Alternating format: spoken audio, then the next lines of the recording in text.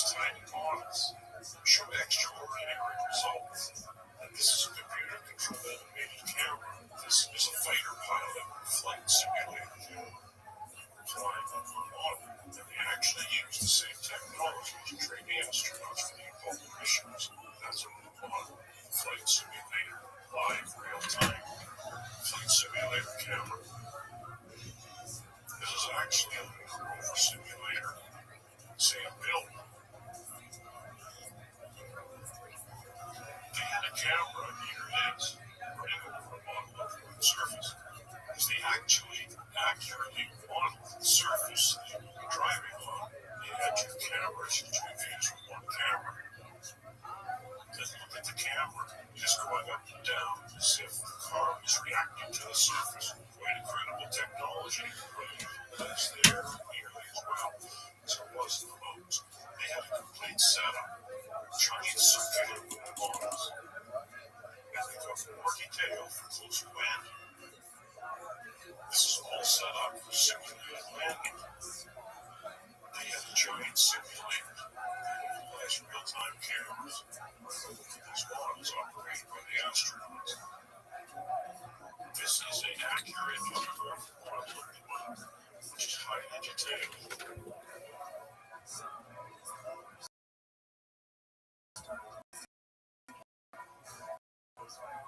It was actually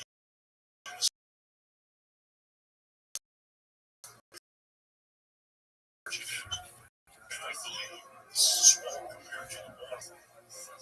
Here is an example in a simulator. Photographs from the simulator, pointing out reference flights later to see how easy the moon was utilized. This is the man I believe responsible for visual effects, Douglas Trump. I will show you the brief history. There's plenty of information on the internet about him. I just mostly wanted to introduce him. We have a landing footage. This is specifically at Apollo 12. There was a dust blast. But on Apollo 14, they kind of screwed it up. You can see the difference in the lighting in the craters. Because before the dust hits, it's water. After the dust hits the center, the lander was on.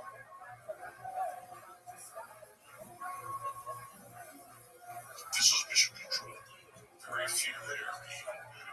So only the astronauts were only allowed. Only astronauts were allowed to talk to astronauts on the moon. They were all in on it, as well as the camera operator.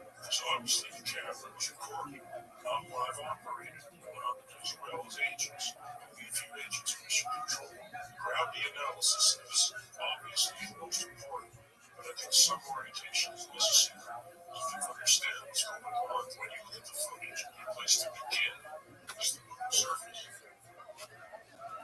Obviously, no atmosphere or water is, of course, because of the planet light. The brightest photography apparently stars aren't visible. But water also means no erosion. There's erosion disappearing. And of course, welcome. I'm here. How are you, Mr. Aquarius?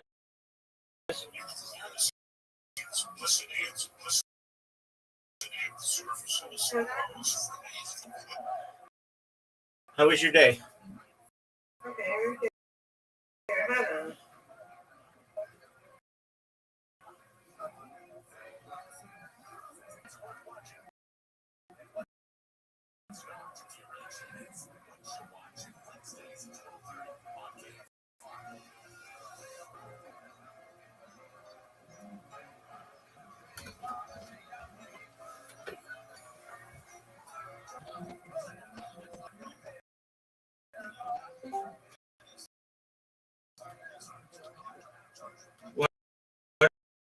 What up, Miss Aquarius?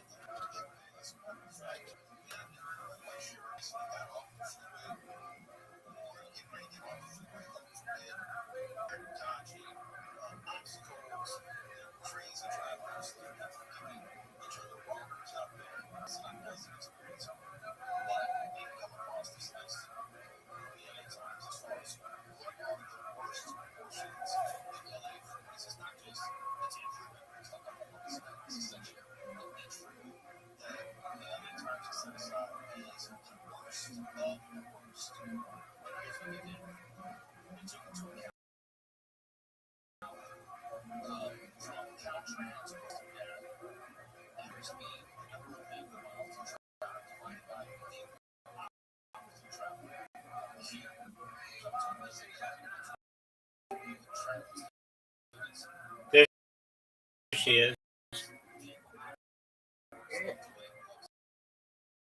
Can you hear me? Can you hear me? Can you hear me?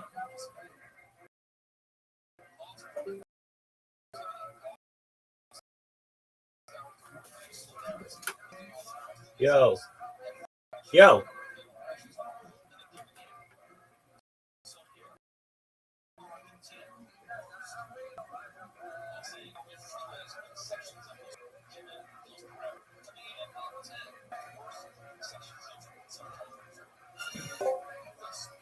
Yo.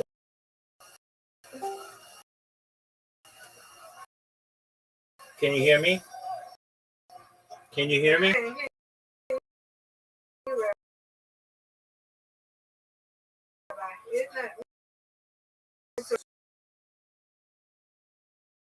I can hear them. Okay, can you It's got to be you.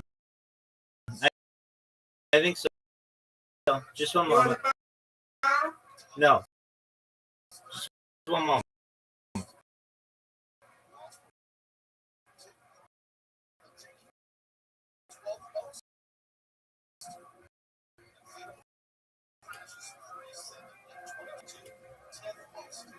Test.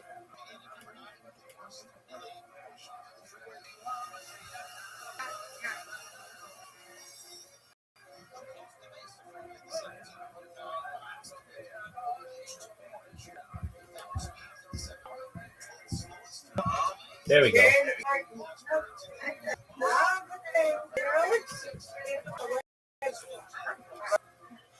We got it. You, Miss Aquarius.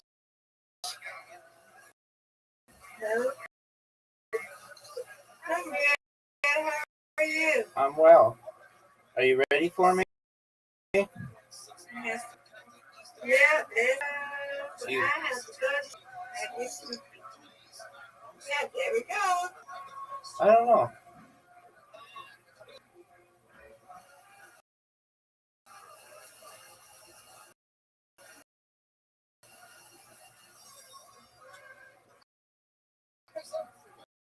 It's okay. You got this, rabbit. I get it.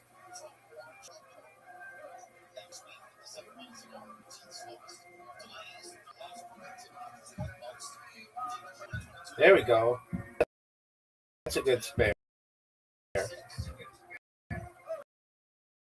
Yeah.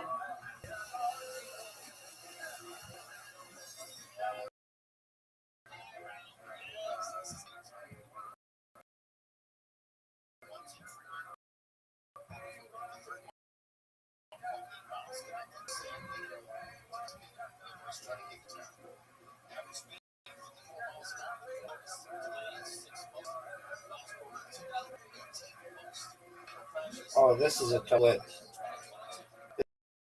This is a very tough split. You can get one. Oh, come on.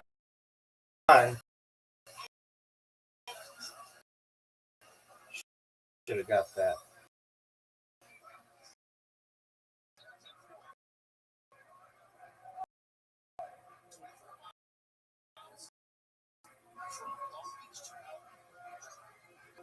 Look at you. High five. Thank you. High five. Come on, come on.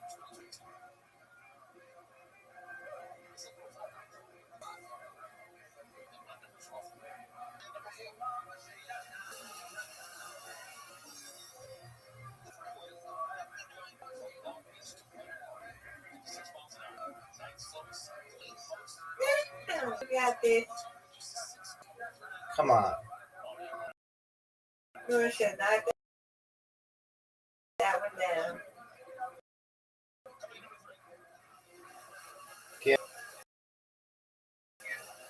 I'll take it.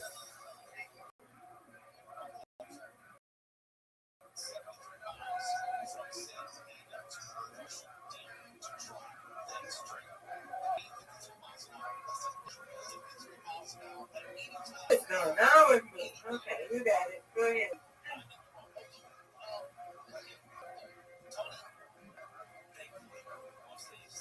You win. I win, you win, Miss Aquarius. Yeah, win. Yes, you did.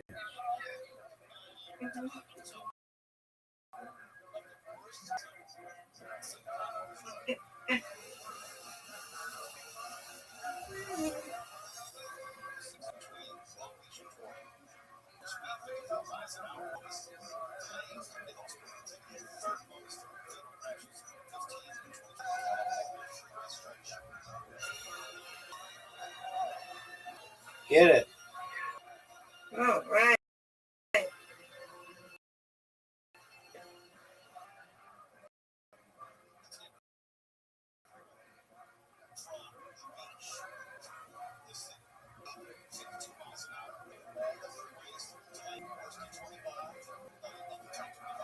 There.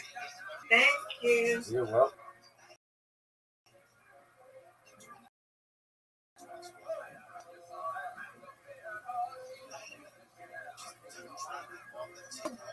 Guess there.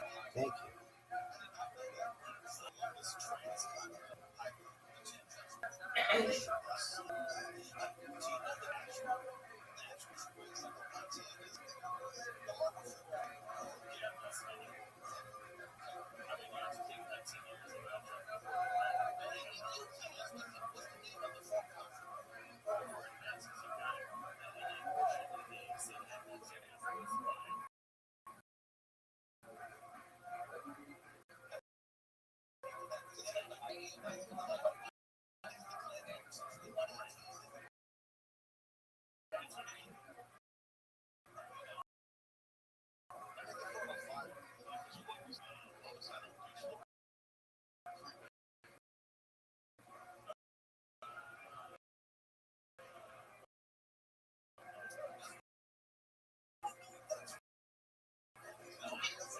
Strike. Thank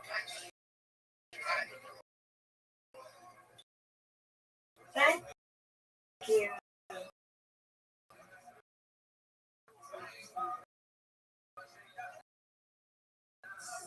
Yes.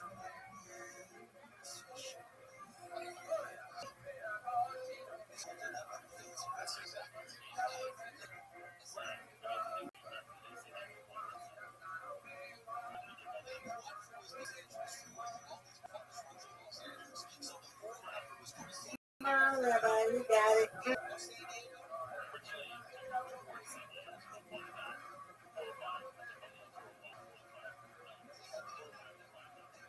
Ooh. I win, you win, Mr. Aquarius. Yes. You win, I win. Good job. You're welcome. Good job, Rabbi. Thank you, ma'am. Alrighty. See you. And we will play tomorrow, God willing.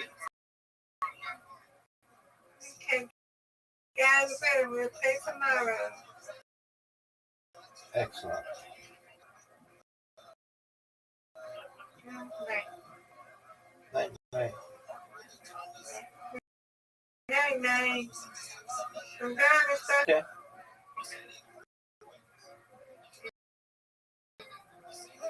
I stay in here with you. Since Brandon out here, I stay in here. Aquarius.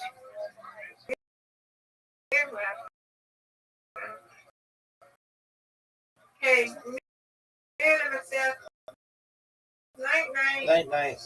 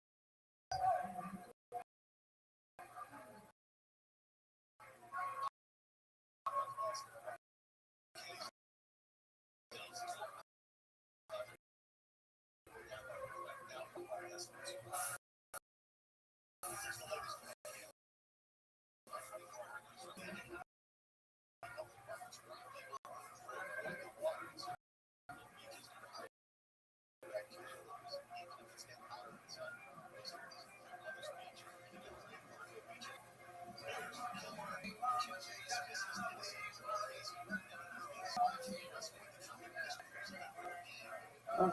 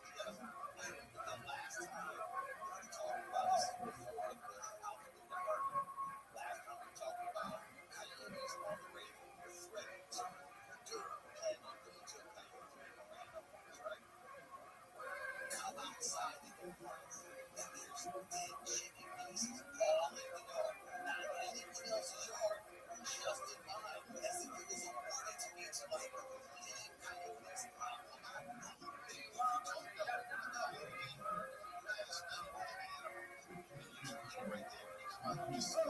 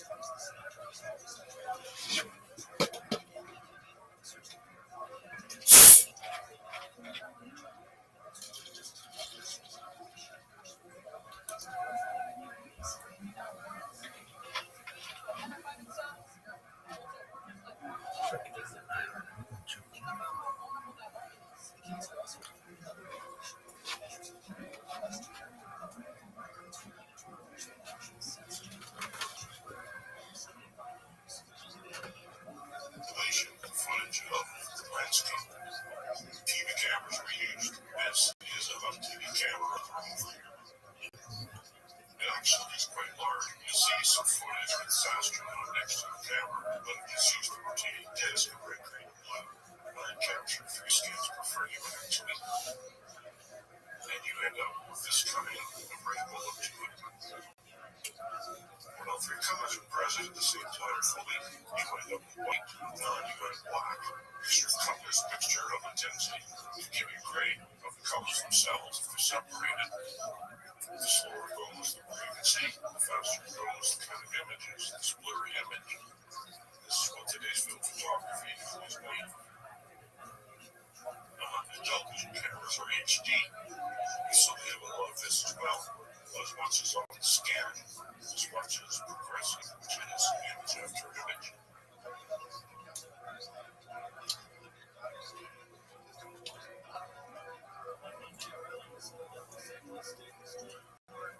This is what many of you are used to at this point. You've seen a TSC video.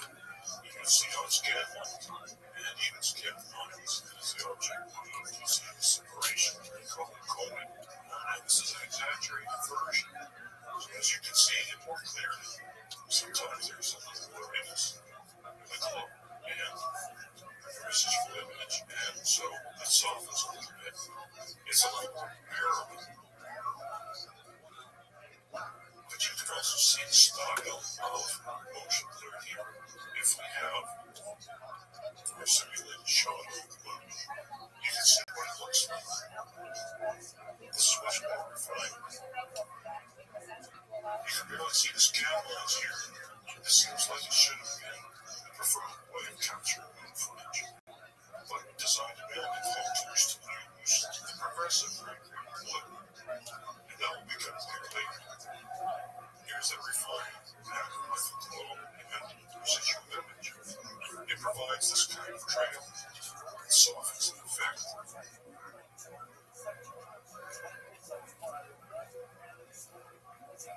And of course, they have it simulated.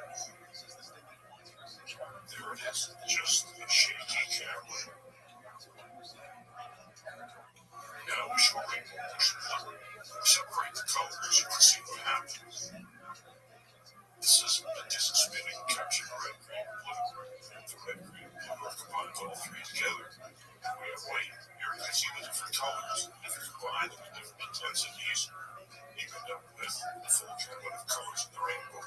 As well as between. The closer they get to being balanced, the greater white and black it gets.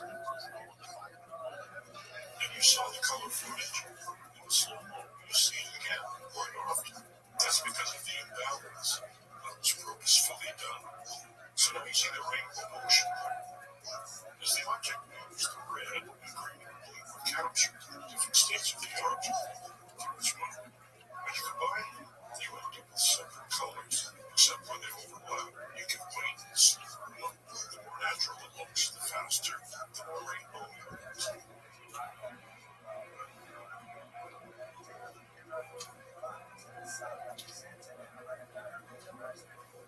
Then we can make the glow effect, as well as the residual image.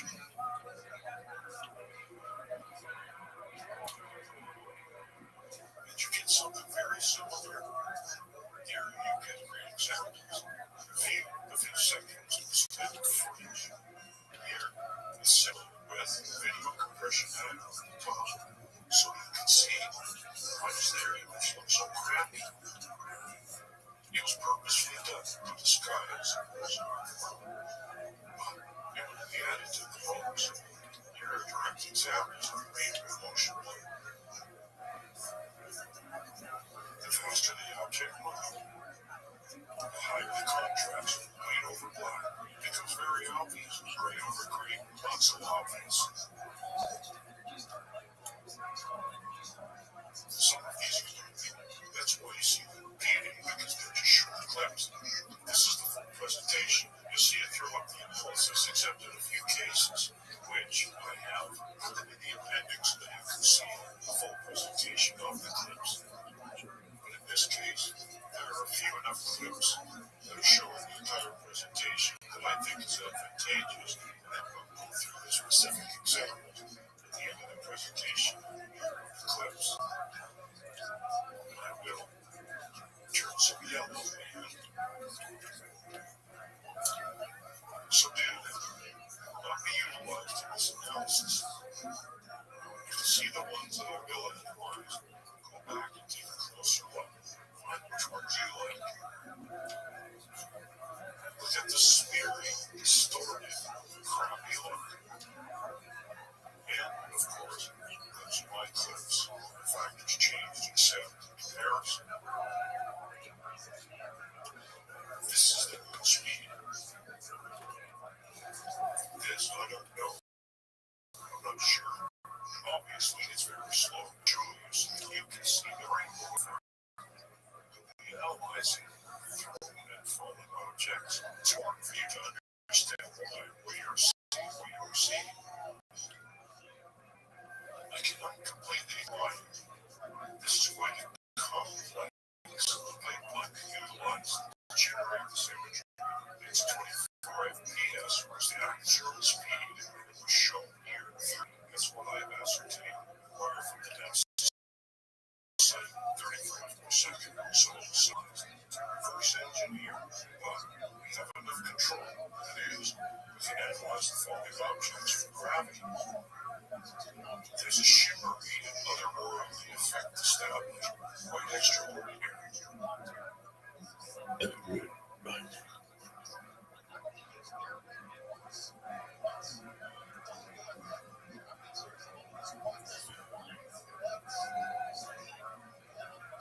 is, of course, very slowed down so that you can see the effect.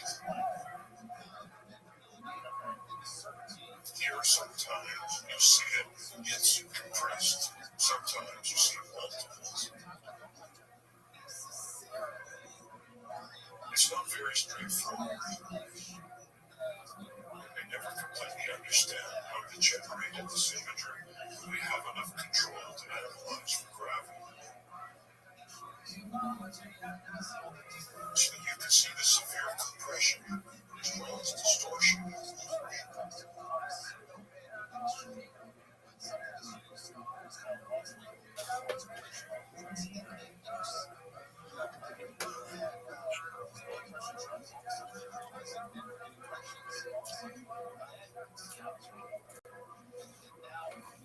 Because of the light shuttled through the dark gradient to the ground, rainbow motion here is more easily noticeable.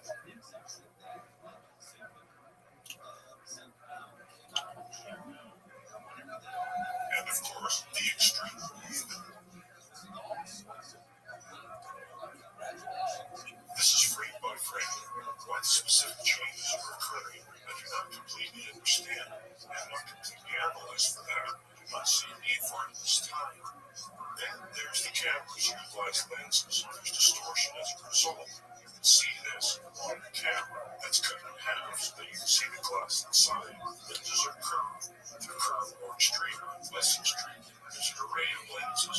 This creates a really complex situation. Light is right through. Then you see the extreme curvature here, depending on the lenses utilized.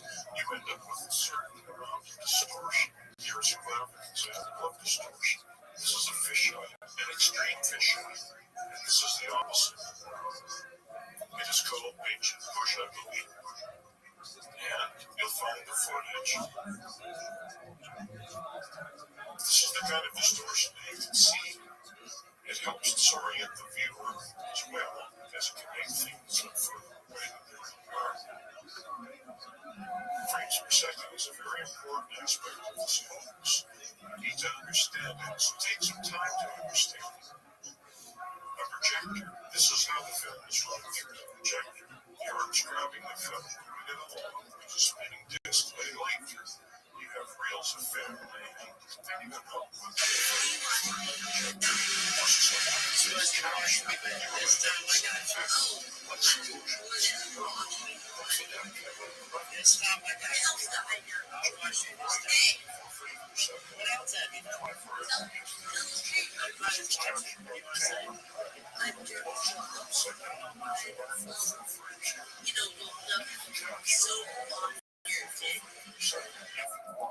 Just jerk you off until you can handle it. I still feel my tits, I feel my pussy. And we handle that. We handle it. What do you think about that? You said to say that. You said to say that. No, he's a fucking liar. I said not even a blowjob. I took that Marshall and jerked you off to completion. Thank you very much. Listen, you never gave me a blowjob. Now you're just like, I jerked you off and all you done? No. Put in my blood, put in my pussy. No. You entered all They said he did it very much.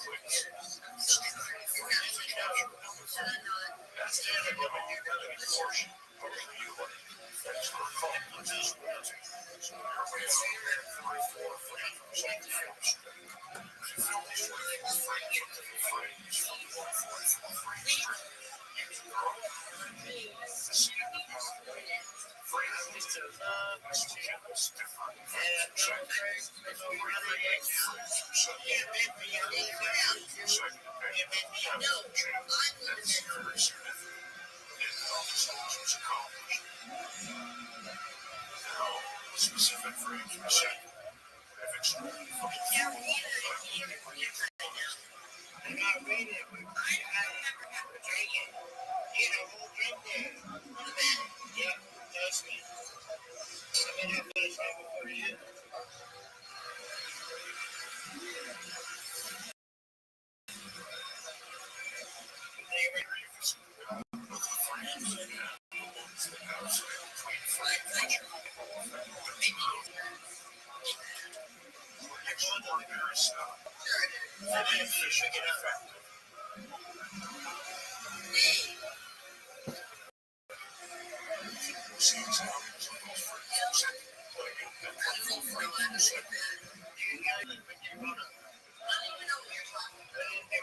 So you get different speeds of action. You can take 34 frames per second and play it at 24 frames per second. You can do 59 and play it at 24. How it was captured, or the speed it was captured or generated at versus the speed I played it at. Those are the factors of frame length. And these are the factors of frame length that I utilize to reverse their slow motion. Integrated various benefits of Gears. Gears has allowed players to construct buildings based on the professions, manage forwards. Frames per second, it is the main field speed, and the others are reused in specific instances. Here we see them all, those frames per second, modified by the factors I showed. You can barely tell the difference. It's the same action going through a different process. And almost identical at the end of my process, my reverse engineer, you can see the subtle changes. You can see some time frame changes used on a 144 frame film length. And so you can rely on the process I used to reverse engineer this action. Now the other complication mentioned was the fact that I was captured by 24 frames per second, yet shown to us and presented to the website at 30 frames per second, because that was normal NTSC frames per second. I did add some stuttering at the bottom of that 30 frames per second, and at the top was also 30 frames per second. But I added stuttering, which you will find in some of the footage. There's a phenomenon that I find quite interesting, is that the distortion of the footage, because it was broadcast from the moon, did some time changes where it actually went backwards in time and started up again and remained in sync. That's a phenomenon that I think should be explored more, but of course I won't, because it wasn't real. It will just confuse the viewer and make them think like it was coming from the moon. Now we get to the gravity analysis. Here you can see and show you how I came up with my graphic for analyzing the gravity. Blue is Earth gravity, and red is moon gravity. You can see an obvious difference. When objects fall slower, when objects fall faster. You'll see those animated in the analysis. I'm just showing you how this graphic was generated. The footage was matched up to the astronauts so that the astronauts were the same size. Based on that, the analysis was generated. You should familiarize yourself with the number on the graphic. They represent frames. The object should take a certain specific number of frames to fall every time. There is no exception. Gravity does not change. And because of the frames per second at 24 frames per second, here presented at 30 frames per second, it's the same thing as 1 second of their time. And you can tell by the sound sync, it's 30 frames per second. You can tell by how many frames it would take an object to fall on the moon in a certain number of frames at a certain distance. It doesn't change. So here we have astronauts jumping for various reasons. Locomotion, fun, no. There obviously was no jumping. The first three that I've been obtained, mostly in A-17 here. And of course, they had the astronauts on wire, so my analysis of their gravity was almost accurate to the limit.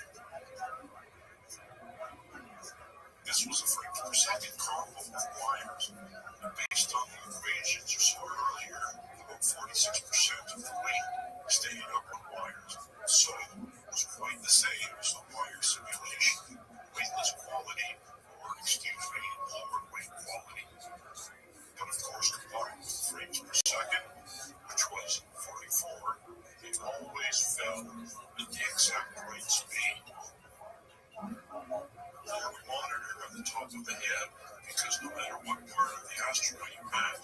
cat. Orange will clearly designate where it is, the beginning and ending of the jump.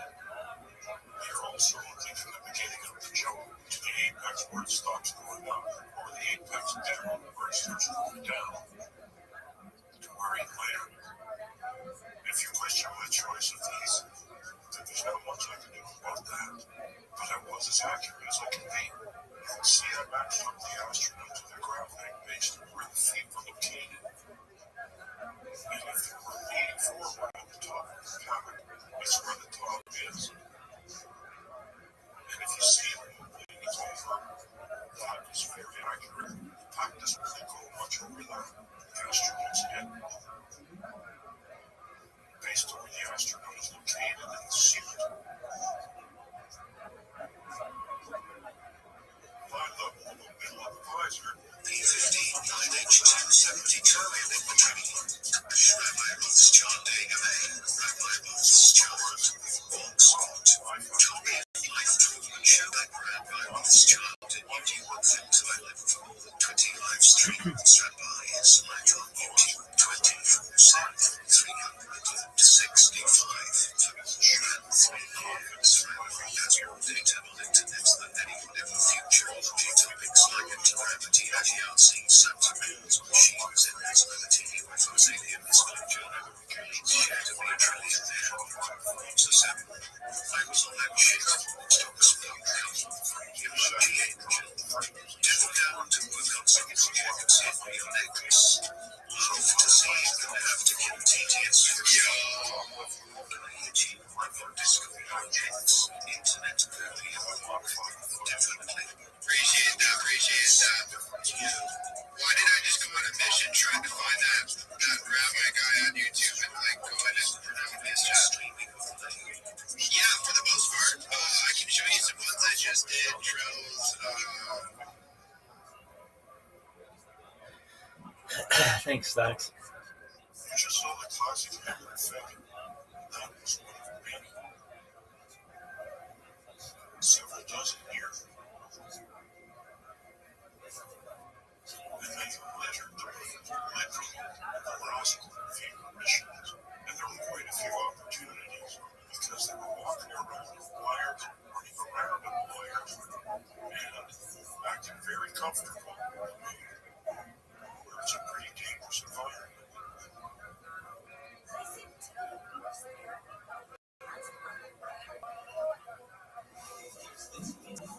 So obviously I didn't analyze all of these. You always really analyze them. You can, sure, after the meditation of these clips, you see which ones dissolve away the other. The ones that do not include. As you can take a closer look at this for yourself, see, you'll find something different.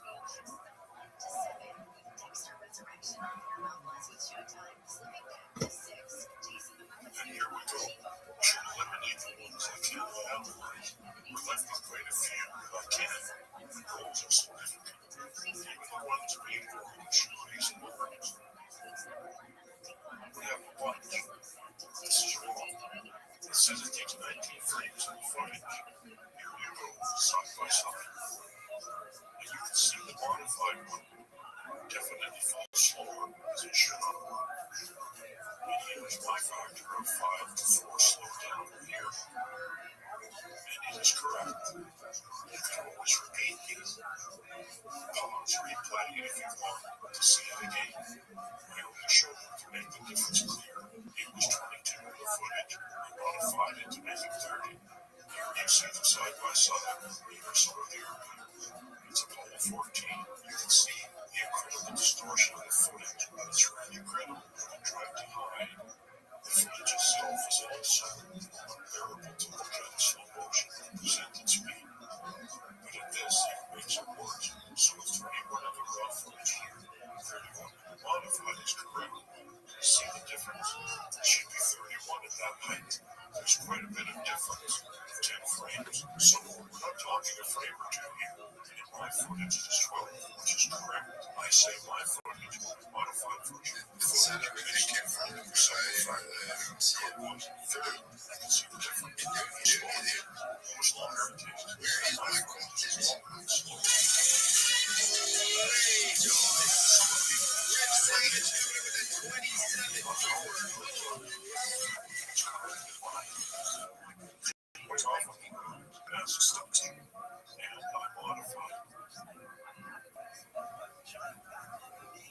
see the difference. So I'm just running through these again and again and again. It just keeps going on. If you look at these more closely, I just want to present them to you so that you, careful analysis, my analysis, that you should do. I would like to spend some time to confirm what I have discovered here. Here is an astronaut. And then I move the graph. The measurement graph to where the action indicator bars are. When the frames hit, you can see it turn red if you didn't already notice. And it gives you a reference, the same size as my astronaut graph. I just moved it separately. So that the astronaut graph is there, establish an accurate size for measurement. The overlay graphic is moved. More accurately show the distance the object traveled in frames.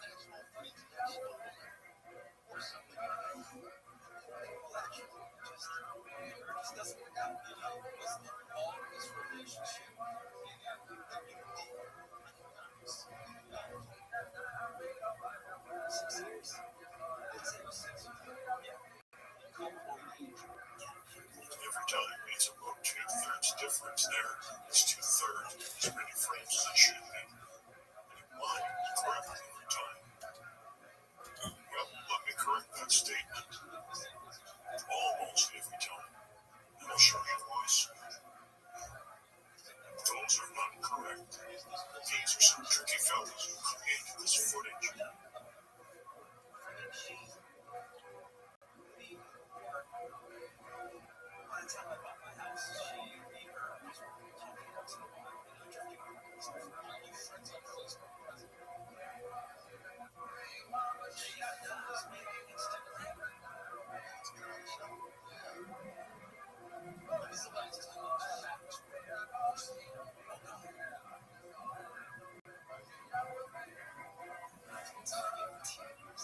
This is quite extraordinary. Now, I missed out. Yellow 15 was off. That's minor. It's not really an issue as discussed. It's frame dropping. They had all kinds of tricks going on to disguise what was happening here.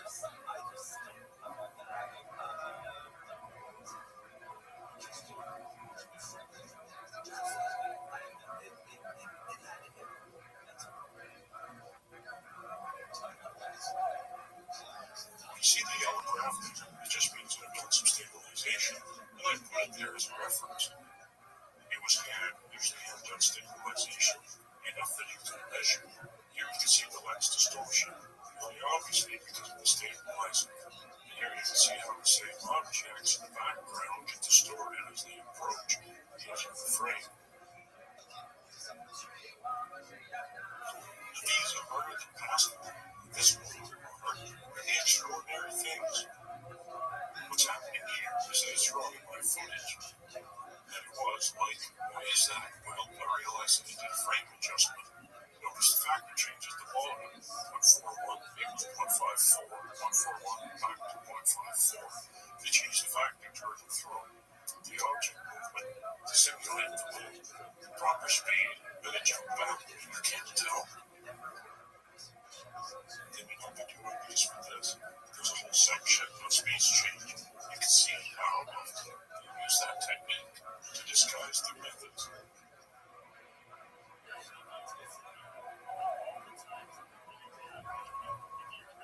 Again, you can see the factor change. This is harder because the camera moves on, but it's clear to me. You can see that I have multiple versions of the graph. What is in the background?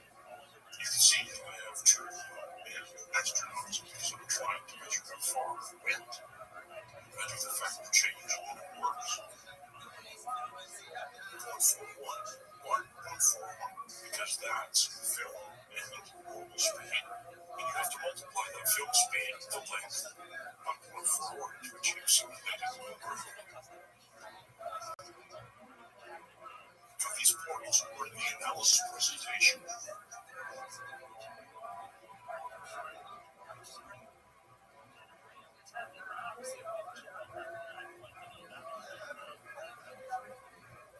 Now this is wrong. Watch the 0.4 change.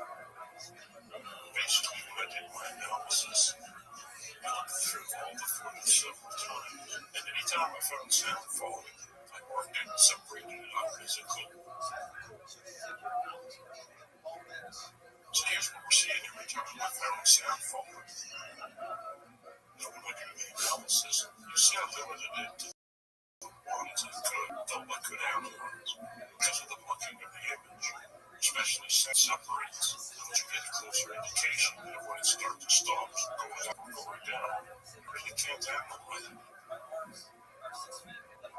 Sometimes you can. You don't need where it stops. You just need enough frames so that you can say, I've seen it move. And again, as we get further in machines, it's imitating almost the case. It has more. A16 and A17 are almost always choice of the machines for analyzing footage.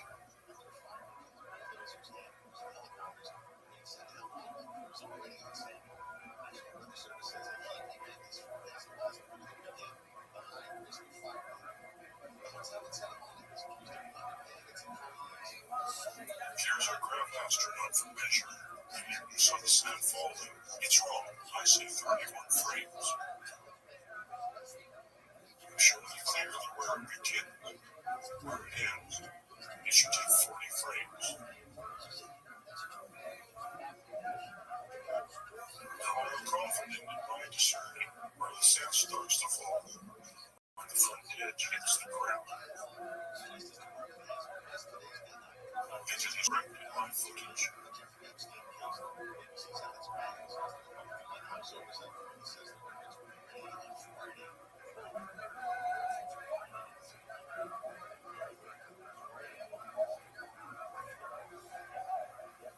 It is very blurry, very difficult. I will go back and forth and see the changes on the ground. Wherever I did, I discern where the sand hit, even if it's totally off a frame or two. That's minor compared to the differences we're seeing here. Watch closely. Compare the different rates at which the sand is falling in these images. It is easy to see that this footage that NASA presents to us was in fact slowed down and then sped back up again to match the gravity on the lunar surface. And when corrected, you can see that the sand is actually following the Earth's gravity, as shown in these examples. Watch as this astronaut drops the sand from the shuttle that he is trying to get into the sample bag. Notice the difference in the astronaut sidestepping in the left frame versus the right frame. You cannot have that happen in gravity. This is clearly filmed on the Earth.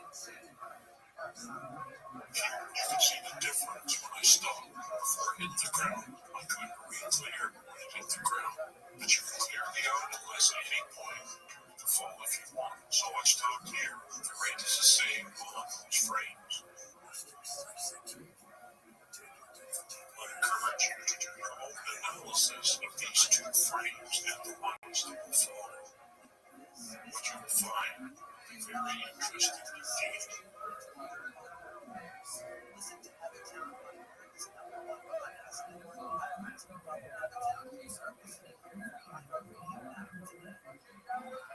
In these frames, watch the difference in the speed at which the sand falls. You'll notice that the sand in the left frame hits the surface first before the sand in the right. Again, please notice the clip. It's right next to the bottom. Go to the NASA site referenced earlier in this presentation and look at the evidence for yourself and determine for yourself what's going on in the footage. Try to keep a mental note of how many times you're seeing things fall in this clip.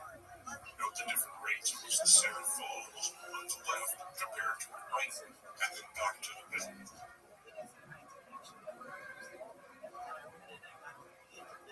And then back to the left, and back to the right, and then back to the middle. The sand behaves as if it was in Earth gravity, slow down and then sped up again, and then slow down. Do you realize how many times we're seeing things fall here at the wrong speed in the NASA footage? This is not a fluke. This is clear evidence. This imagery is fake. This is an interesting dilemma I had to determine on top of the instrument ones. And then, to help aid myself with the analysis, I used one of my gravity bowlers. You can see it matches up. It doesn't match up according to my analysis. in the expected times. And here are a few examples of an astronaut falling down, kicking up sand.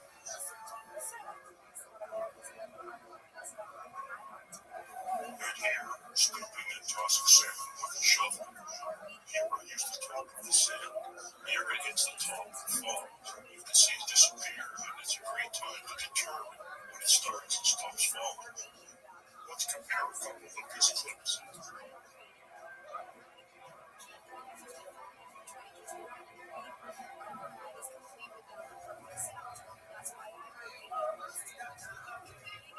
He did a lot of shoveling, so I have a lot of opportunities to measure. It's wrong every time. To demonstrate this, we'll speed the footage up, slow it down, and then speed it up again to match what was actually happening. And as you can see, it doesn't run up wrong again.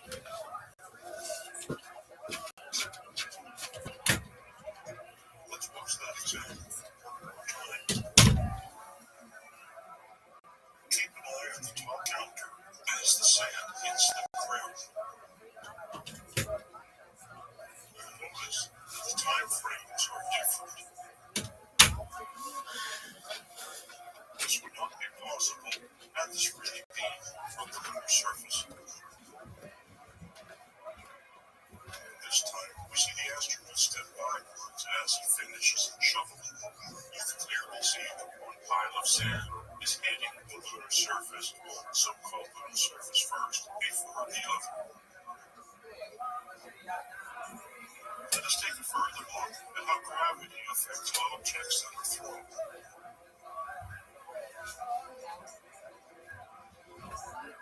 And of course, they did the same thing that they did with floating objects. Whenever they could, they did a speed change event. Factor change to frames per second change to hide that this was faked footage.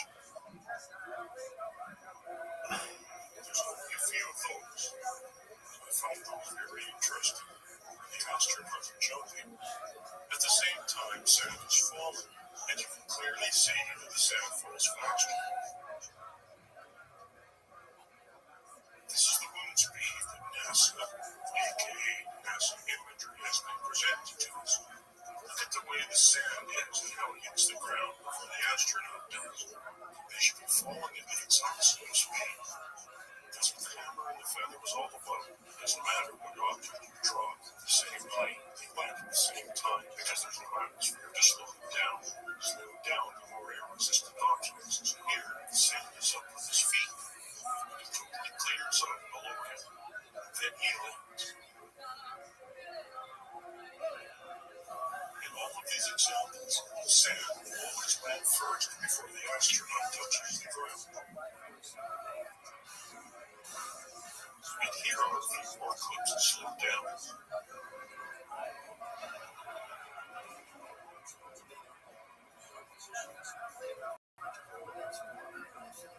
This is the famous jump zone. And there are obvious ones to me. Sand is up there. Sand is up there with his foot. Then, it's clear it's falling as fast as an Earth gravity. He's falling slower because he's hanging from a wire.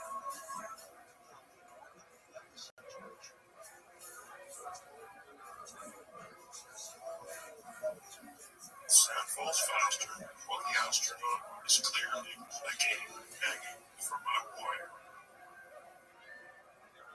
And it makes me wonder how NASA was able to get away with this.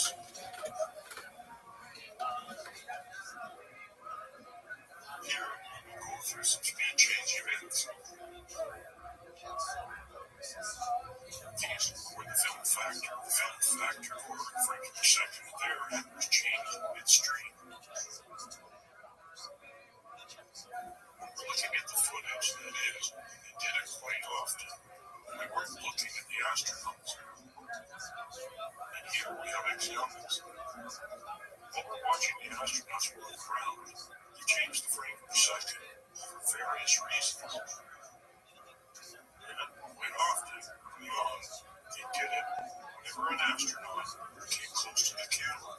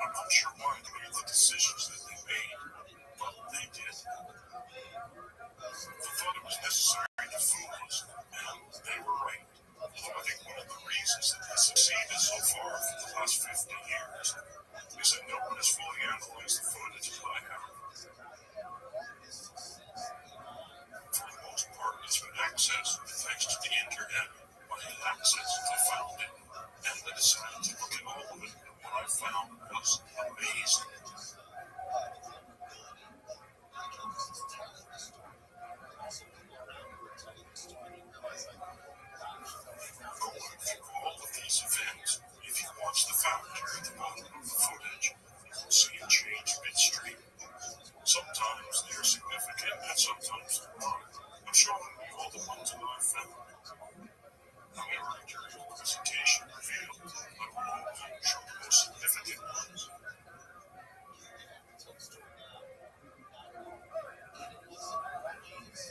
Here you can see A15, the winner of this one. You can see that I eliminate most of them because you like most of them. So here's their version.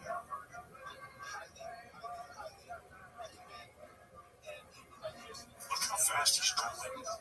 So down here he slows down.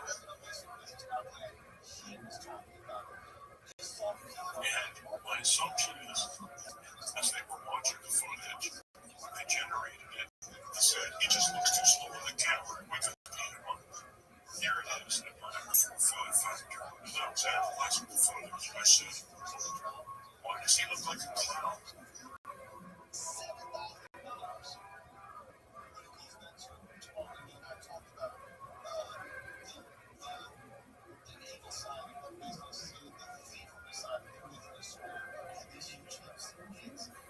There's the same trick again. More than a few times they thought it was necessary. There are times they noticeable. Of course, you speed up the footage and boom, it starts out slow, and then it just takes off.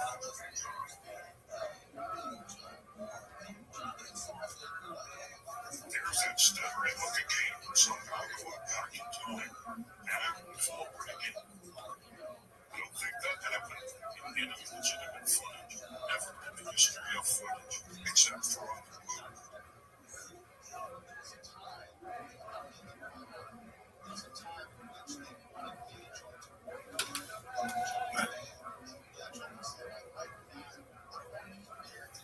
and so, I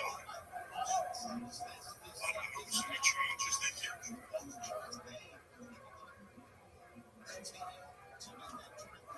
It's a subtle change in slow motion. When I was looking at it here, it looked fast, and I did the adjustment to look better. I'm sure I missed many times exactly what the changes are they made. I just did the most obvious ones. It stuck out to me. That was a change I made. Did you see how the astronaut just sped up in the middle like that? Here, let's watch that again. Watch as the astronaut comes close to the camera using slow motion. Then, keep watching. There, all of a sudden, he just sped up. There he is again. Looks going fast. He seems to go a decent speed, and then, next. So here we are. Standard 1615 for overactivity. And they change it so we can run away. If you watch closely, you can see little spasms in the astronaut's make.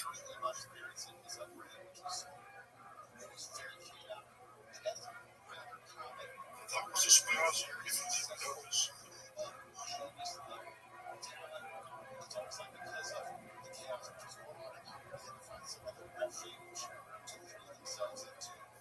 Here he is in my constant factor. That's the spasm. Now, you don't even notice it here. It was proper at 6.615 earlier, and he wasn't proper. I had to find the time change as they became standard practice. Near the rule, I find the factor that works, and as they differ in their way on different factors and so forth, so I just took the opportunities to change so that I felt the most likely. I do not nail it precisely every time, but I did it enough to show that it occurred. The astronaut walks slowly and then speeds up if you notice.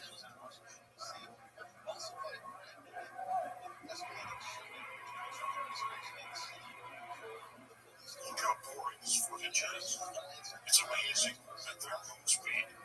No wonder no one wants to look at this. You want to go to sleep footage. Why? Because it's a show. You can't bear to watch it all the time. It's absurd. So, was there an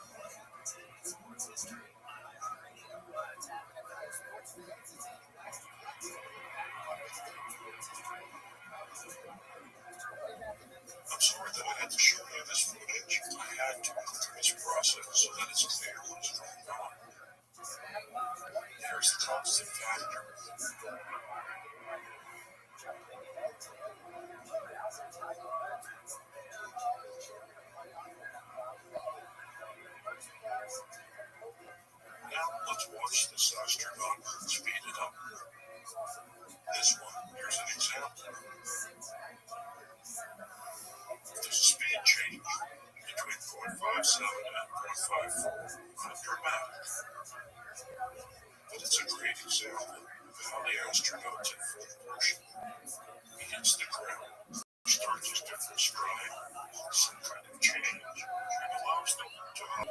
For the fact they're changing, so the astronauts were hanging from wires. We'll discuss that here. It's backpacks and so forth. Here's a suit laid out. I think pre-launch, possibly post-launch. You can see a lot of little items. You can research this on the internet. Fancy under structure. It's going to have to be visualized. And when it's covered, and use a diagram explaining what all of the parts of the suit are and whether or not they were used on the set. They could have been modified, certainly the back, which we'll go over here. It was probably modified. It may not have been made of all of that equipment. It certainly didn't have to do with all this stuff. More than likely, they pressurized the suits a little bit as well as the water that went around. And astronauts were testing the suits on the Earth. They still had to have coolant in there, but it didn't need to. So much oxygen feeding because they were in oxygen-filled set. And I imagine that they took as much weight off of these astronauts as they could so that they felt a little more comfortable.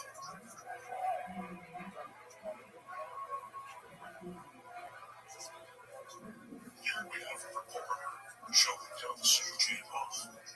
And we're just speeding it up a little so that you get a sense of everything that was involved. Now the inner structure is connected to the outer part up there. So here we can see that structure, and here's the wire setup we saw in the summer. For some reason, back is sideways. This is the same structure that was used for the LM testing that we saw earlier on the fake set, the Model 7 and so forth. And here we are looking down the astronaut. You can see the gentleman top of the head walking along with him. This is an extraordinary flight, so you have to go to simulate gravity. That's the difference. It's such a significant difference. It's so much less than here. They have to be grounded ways to simulate it. Here you can see the ground still this way. And here he is jumping on the sideways set. This is all simulated. You can see how he's strapped in, and it's very effective. See the correct way of doing it, but certainly not completely accurate. However, look at the extraordinary abilities this light gravity gives them. Now he doesn't have the full suit on here. He does not have the backpack. You'll see a little bit of that later. It's still amazing. Look at how he's landing on his hands and without effort. We don't see any of this on the video. The NASA footage, almost nothing like this.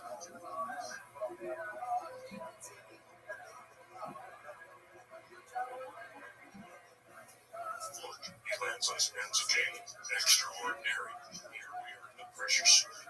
We're going to see tests where the suit is actually pressurized. You can see the comparison between the two. And he's getting right into place.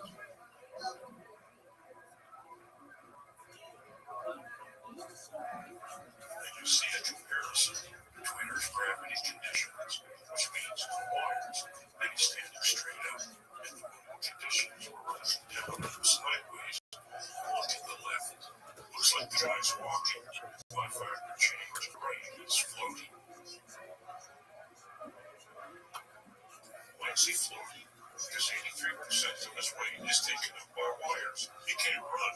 Why? There's no friction. He's so light now that he can't get any friction with his feet. However, on the left of Earth, it's easier. These are low pressure suits, not fully pressurized. That is my understanding. Close enough to the limitations that the suit would provide. And as you can see, an effortless flip. And here he goes again. And he lands on his hands without a problem. I saw no kind of agility like this in our moon footage.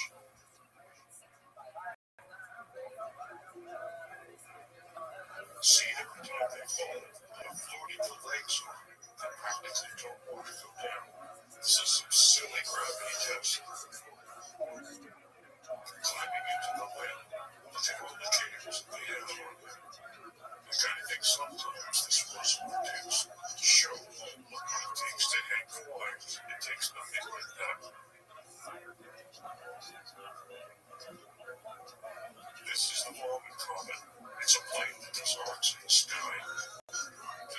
Specific gravity or weightlessness.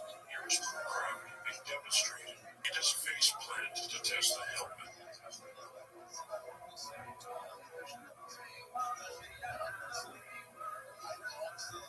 And here, it looks like a fish out of water. They had problems with the backpacks, so they had to redesign them because he couldn't get out. And here he is trying to get out. Look how awkward it looks. It totally contradicts what Aldrin just said, which was his excuse for the slow motion. Pretty blatant if you ask me. And look how floaty he is. He can barely stay off the ground. Let's cut the backpack and a fully pressurized suit. And he's struggling to keep his feet off the ground. This is amazing. There's nothing like it in that footage. And where was the wire located? It was just one wire, I'm quite sure. Right in the middle. Right in the middle, both ways, from the front and the side. And it was made out of monofilament. Perhaps braided, perhaps metal monofilament. But it didn't show up on the camera. And you think I was trying to talk about that. It's not uncommon. And look at the size of that. It's tiny. 5 millimeters from left to right. And so how did it not show up on the camera? That's not a big deal. And here we go. Now it's gravity. Where's Earth gravity? I come up with the equations based on the frame rate. You can use a specific counterweight that allows the astronaut at the same rate as the computer when viewed through the 24.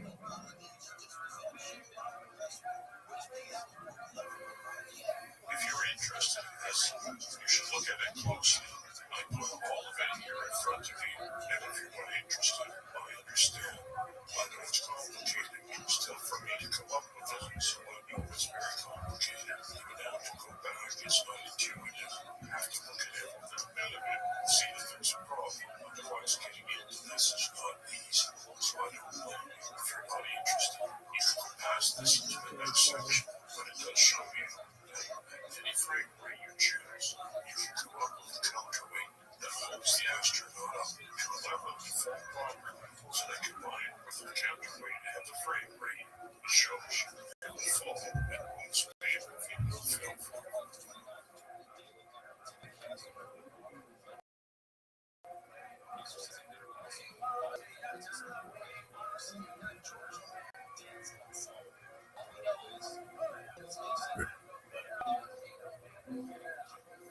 And you'll see 59 frames per second and 0%. That means you film with a rate shown at 24 frames per second, and it will look like it is falling on the real.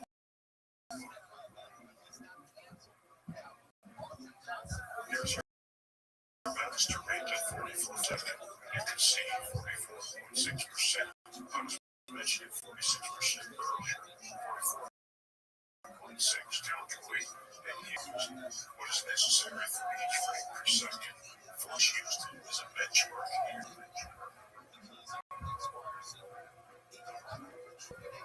Here we have some examples of what I consider evidence of the wires.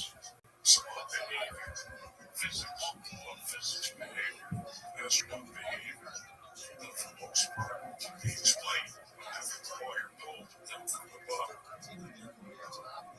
We'll go through all of the footage and see all of the strange behavior, and we'll get the clips that I think are clear examples of astronauts hanging from wires with approximately 44.6% counterweight.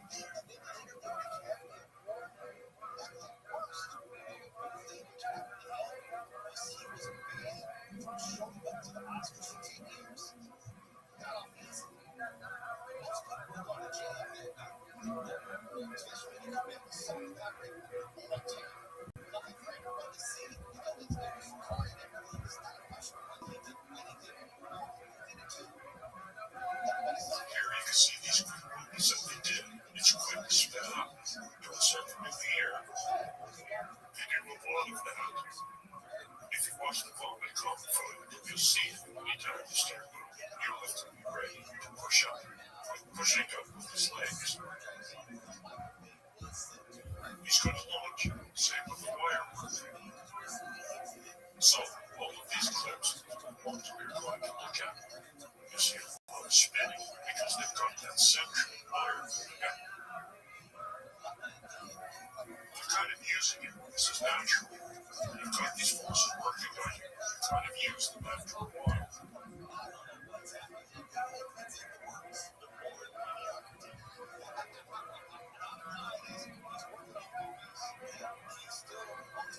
That was all right. He's kind of swung back down again, with the legs being floating in air. Here he's kind of spinning a little bit. And here his legs coming up to the ground. They don't float. There's no problem keeping his feet touching the ground. Whereas in all the simulation stuff, the feet tend to stay up because they're so light. But if they're going to fall with gravity, if the wire's pulling, probably from his mid-back a little higher. You can see the backpack bending of this one at the top. You should look at that one again. There's no clear example later. You'll see.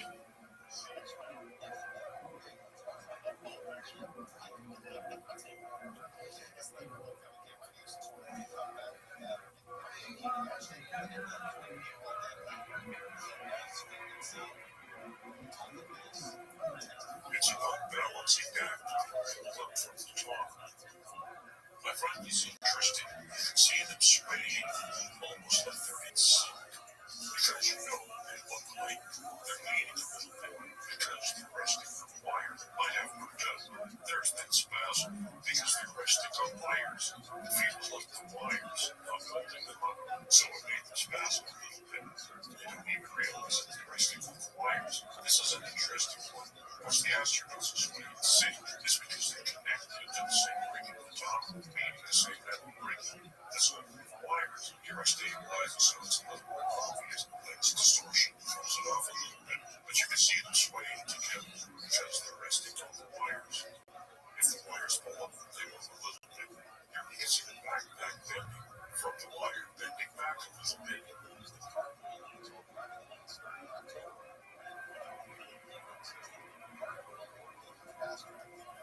Sometimes they look like puppets, right?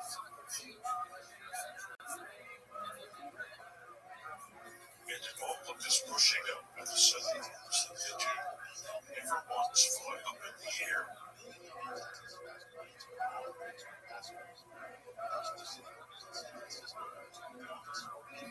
Remember how easy it was for the astronauts to jump and land back on their hands when they were attached to their rigging?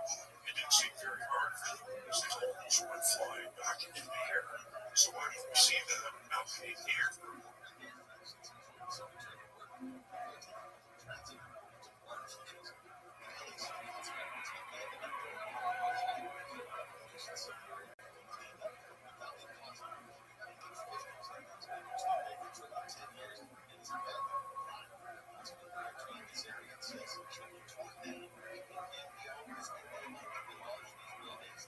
Watch as these astronauts twist in a circle. I call this the rotisserie dance.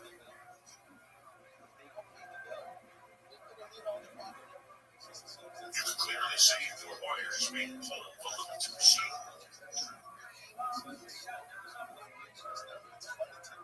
And here again, we see the rotisserie dance.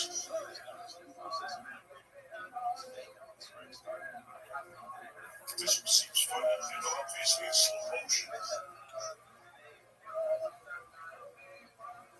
Here's the slow motion aspect. You can see Hoppy and Joey. Extraordinary amount of it too. It is a lot of footage. The extent to which these missions are supposed to have taken place, it's really crazy. And the amount of running and bumping that they do is very dangerous and is irresponsible to say the least. What I've done is to categorize them here. See them coming at the camera, away from the camera, up to left and right. And in some scenes, moving away from the camera. Even a full resolution of this, you can decide which ones interest you. Look at them all. There's so many. Here are some scenes of the astronauts moving away from the camera. Watch the top of the screen as I return both for speed and for moon speed.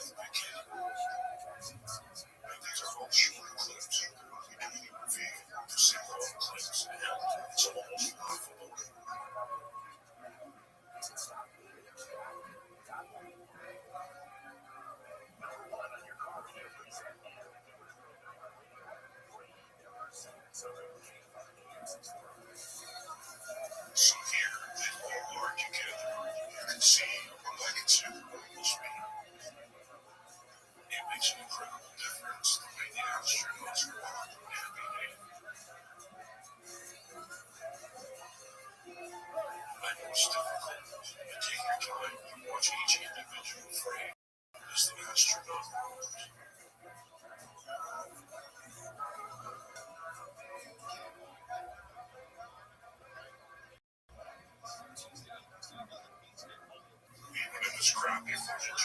You can see the guy walking normally, but he's kind of stumbling. He's hanging on his wire, and he's walking.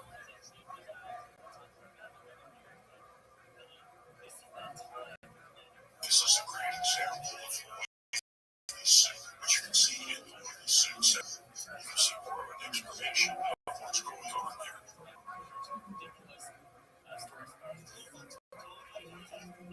I just love this one. Look, he's just walking on the road.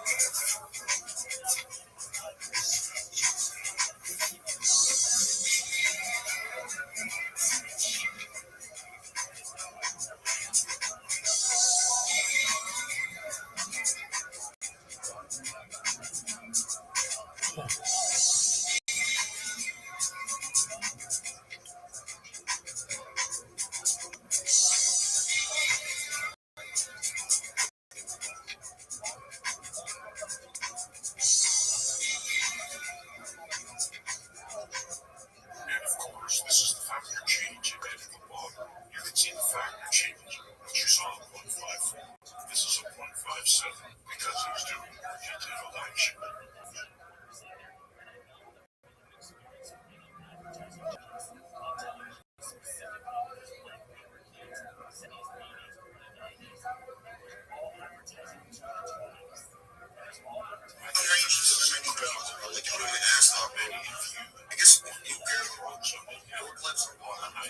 Just because you maintain your balance. Yeah, keep it. I've been watching for 4 years. No reason. Yeah, I go a lot, bro.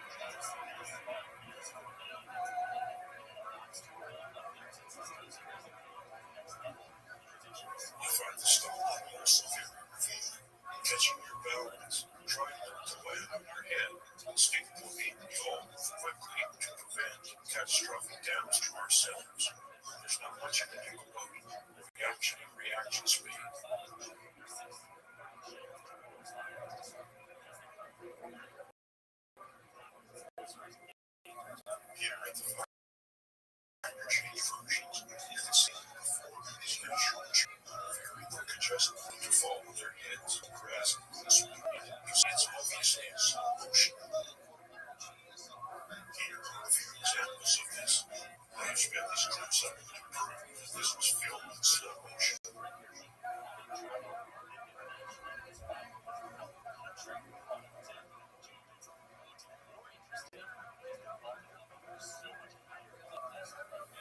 It's quite obvious, isn't it?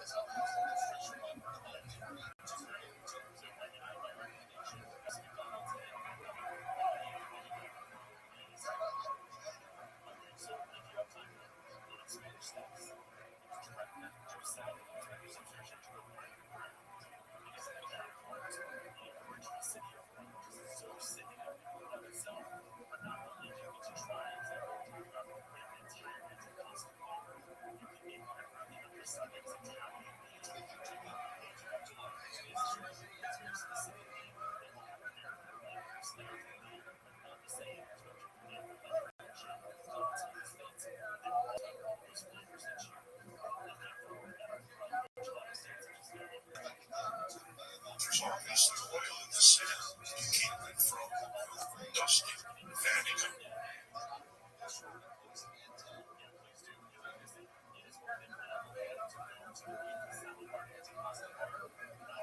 Just look at the way the sand behaves after the astronaut kicks it in the air.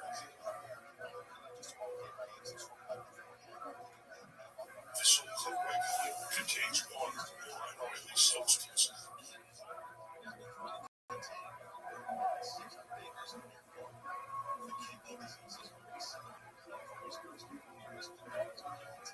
It's quite a set.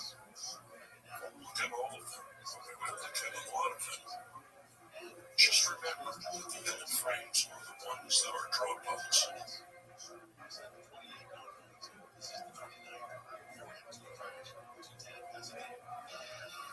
There's the answer.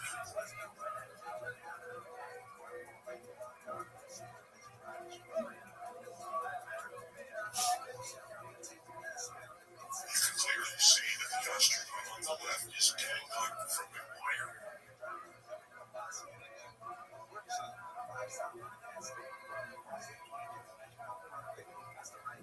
Some of the actions are noticeable as odd, and the most as presented version is because you accept the action as what it really is.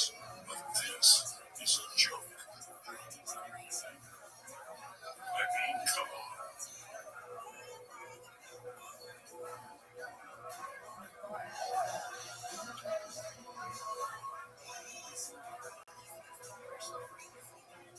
Some of these are just clearly recorded in slow motion.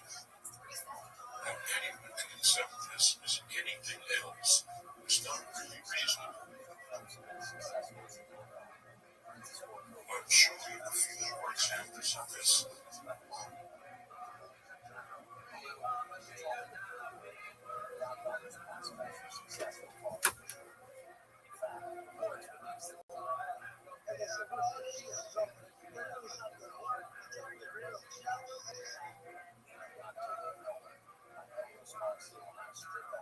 Look at that.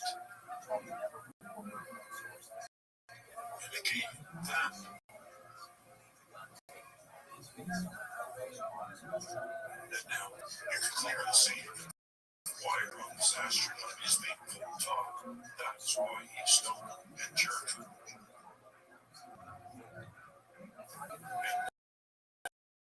And the rotisserie dance. The conclusion is that this astronaut saw on a wire at the wrong time.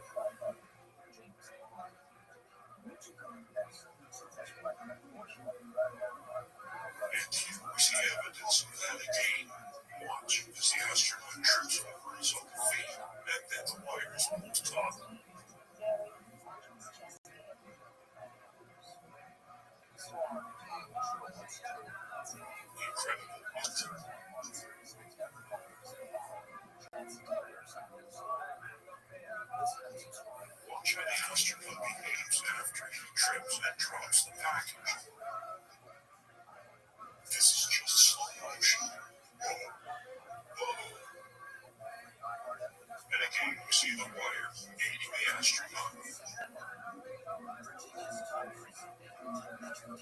and there's no reason for them to even move slower. If you look at the wire analysis footage later on, you'll see them behaving differently compared to the volume common simulated gravity. So the spasms I just found this as I was looking. I asked them, what are they doing? What are these weird jerks? And what do you know? It's something being pulled off balance with a wire, suddenly and unexpectedly snapping to a chain. What is happening here? Well, it's not because of the backpack or more backpacks, or at least most of us have. We're ready for it. If someone pulls up on us, if someone snags us that we didn't expect, throws us momentarily off balance, even if we were going to fall, respond as if we were, and adjust ourselves. These astronauts are being pulled up by a wire. The wire's actually pulling up on them, and unexpectedly there's some tension, or something happens, or it pulls in a way that they don't expect, and they react to it and adjust to it. They regain their balance.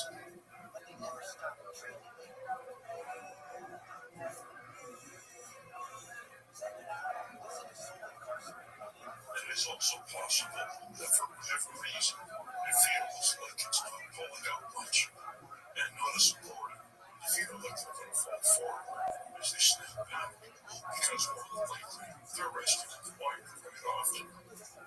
They're relying on it, they're resting on it, they've actually letting it lift them up, and so they don't feel as heavy when they hop and jog. So now that we've looked at the footage extensively, we're going to move forward and examine how they did it. And one of the first things we should look at is the film gauges and how it was utilized to make this happen. Film gauges refer to the size of the film, 16 millimeter, 35 millimeter, 70 millimeter, as well as others. Double 70 right back. It depends if the film is sideways or vertical, what it was used to capture. How can these film formats compare to each other? Basically, you use a large film like IMAX, then you can use a smaller to capture it by using the optical printer and have plenty of resolution for the smaller format. I believe the Apollo footage, TV camera footage, was originally captured in 16 millimeter, then optically printed of sorts with a TV camera. Welcome. How are you? Transferred to TV. Oh, I'm good. I didn't even realize this was going to flag it. Why am I in voice chat? That's where the link goes. How's your day going? Oh, I'm good. How'd you, Seriously? It's not like a Discord server, it's a voice chat? no, it's a server as well. How'd you find out about me, big dog? You to me on Kick. Phenomenal. So you're a Click creator? Hey, yeah, I have an account on Kick. I think I'm doing more on YouTube than Kick, but I mean, I stream there too. Very well. Do you mind tell you about myself? Are you Rabbi? I am really a rabbi. Shalom. Shalom. Do you mind if I tell you about myself?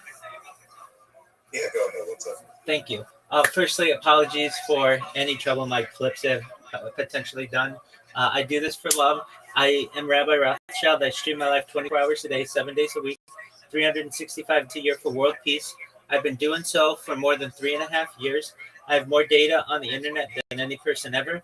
In 2018, The Economist magazine stated that data had overtaken petroleum as Earth's #1 resource, and I have more data archived than any person, which may make me an influential person.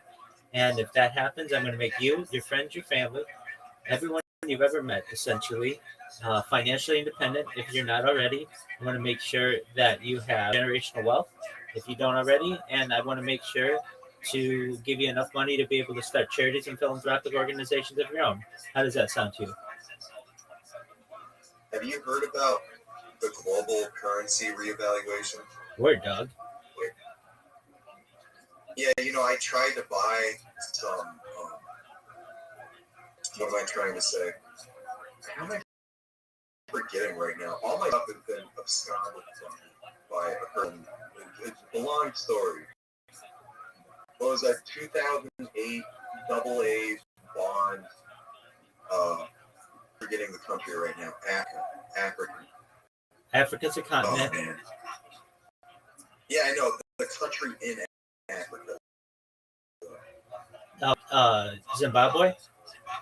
Zimbabwe. Thank you. AA 2008 banknotes from their liquidity crisis they had over their money before they got onto their new system.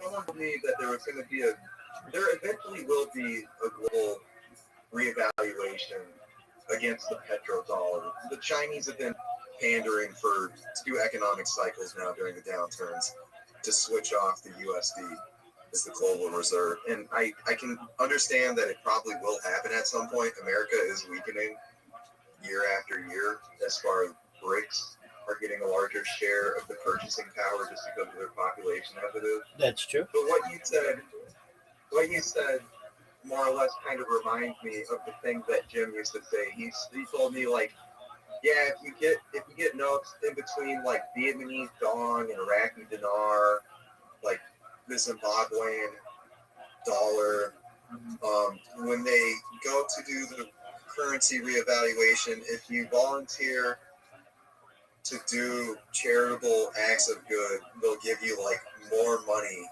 than you would have received just having those notes to begin with.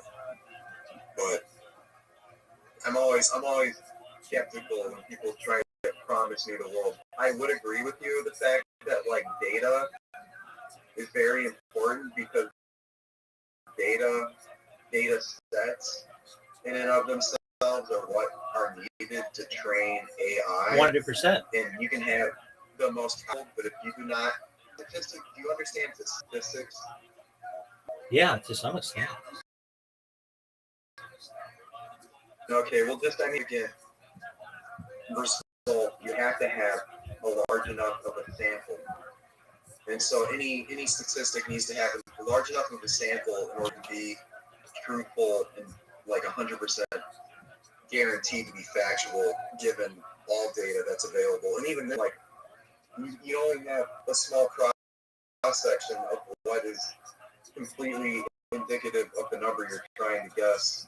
And everything with machine learning and AI, as far as these algorithms, a lot of it has to do with underlying statistics too, as far as the probability of results, the large language models themselves, what are the hypothesized outcomes of certain dialogue or thoughts and things like that.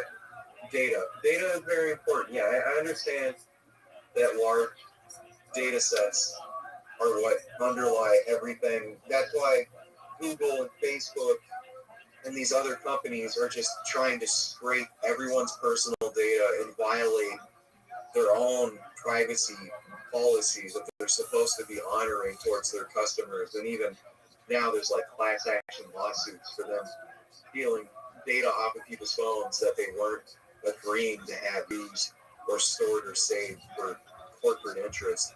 How did you telling me you have more data than all the large tech companies which have access to all of our personal information? I don't say I have more data than any organization. I say I have more data than any individual.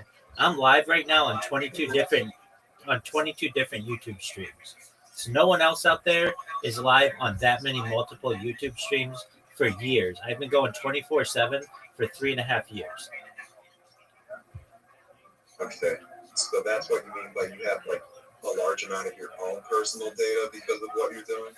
Well, I mean, I have it backed up on hard drives to some extent, but I rely on Alphabet and Meta and Amazon servers to store the majority of it.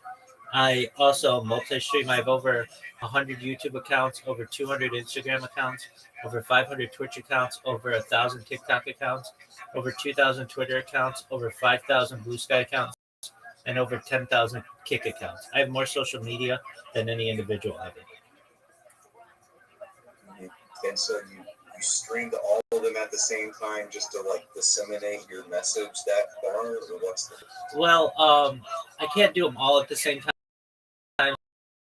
So I do like 22 YouTube and like another 12 Twitch, another like TikTok and those Instagram, really to be uncancelable.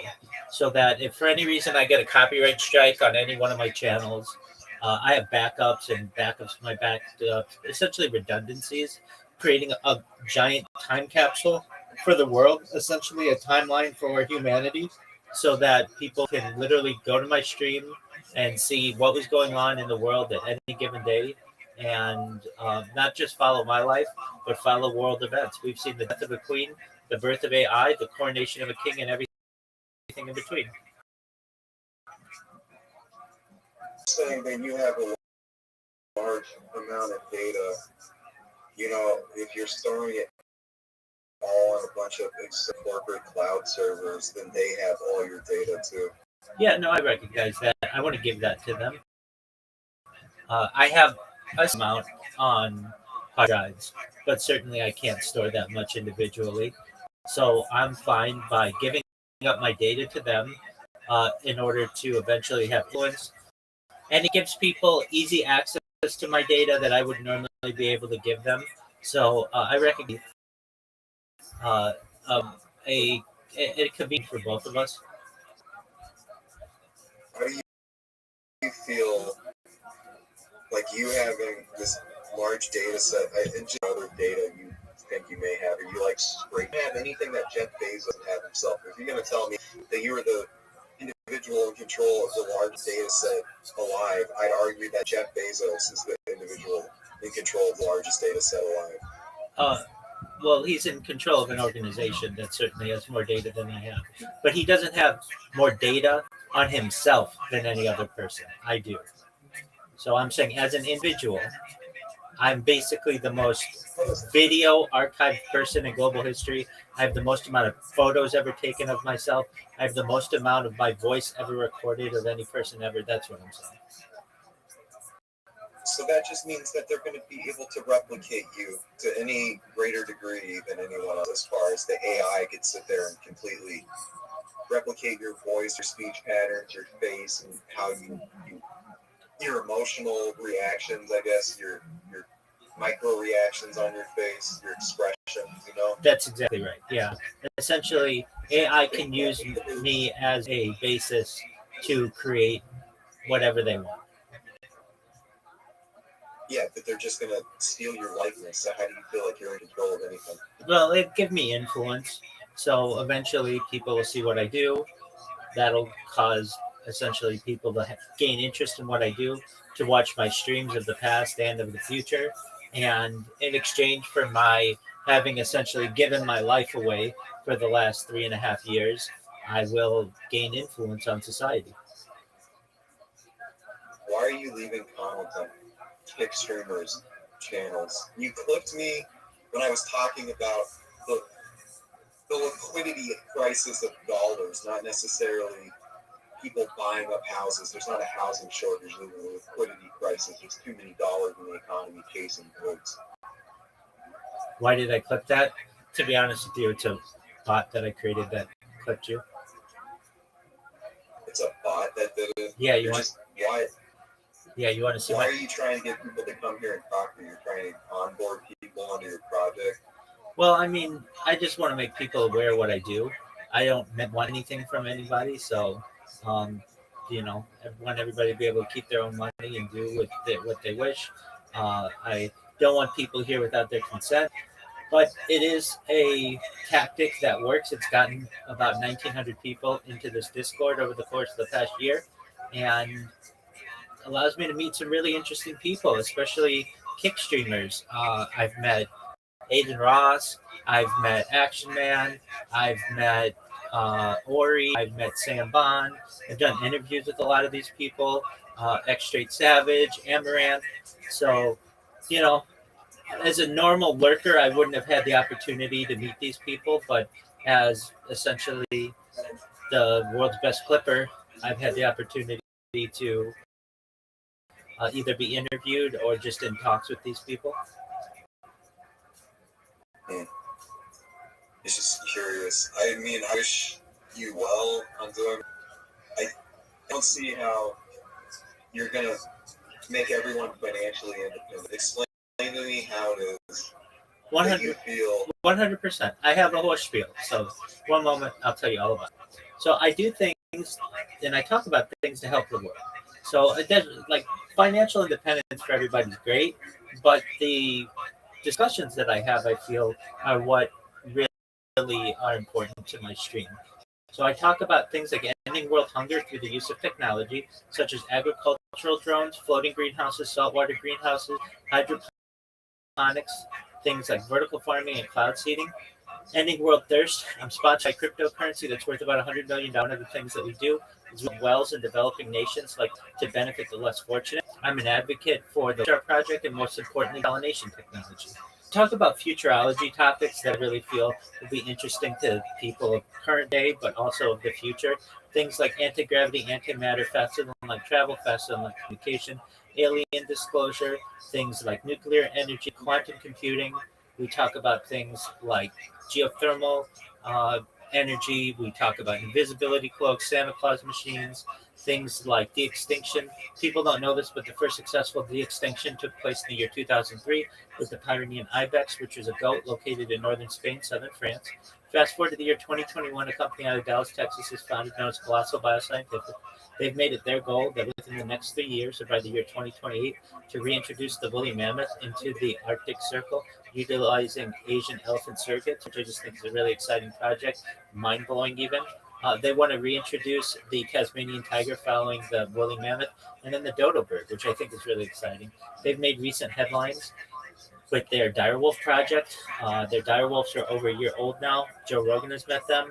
I also talk about things to help people in their own lives. I want to give people the ability to utilize, with their consent, life extension technology. Things like oxygen therapy, human growth hormone, stem cells, things like perhaps ambrosia therapy and cold shock therapy, cryonics, cryogenics, nootropics, to increase their average life expectancies from age 80 to age 100, 120. But eventually they may get to be 120 years old and they may say, Rabbi, everything that you said came true. It's been really great. I don't want my life to end, but my body's starting to break down. What's the next plan? And this is all with their consent. But if they want, we may be able to utilize a type of technology known as mind uploading technology, where we scan their brain into a computer like a CAT scan or an MRI, knowing where every atom is in their central nervous system and the peripheral nervous system, for later download as an android, an avatar, a cyborg, a cybernetic being, a clone of themselves, a robot, an ethereal being, whatever they want to be. But I talk to people about the opportunity to have a potential of a digital immortality, and that's really exciting to people. I'm kind of ready to get out of purgatory. I don't know about other people. I'm not really interested in uploading my consciousness into the matrix of the computer and getting further stuck in this in-between realm. I'm ready just to move on to the next phase and leave. But, I'm interested in trying to do what I can to make things better here before I go. Unfortunately, I feel like a lot of us don't have agency to live our lives to the fullest potential given a lot of the constraints of the system around us. I mean, I say that I've been failing myself to a lesser degree, not actualizing some of my own potential, so I can't blame everything on external forces. But it's interesting. A lot of topics to talk about. I mean, what is it that you're doing now? It's like a lot of these people. I don't know. On Kick alone, there's a good degree of anti-Semitism. There's anti-Semitism everywhere, so I find it curious that you're interacting too. Yeah, I mean, I get it every day. It's just something that you live with as a Jew, and it's something that I let bounce off of me like water off a duck's back. I just don't let it get to me. I know that people have hatred in their hearts, and I do my best to just be a good example to change their minds. I get people in here often who will say, wow, I have this one thought of how Jews were, and after meeting you, I see that it isn't that way necessarily. I mean, just as you came in here, I was watching a documentary. I watch Jewish history lectures. I invite people to learn about Judaism in any way they like. I answer people's questions on Judaism. I do my best to be as open to people as possible. I don't speak on behalf of all Jews. I speak on behalf of myself. So when it comes to anti-Semitism in the world, there's nothing I can do to necessarily control that as a whole. I can just do my best to be a light of the nations. So, Jewish philosophy, eschatology, and talking about what happens when you die, right? Right? There is no heaven or hell in Judaism. There's just going to purgatory, or the place of waiting for all souls. The world to come. And that's more or less what I see as far as you're talking about uploading your mind to the computer. Correct. Essentially escaping that. It's like the same type of thing, in essence. It's not spiritual, it's more of a physical thing that we're manifesting in reality.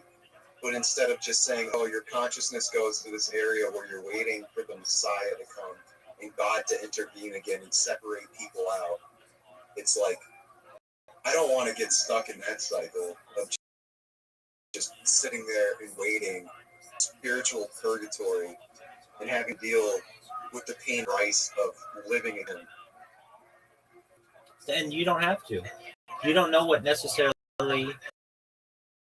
the next phase encompasses. Like I say, maybe it's a life where you experience or you have special abilities or you can be a different type of creature.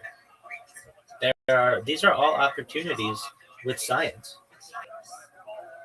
I don't know. I don't necessarily want to be anything. God created me as a human. This is the life that I was supposed to live. I don't know. I'm here trying to grapple with the meaning of my existence, just like everyone else. And I don't feel like I need to be anything else than what Yahweh already intended for me to be. And then as far as living out my cycle, it's every man's days should be numbered to 120 years ever since Adam and Eve, in a quick succession of their progeny. The lifespan of human beings has diminished, and this is kind of the life that we're supposed to live now. And the original sin, even for you, from your philosophical standpoint, hasn't been fulfilled. So why should humanity try to get back to a state of perfection if that sin hasn't been eroded away, or at least accounted for? We can always do what we can to try to live the best life possible. And if science grants us new But isn't that going opportunities, against God's will? not God necessarily. kept Adam and Eve and everyone else out of the Garden of Eden in order to make sure that we weren't spoiled and have short, miserable lives. Not necessarily. Melchizedek lived to 969 years old. Really, the 120 idea comes from Moshe Rabbeinu, Moses, our teacher. So it's been tradition since Moses that we've lived to 120 years old. Bible or in any related text, as we can't live longer than that. And I would like to. I would like to get back to days where perhaps, if we want, we can live potentially in an indefinite future. That to me is exciting.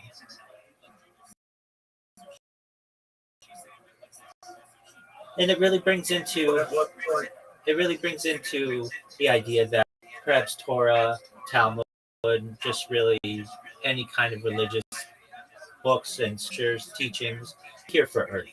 And I talk about space tourism and space elevators and terraforming other planets. And when we start to get into that type of development, I really we can look at religions to perhaps have a traditional role for us, but to look forward in the advancement of society through science. So Melchizedek and the other early generations of Adam and Eve got to live to be hundreds of years. Correct. But then after that, after another period of going through and eroding away all the sin of mankind again, God flooding the earth with Moses, and then us leading up to Abraham, and now we're all just sitting here trying to follow the teachings of Abraham too.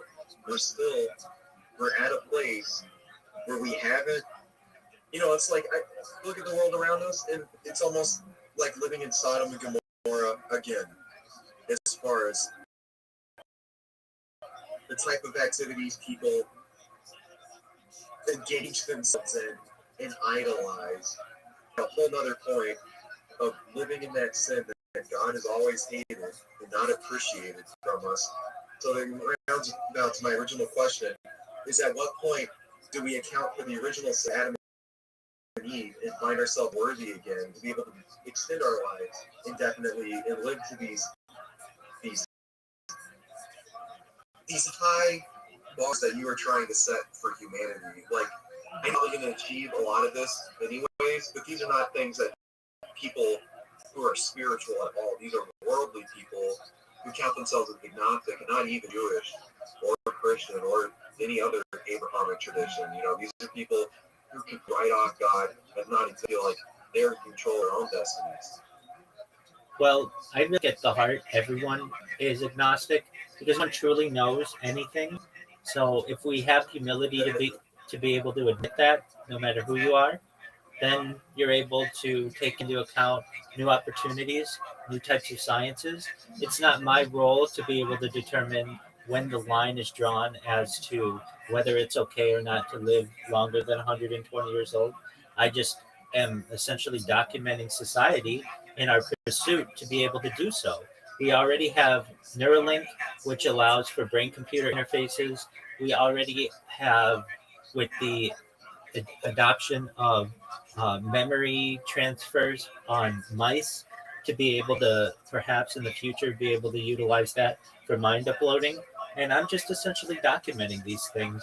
I'm no different than any other person who's just a witness to history. I kind of feel that if you live long enough, eventually you, especially if you uploaded yourself to the computer and became part of some hyper intelligence, eventually you would lose your own self awareness. You would become part of something else, or you would eventually, like, your psychology would change long enough. I mean, people themselves over a decade can drastically change just because of the trauma or different things that they learn. You know, constantly trying to improve yourself as a human being. People are constantly changing. Guys, I think if you live long enough, eventually you lose your humanity, especially if you're just digital beings. Eventually you won't be remembering taste and sound. Synthesized versus the real is probably always going to be different. Well, the There's idea, a digital curve. I understand. Everything with digitization rounds off an actual curve. Nothing in computer are exactly round. Everything is an approximation of the curve. We can draw real circles in real life, but the computers cannot draw perfect circles. Can we really draw real circles in real life, like perfect circles? We can draw arcs. I can sit out here and start arcs in the concrete, and if you go to the atomic level, maybe it'll look like it's chopped up Exactly. for the atom basis. Exactly. The computer, So they're not perfect it's either. probably going to have a higher resolution than the computer will. Everything that I'm doing has a higher resolution in real life than the computer does. Perhaps a computer now, but not necessarily a computer in the future. But in what you're saying is that humans can draw a perfect circle, and I'm just disagree with that. Right now, we can draw perfect circles. In relation to the computer, cannot draw a perfect circle. That's why everything, even with electronics and whatnot, trying to work on a sine and a cosine basis, they're going just flopping on a rounded error and an approximation. I recognize that. Even without getting computers involved, there's no human on Earth, nor has there ever been a human on Earth who can draw a perfect circle.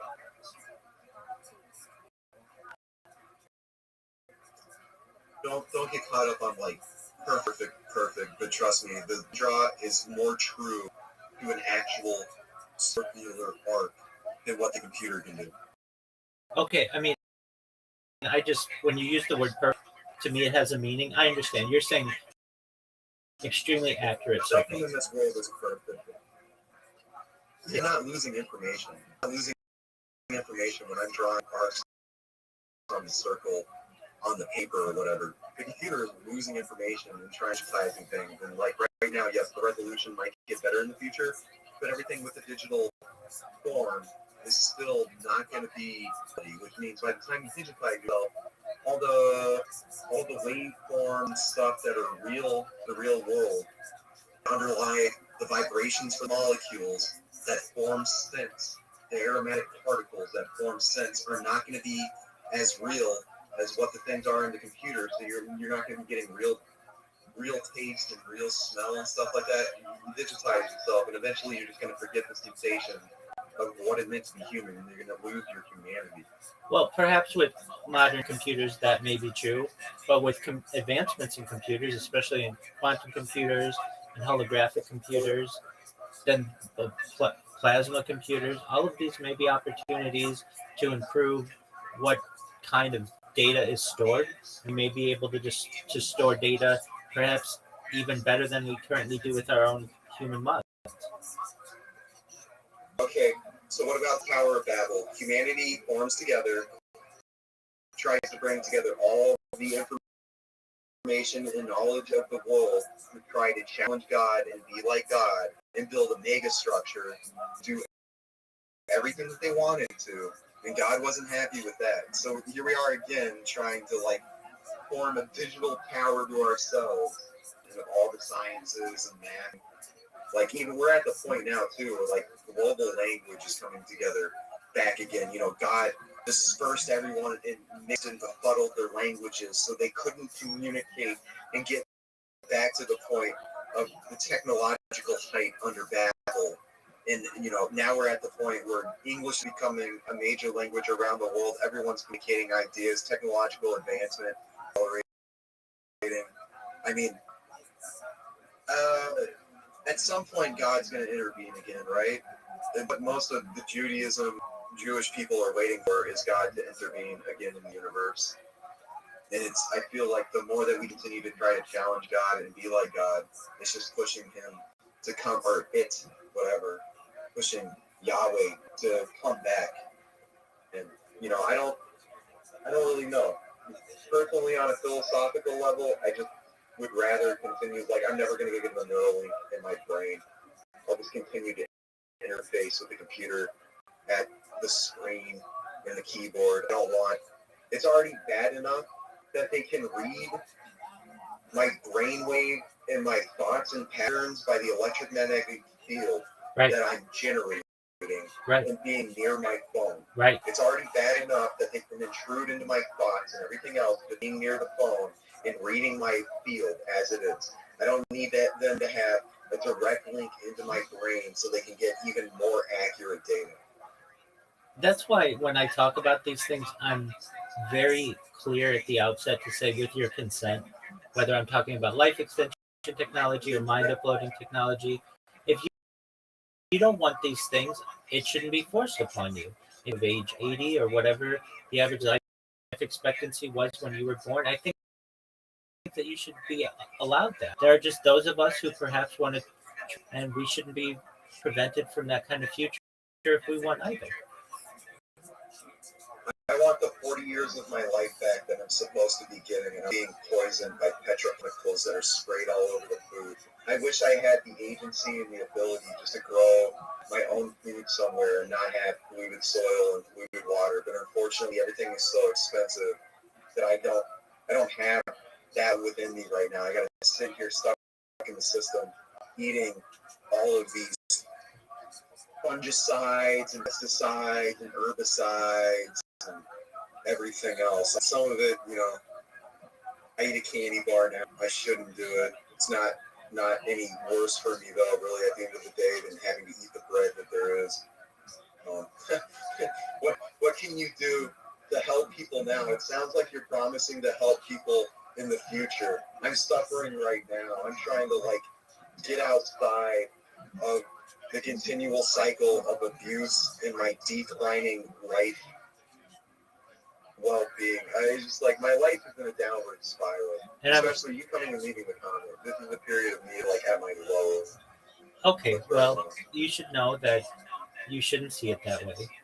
It means that somebody cares about you, and I want the best for you. I hear the strife in your voice. I want things to be better for you.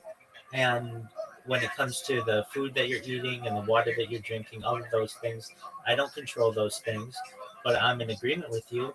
I want to avoid the pesticides and the herbicides and the fungicides and the insecticides that are poisoning you. I want to remove the toxic chemicals in your water. I want you to be able to live that life that you want, perhaps with an acre of land, wherever you want, to have the freedom to be able to live how you want, to be able to choose the future that you want for yourself and perhaps any progeny that you may want. Uh, these are all important things that I feel that in the future I would want to be able to give you. As of right now, I'm just a single individual just streaming their life. There's nothing I can really do about the terrible things that are happening to you in society. I can just give people an opportunity to know that there are people out there who care about them, as I do, and I want a better future. Get better future now. Get out of this situation. I really, like 10 more years of my life down, I'm like past a midlife crisis and still trying to struggle to figure it out. I don't know if I'm going to be able to fix everything in a 10-year period, but Lord willing. But I don't know. What you're promising sounds like something that's going to happen after I'm dead. Trying to make everyone wealthy and independently rich. You got to be like on the Jeff Bezos level where you're in control of billions. Like Jeff Bezos right now, if he wanted to give up all of his wealth, liquidate all of his assets, and take care of everyone, he could probably secure a bag for the nation, but it's not like every person on the planet. That's true. I'm in agreement with you there. But perhaps we need a different system.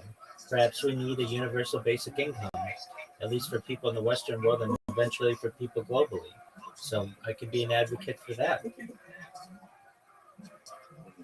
Are you an actual Rothschild? It's my last name. Are you like involved in the family, or you're just someone far on that? It's a large family. There are over 3,000 of us in the United States alone. So don't think that I control the banks. I'm just a normal individual, just like anybody else. Yeah, you're on the very edge of the circle. Depends how you want to view it. I can make phone calls that can perhaps change people's lives, but as of right now, I just choose to work on this project. It's something that I have a lot of belief in, and I think in the future may be able to change the world. How does your family feel about you doing that? I would say neutral. There are some people who are positive of it. There are some people who are negative of it, just like with anything I do. So you're over here trying to avoid being bent into obscurity, so you're not necessarily racist of those who matter that feel so fearful. Oh, I can make calls to get my accounts unbanned, and I have. But generally, I do my best to live a normal life and not have to use, cheat codes for the world. And I recognize that this is a way to have influence and to be able to spread my message. If I wanted to, and I wanted to make calls and I wanted to ask people, I could get on the nightly news if I wanted, or in newspapers, or have press releases. I recognize that. I'm doing it this way. This is the way that I choose to do it. If I need to in the future and I need to ask my family for something, I will. But as of right now, I want to do things independently.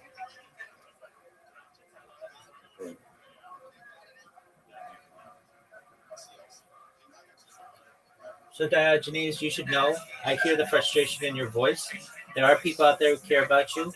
If anything, I want you to know that I'm here to be a positive person in your life if you need it. I'm here to have an optimistic view on the world, and I'm really just here to give people hope. If there's anything that you ever need from me, you ever need to talk with anybody, I'm here for you, and I want you to keep your head up, okay? I need like $100,000. Okay. Well, in the future, I want to be able to give you that and more. I'm trying to get back. I need to like finish out. I would like to go back to school again. There's some things I want to do, but it's like right now I don't feel like it's the best time. I'm trying to figure out if social media is a means to an end for me to get my life back to some point of stability and give other people the encouragement to try to continue to fight for themselves as hard as they can.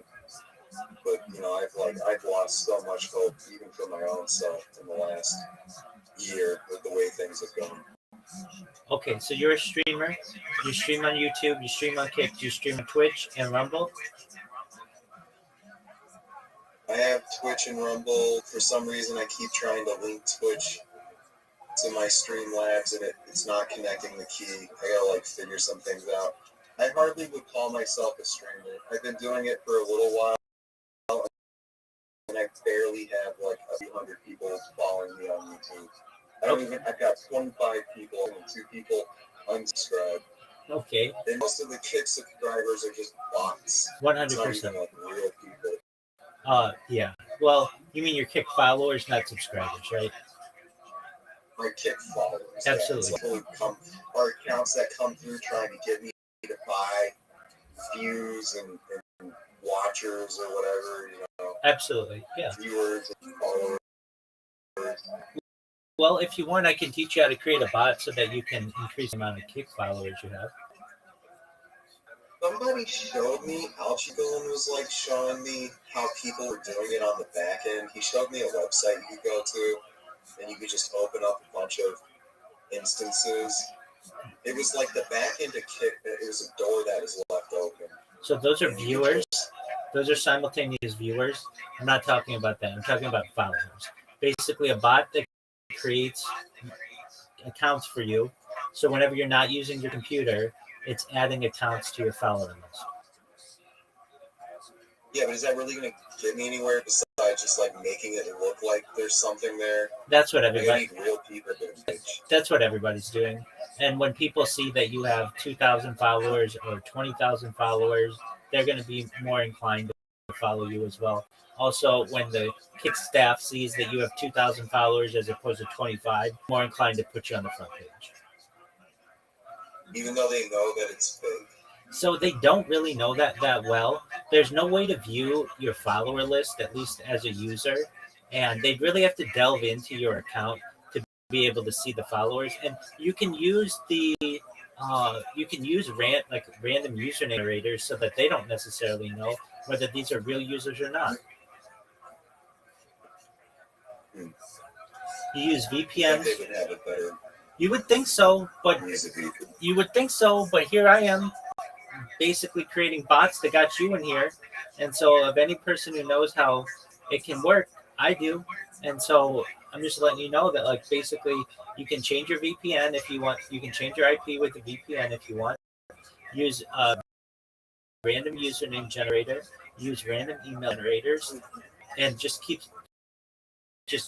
have it an infinite loop, always creating account for you.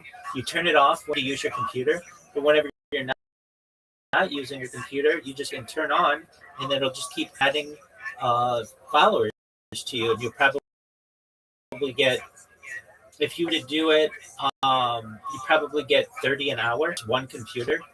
And if I go 30 an hour, that's not that great. That's more than you have in your history being on Kick. So be an hour course of, you get let's say a little more than that. Let's say you get 100 every 3 hours or so.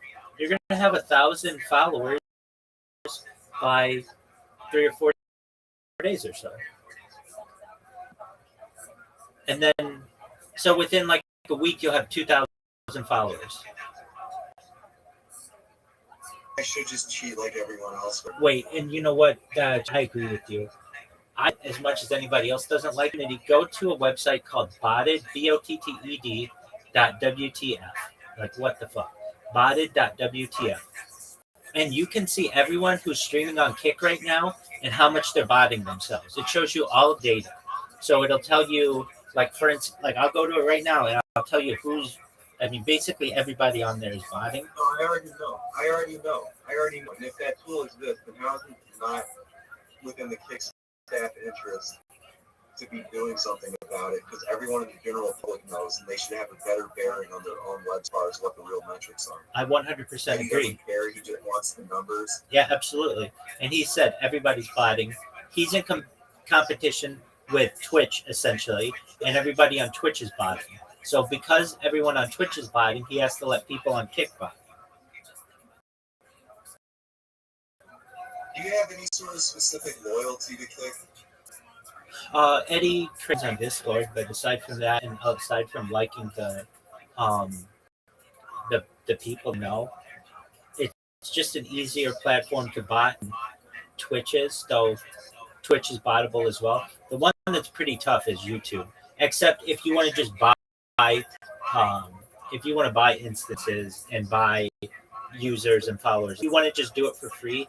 Twitch and Kick are the easiest.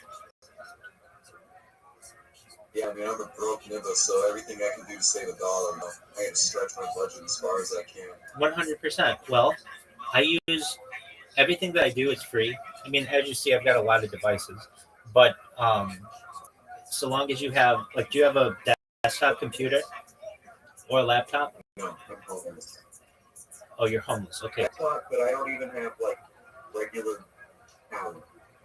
Okay, I understand. All right. Do you have access to a library?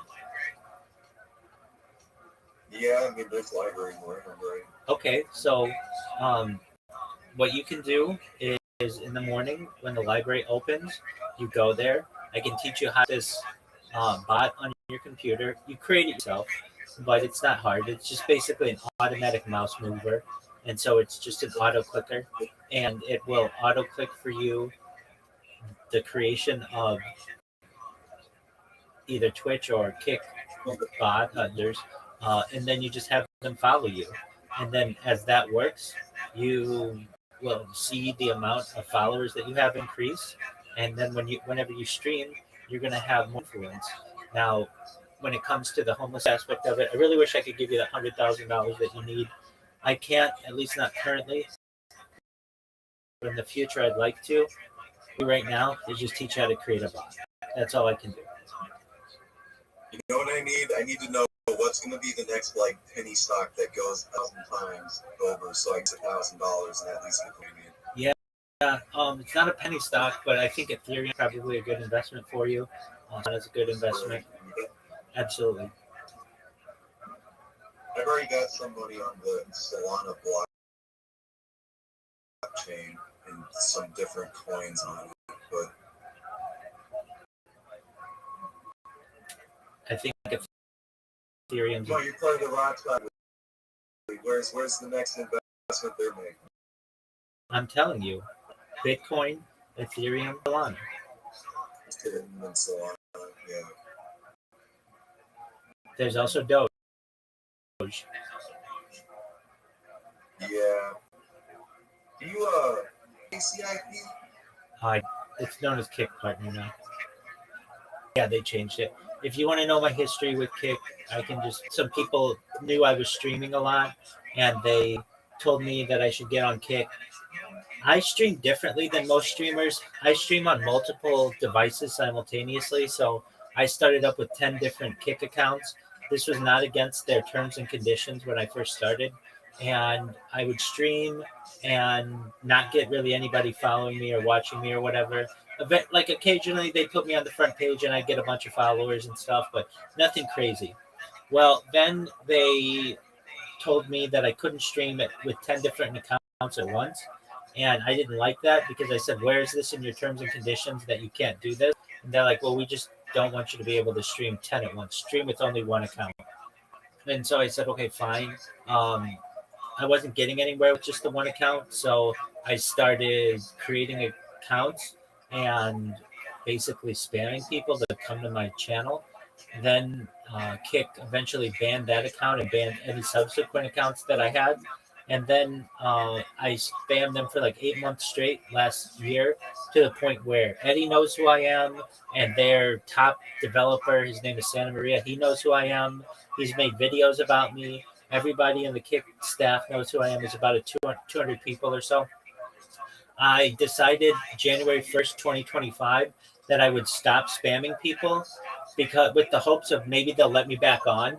And a friend of mine who's a big streamer, his name's X Straight Savage on Kick, he's told me, you know what you did wasn't that bad.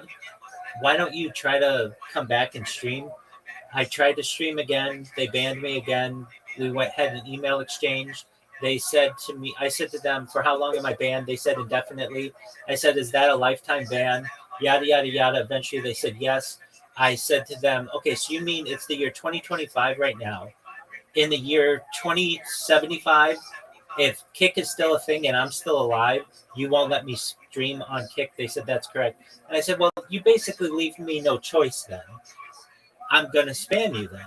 So then I started the spam bots up better, and I told them that I would, and that I'd have more of them, and they'd be bigger, better than ever. And that's what I've done. And that's basically my relationship with Kick. How are you friends with Eddie then if you're just annoying? Yeah, so I did an interview with one of their creators, Ori. He's a streamer on Kick, and I showed the Kick staff some loopholes in their sign up process, and I sent it to Eddie, and he watched it and friended me, and it was Kick had where you create an account, and sometimes it would work, sometimes it wouldn't work, and other times if you kept hitting the button, it would work. Basically, it was an inconsistent sign up process, and they've subsequently fixed, but they wouldn't have known about it perhaps without my help.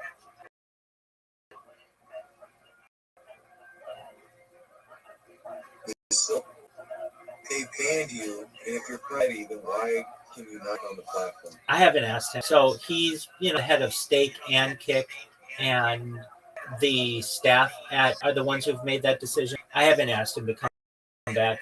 I'm not gonna infringe on our relationship like that. Frankly, I don't need Kick. I just need Kick to be on. It's more good for me. See, my thing is it's not streaming. I want people to be able to watch my streams 5 years from now or 10 years from now. You can go back to my streams 3 years from now and watch them. You can't do that with Kick. You can't do that with Twitch. You can with Rumble and you can with YouTube. So Rumble and YouTube, I do my best to stay in their good graces, but Kick and Twitch, I don't really care about because they don't archive the footage. Yeah, I get that, I guess. Yeah, Kick is pretty interesting. I don't know why. It's just data storage is expensive. Trying to Exactly. keep all that data is an expensive endeavor. But it would be in Eddie's best interest to have that data archived because at the end of the day, it's intellectual property, and him not saving it means he's losing a large amount of intellectual property he could have drawn upon. I agree with you. I think it's just at the end of the day, it costs too much.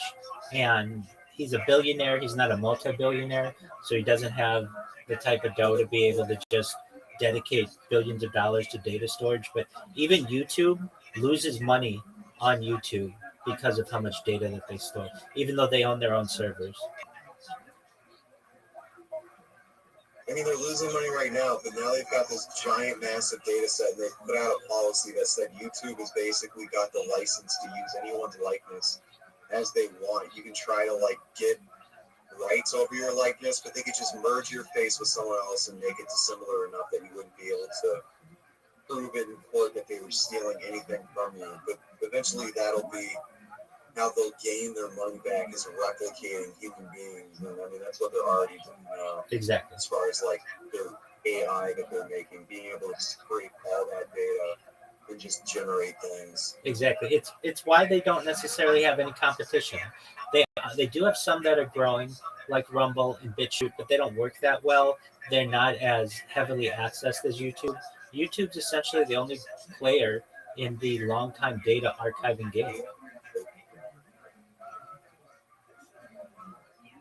Even if you have, I have an idea. Go ahead.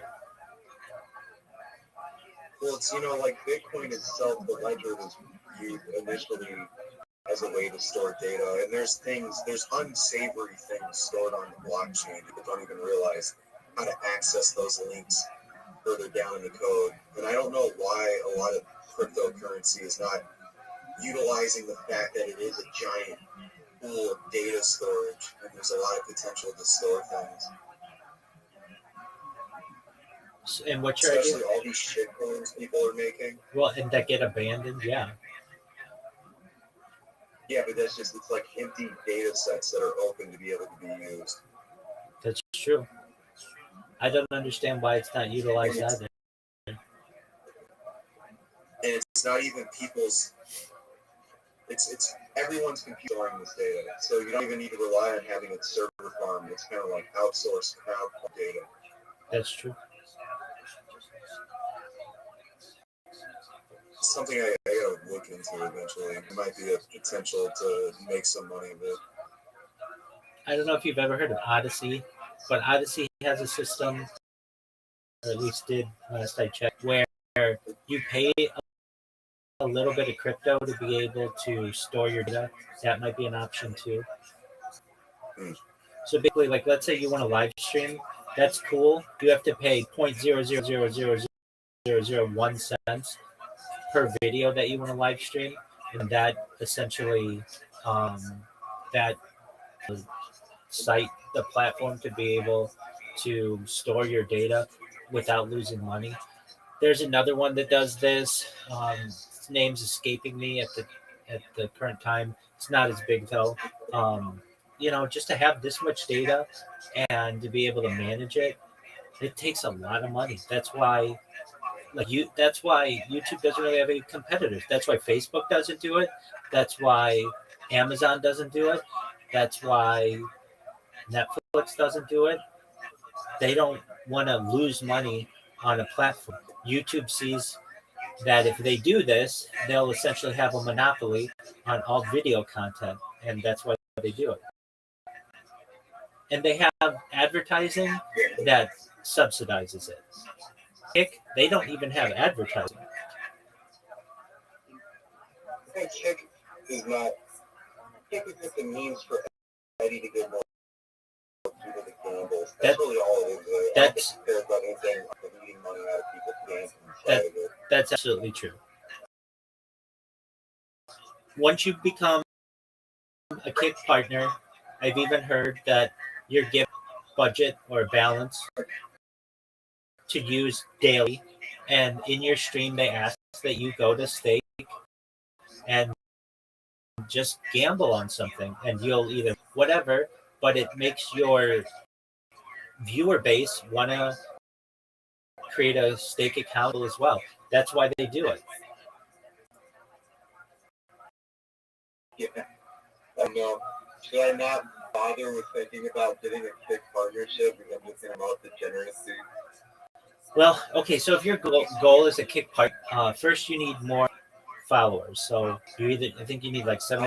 Okay, and then from there, let's say you're 75 followers. You need concurrent chatter, and you need concurrent viewers, and that's hard. It's hard to get people watching you at a given time. Everybody who's gotten Kick partner, whether they want to admit it or not, has had to eventually go to a website and get botted. What is the payout right now, anyways, for Kick partners? It differs for everyone pretty much. Yeah, about $16 an hour. Seriously, if I could get $16 an hour to stream, I'd be golden. Yes, you would. I just stream all day long, really. Exactly, and I know people who do that. They are up at 4 in the morning, and they are streaming until like 8 p.m., and that's their life. And they have been able to buy cars and houses all through Kick streaming. I gotta get Eddie to give me a partnership. Okay, well, the first thing that you need to do is be eligible. So, I bought my account. I hate to say it, nobody gets anywhere without doing that. It's kind of it's the old adage, it takes money to make money. And the reason why it is the way it is, I feel, is they want to limit the type of creators that get highlighted, and they only want to make sure people with their aligning political views or social views are going to be on the front page.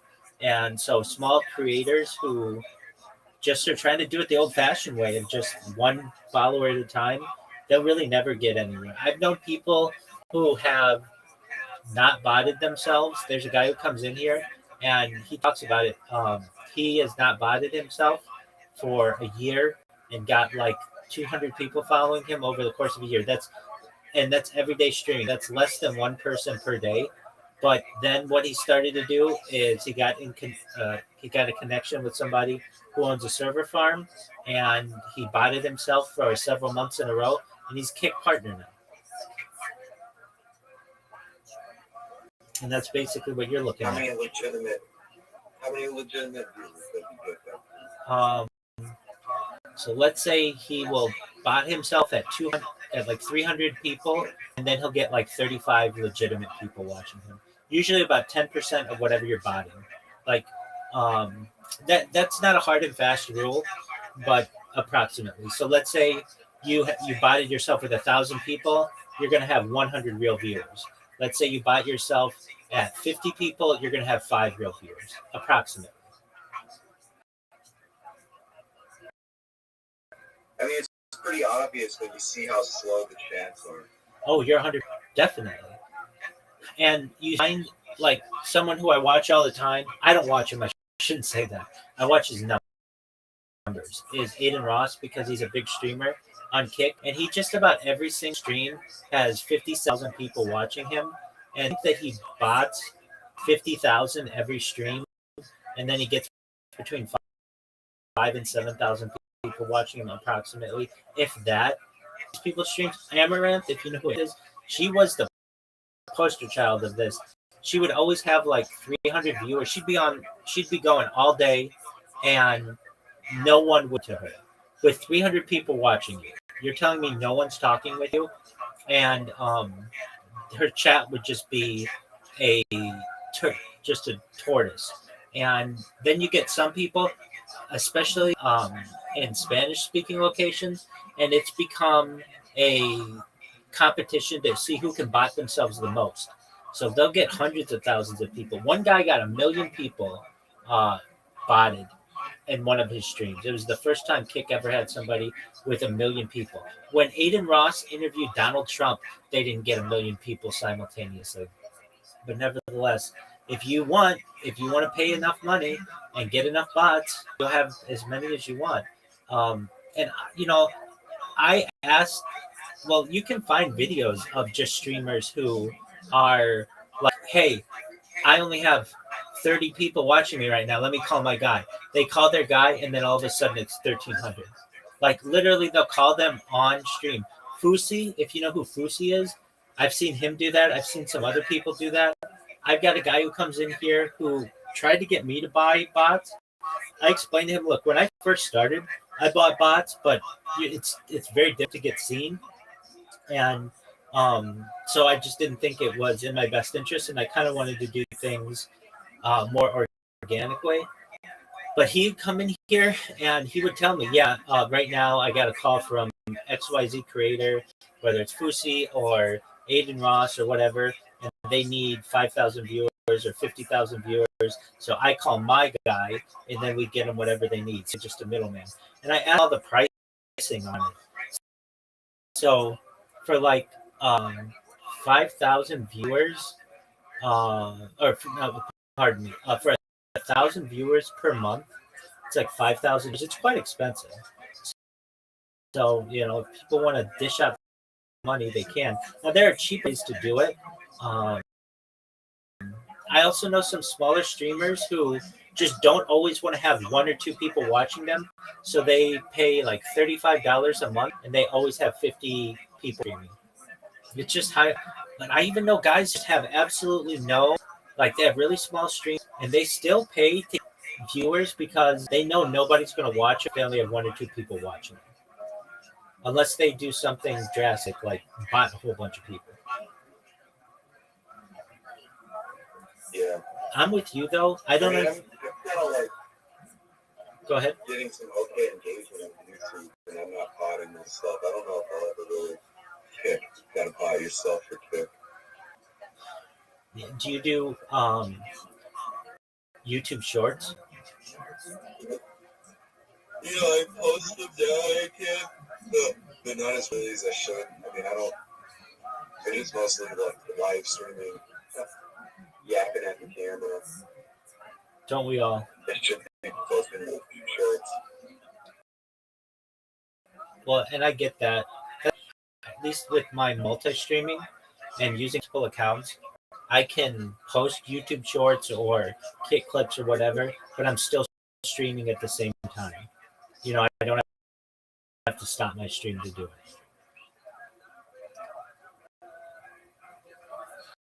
Do you have thought of, like, clicking videos and posting them on YouTube for you? Yeah, so believe it or not, most people have bots of their own that whenever anybody clips their channel, it automatically uploads to YouTube and Twitter. So I'll just be randomly on YouTube and I'll be like, "What is this clip with my like like like promoting me? I do this," and then I find out it is because I clipped someone on Kick or I clipped someone on Twitch, and it just automatically does it. And a lot of times those people will be interested in what I do and go to my account and they'll basically give me a shout out or at least just like view all of the simultaneous streams that I have. A lot of people are just like, I've never seen so many streams at once. That's what I do. Basically, archive my life.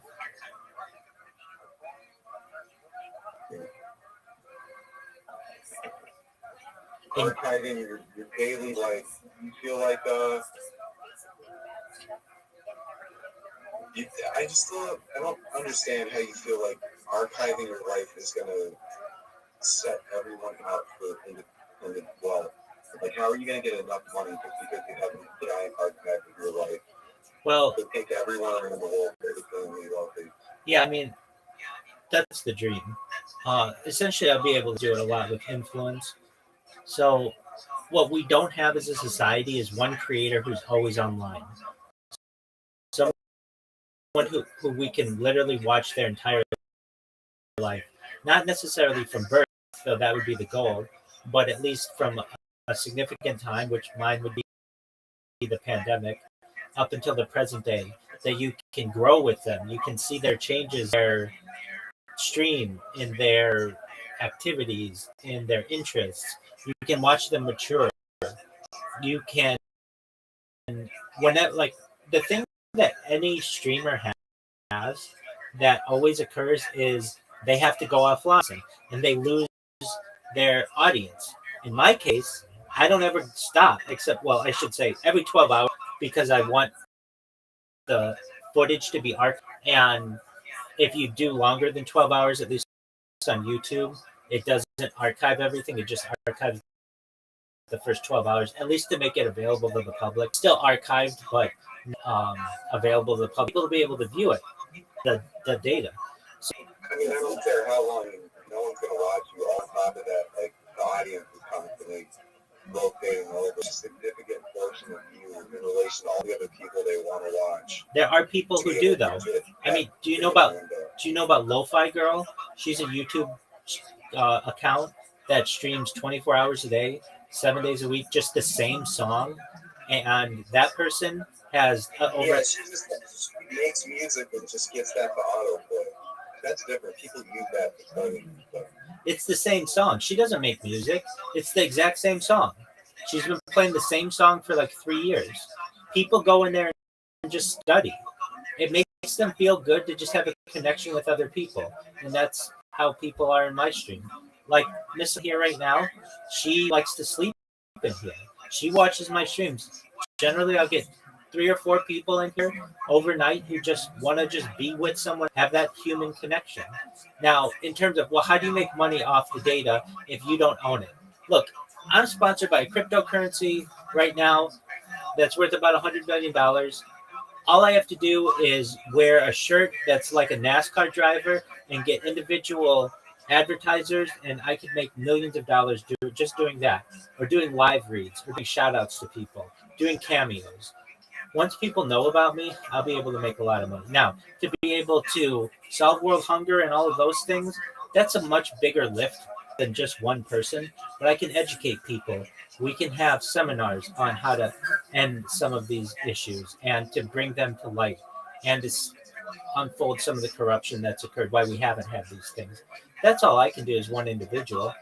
But as of right now, there is not one streamer out there who you can always go to and watch their stream live and go back and watch their the history of their stream. That isn't currently a thing. It's basically like what people did in the past, where they would be a journaler or a diarist, someone who would write in a journal or a diary. I do the same thing, except I do it in a modern way through video.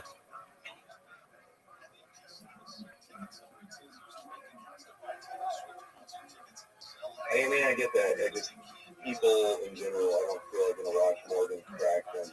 Like anyone's content doesn't matter who they are. I understand, and that's why with AI they don't need to.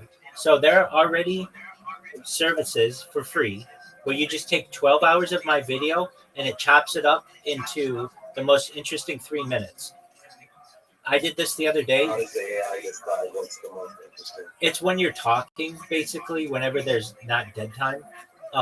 It will chop that up, or wherever, or wherever there's the most amount of movement. It does that as well. It's not perfect, but there's another one that I used just this week that was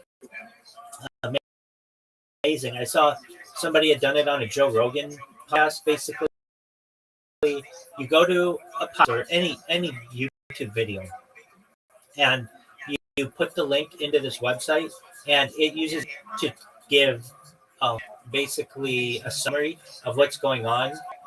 Basically, timestamps your whole video, and it was accurate. I did a video myself from 8 months ago, just a random video. It was so accurate. It was wild to me. We talked about the Amazon rainforest. We talked about AI. I did a bunch of singing in a concert. Just basically, like, it took all of that information and gave timestamps of everything. It was just phenomenally accurate. So I know that the precipice of really exciting when we combine. All you have to do, or all I have to continue doing it long enough, somebody's going to find out what I do. Eddie Craven knows about me. Aiden Ross knows about me. Amantha knows about me. Action Man knows about me. Sam Bond knows about me. These are big streamers. Neon knows about me. It's just going to be enough, enough pestering, and eventually someone's going to find out what I do. They're going to find it to be very interesting. They're going to help promote me, and we're going to ride off into the sunset together. Wish you the best of luck, man. Thank you so much, Dad. Janice, hey, if you ever need anything, I'm here for you. Okay, buddy? Are you live streaming right now? You're live streaming all day, every day? Absolutely. I'm live on 22 different YouTube streams right now. Yeah, I mean, I kind of heard you say that. How many viewers do you have this video? That's a good question. So I multi-stream as well. So, and I don't know how much you can trust some of these platforms. Like one of them called YouNow always says I have like 55 people watching me. I don't know if that's accurate. Or Bigo, they always say that I have like 150 people watching me. I don't know how accurate that is. Generally, each one of my streams has 1 to 2 people watching me. And if I have 22 streams, it's like 40, 50 people. But, they're dispersed. So it's not all in one stream. And then that's just on YouTube. And then on Kick, on Rumble, I get another like 120 people per stream. So that's about 10 people an hour. So depending. And then I get on like D Live, I get another 40 people or so. And the thing is, I multi-stream on like 33 different platforms. So it's hard, I don't have like one way to just generate all the metrics. But as of right now, how many people? And then I have Discords that I'm streaming it. I'm also live on Twitter. I'm live on Telegram. So, and then I'm live in a bunch of other people's Discords. So if you combine them all, it's probably a few dozen who are watching me at this very moment. Really, just a dozen out of after that then?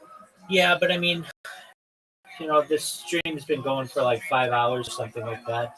And that's at any given time. I have maybe between 24 people watching me. Well, I shouldn't say that. That's what I think to be real people. If you want to go with what the websites are saying, then it's probably 150 at this very moment. Yeah, I understand that. I don't know. You've been doing the grind for this long. I would have figured you would have had more of a following. I mean, we all would have hoped that. Things happen where you get accounts banned or um, whatever may happen. That's why I try to filter everybody into this Discord. And I've got people who have joined last year doing exactly what is this? You made a clip of me. Who are you? You spammed me. I'm able to connect them. They realize, hey, you're not that bad of a person. So what do you need from me? I said, I don't really need anything from you. Just spread love to the world. I do that anyway. And that's how I've gotten 1,900 people in here. Well, I'll piggyback about you. Probably bring someone to talk to. I wonder what page it had to say.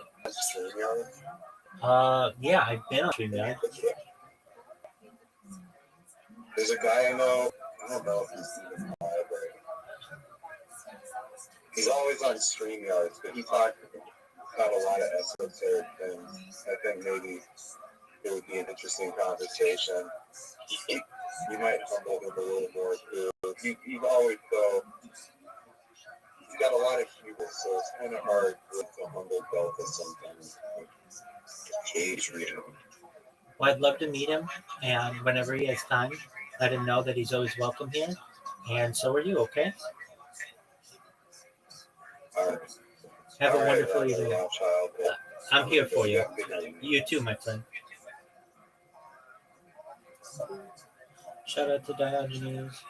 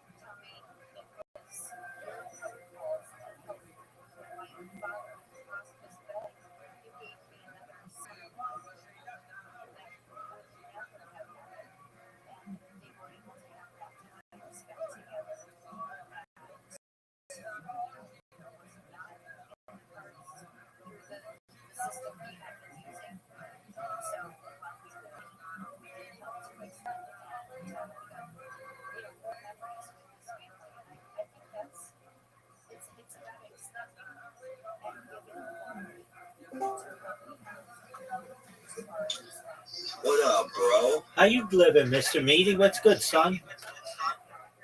man, I'm getting ready to go to prison, brother. Oh, wow. They're sending you? Yeah. I committed some crimes. Some new ones? But what? What'd you do? I ran for the police and stolen car. That's all they're trying to get me for. F that, man. For how long are you going? 4 years. No way. They're sending you that long? And it could have been 10 years. Okay, well, why don't you continue to run? I'm not going anymore. I've already done that before, and I know it. I was on the road for 6 years. And I did that before. I'm not doing that again. You were on the run for 6 years, and then they got you for a stolen car? No. That was before the stolen car shit. You were on the run for 6 years. What ended up? Had cancer. And shot myself. Recovered from it, and thought life was going just back to normal when I came back to Mississippi, but we got rear-ended in a car accident. And in the state of Mississippi, everybody in the vehicle has to give their identification to the police. They found my identification. Next thing you know, I have a warrant out, and they arrested me 3 times in the fucking warrant after the fact. So, yeah, they did. Wow. How'd you find out about me, Mr. Meaty? Before in another server. Okay. Very well. It'd be easier to understand if you remember me. Yeah, no, I remember you. That's who I thought you were. You changed your name again, didn't you? Yeah, I changed my name from time to time. Word. All right. Thinking of cool nicknames. So why don't you get outside of Mississippi? People, I changed my name to Lord 7. I changed my name to Lord 764 and fucking people all the time. So why don't you get out of Mississippi and just go on the run again? It's too hard. It's too much. It's like, it's a harsh charge. And if I go on the run, I can still be extradited from another. Do you think they would extradite you?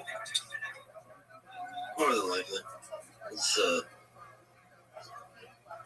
a felony, so. But there's a chance they wouldn't extradite you, right? Yeah, I can just serve the time and get the shit over with. If I don't get an attorney who's going to help me fight, maybe they can knock my charge down to 5th instead of 4 years. Right. Okay. That's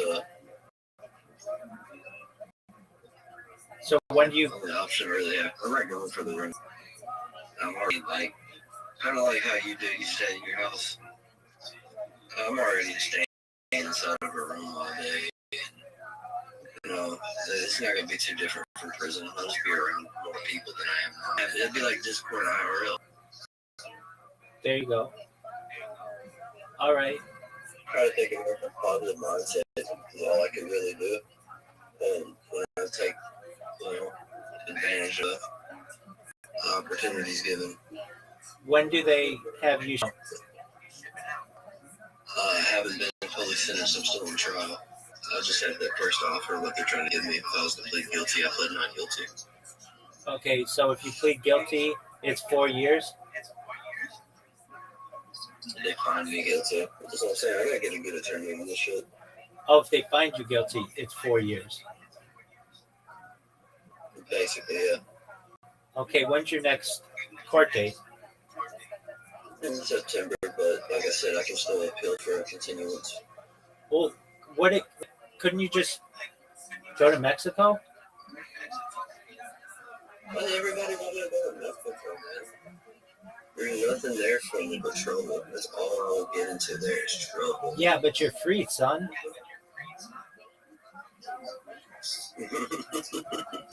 Dude, you should go to Mexico. I do have 100,000 pesos. All right. So go to Mexico, dude. He's gone. He went to Mexico.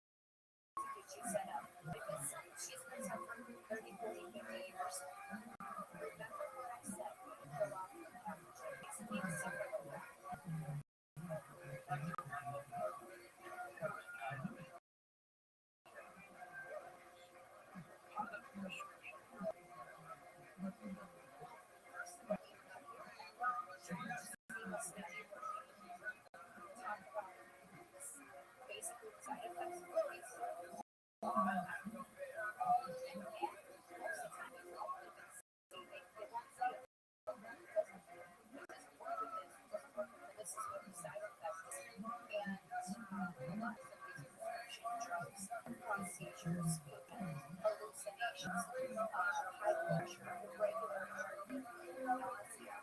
I'm thinking of a client right now where constantly nauseated all the time. Side effects of the drugs he's on. And they are actually positive. So, severe cases also attacks to this right now. Just leave respiratory failure because that is part of the gas at the end of the day. So, you know, I never touch that. I don't let a prescription drug touch my body. I'll just say it like that. And if I ever need something, it would have to be in some sort of emergency situation. And that would be a temper. I mean, why take that? You can take big trees with a better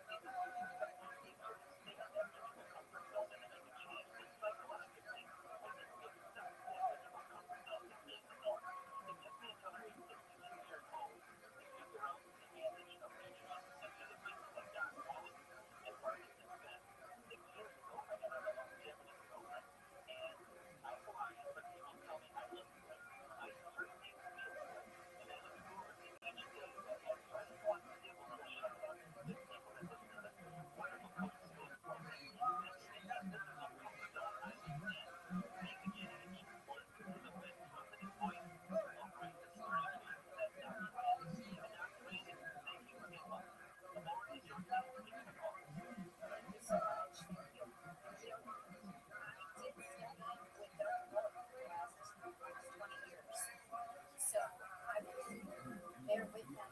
I've been at conferences, every lecture. I've read a lot of great but I have the beauty of doing so many shows with them side by side. So we have these chats that are just amazing conversations between me and Dr. Oliver. Because, and still somebody that I can just has been a pet to I just pick up the phone and say, Dr. Oliver, what do you think about this? And we have amazing conversations about these things. So it's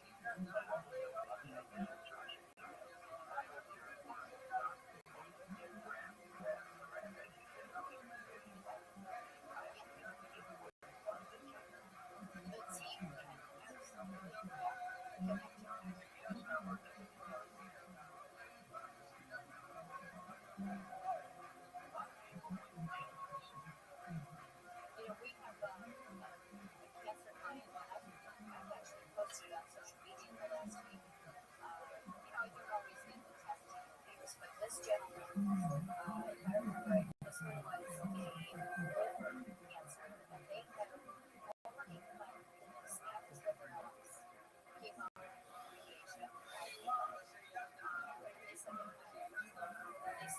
I'm back.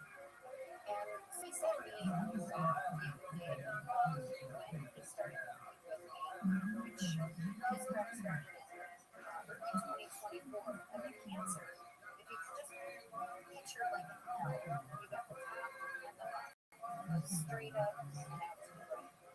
His cancer number was straight up to the L. And when he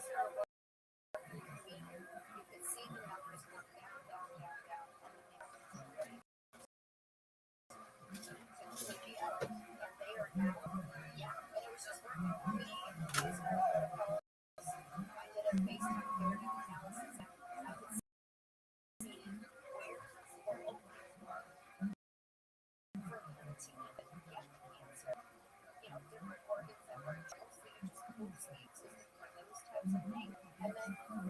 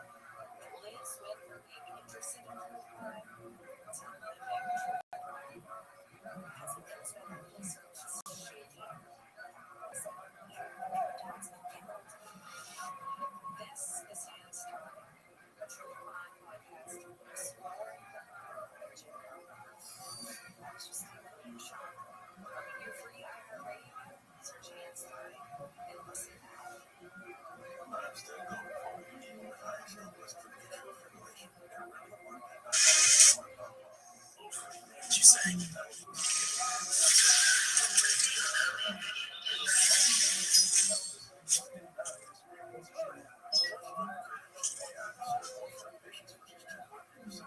Don't stop prescription medications without asking your doctor. Stroke risk may increase. Medications can cause serious and potentially fatal bleeding. Don't take it without an official heart valve, epilepsy, or antiphospholipid syndrome. While taking inhibitors or easily available, a spinal injection risk is likely to cause paralysis. Get medical help right away for unexpected bleeding, warming, or back pain, tingling, numbness, muscle weakness, or incontinence. Aspirin products, NSAIDs, SSRIs, SNRIs, and blood pressure increase bleeding risk. Tell your doctor about common metabolic procedures. Learn how to end up with Restream or call 1-855-REST.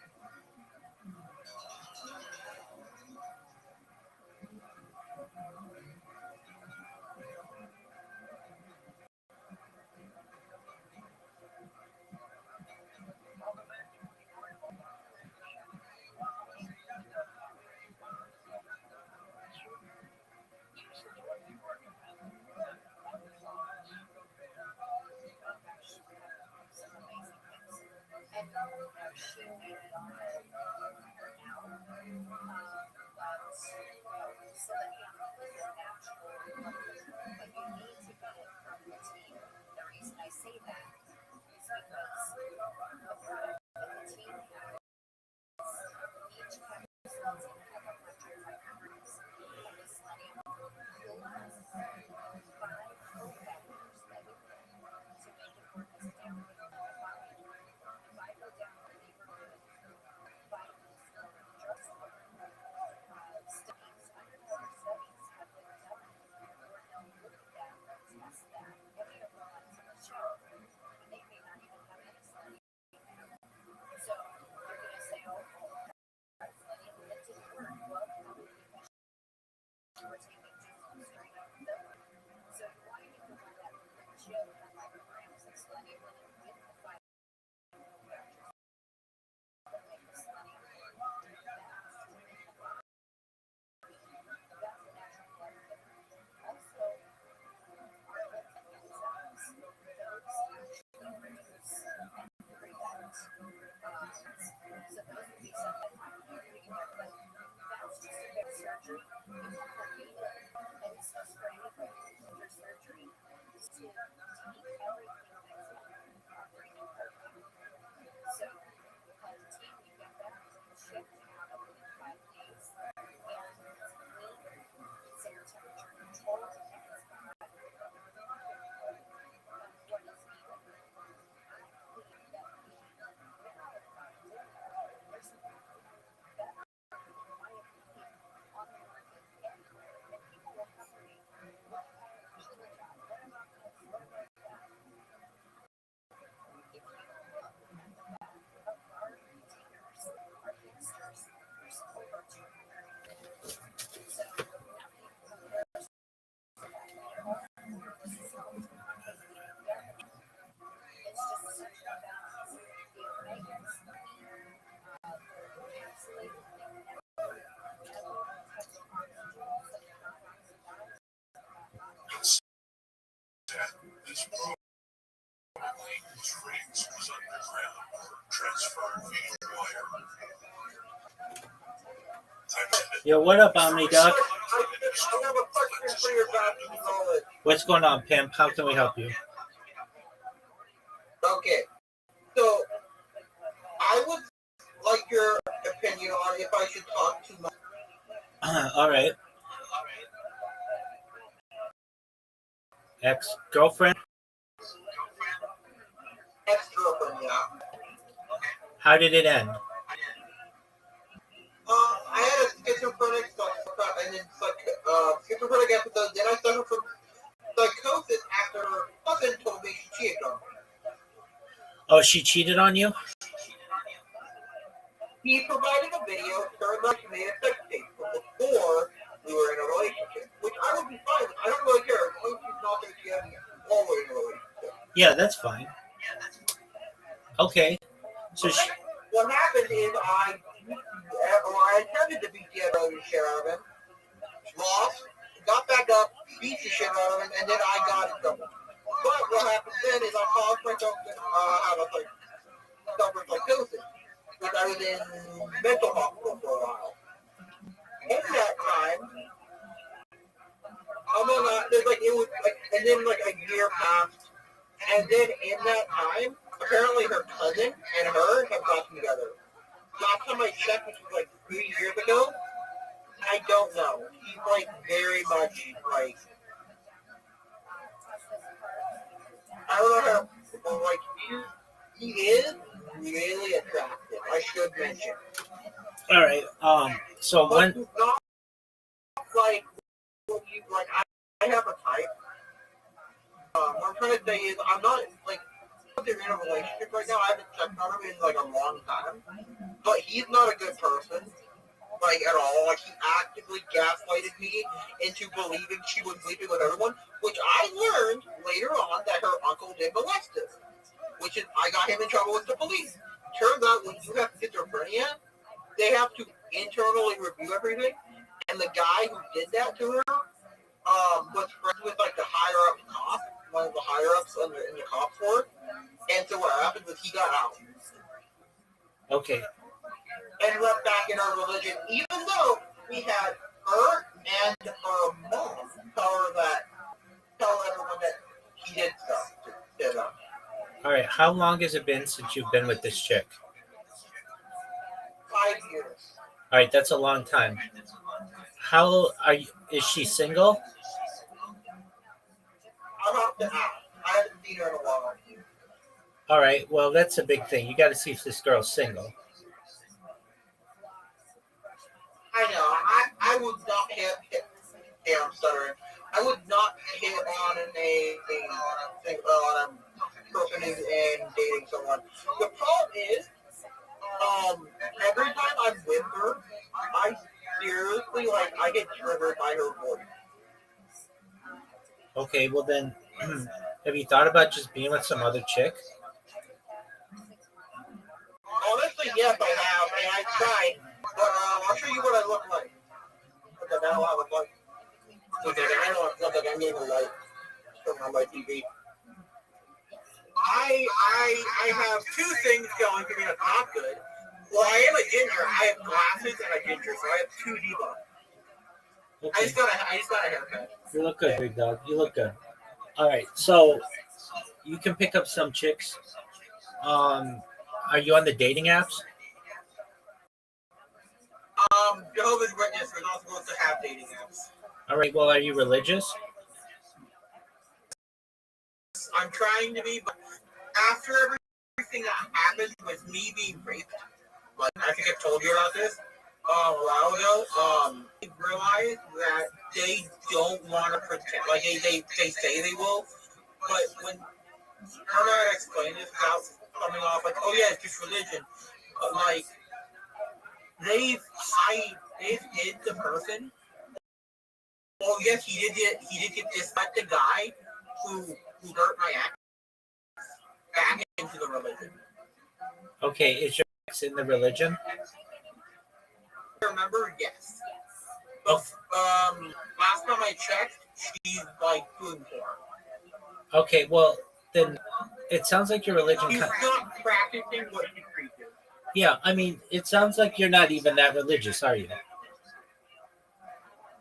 I believe in our God, and I do believe what we teach. I do not like the people. I do not trust them. Okay. So then, if you don't trust them, then who says you can't be on a dating app?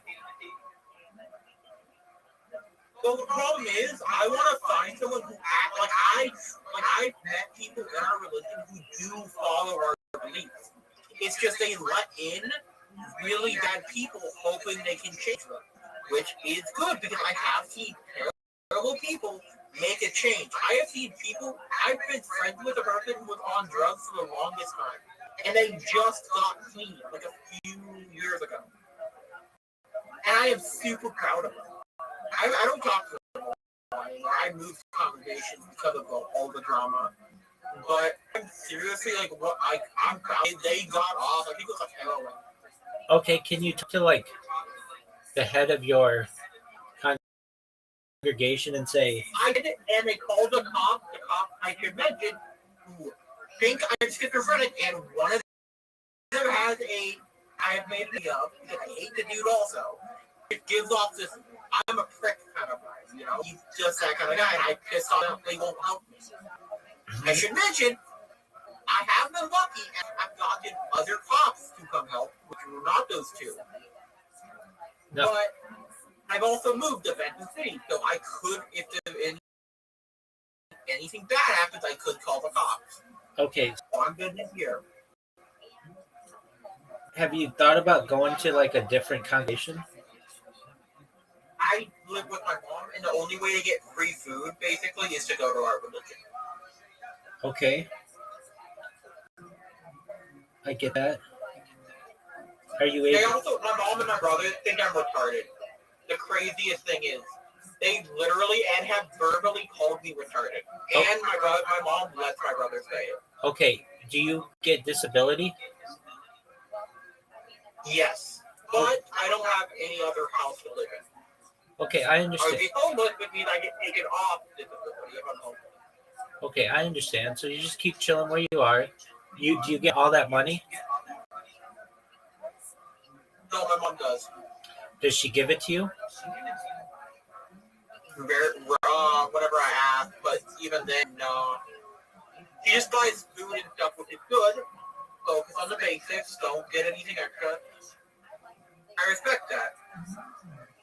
I get that. Okay. What I don't respect is how they're actively like dissuading people who want to join, who want help, and they don't let them get help. They need like someone else to say, "Oh yeah, you can help this person," but they don't actively go out and actually preach or do what we want. Like I want to go out in service.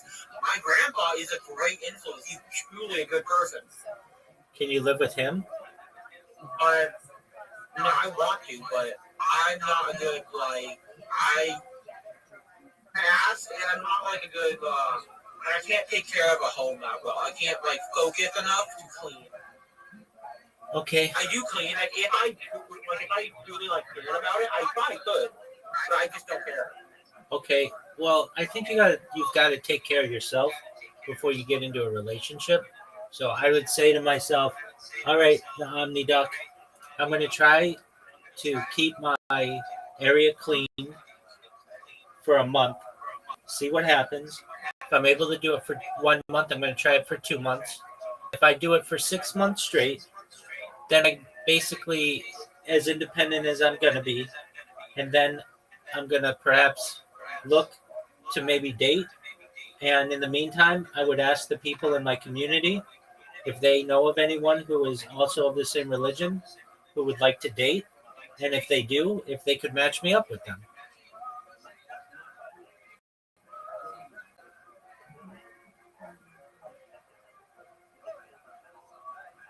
Is that something new on me, Doc? Maybe. All right. Well, you don't have many options, so that's a viable option.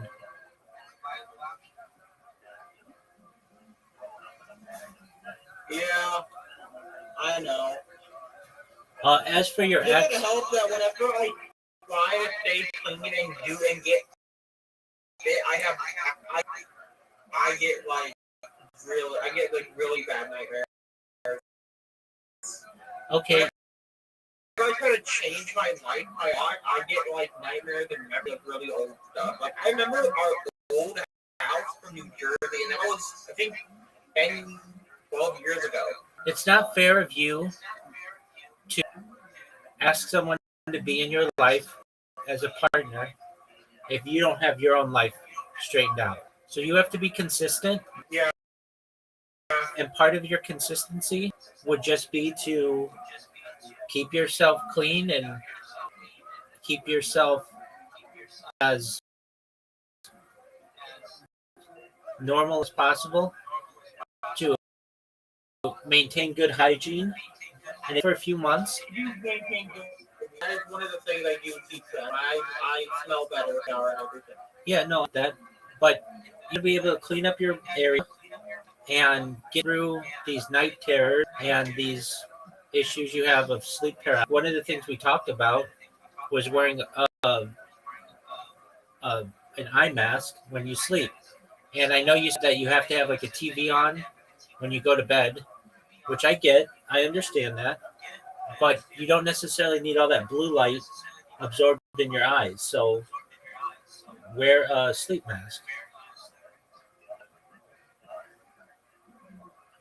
The problem with getting a sleep mask is I remember that I actually tried it, but I had sleep paralysis and I could feel them on my cheeks. Trying to pull it off. Just a mask? Yeah. Okay. It's like an eye mask. That's what I want. Like they were trying to actively pull it off my face. Okay. Well, have you ever thought of sleeping in a different way? Like sleeping on your stomach? Yeah, I do that whenever whenever I feel like I'm about to I can now tell when I'm about to enter sleep paralysis, so I move my legs really quickly and get out. Okay. So have you ever slept on your stomach with an eye mask? I have actually.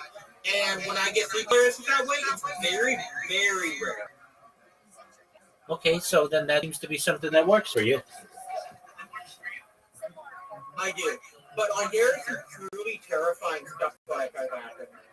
One time though, I woke up with a key in my hand, like an actual like rough, like an old wet. It was a long time ago. I think I'd have held it from the night before, but I don't know. Okay. Again, I don't think you should be in a relationship if you can't get yourself under control. The answer to your original question is no, I don't think you should get back with I'm your not ex. gonna ask. I'm not gonna ask her out. He's already like so like he's like she had such a from what I remember she had such a bad self-esteem that she literally thought that like while I wasn't looking at her that I was thinking about other or not other like she was thinking I wasn't thinking like didn't care about her when I would just be really quiet. Yeah, you don't need that right now. You need to take care of yourself. Once you're able to take care of yourself and you're consistent, then you can think about dating.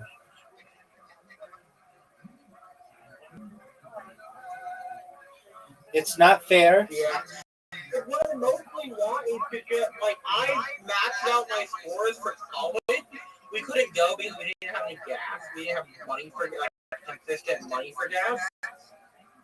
And so what happened is I just stopped going basically. Okay, well, no one says you need college right now. You've got disability, so that's some type of income. So you just need to be consistent with yourself. I'm gonna yeah.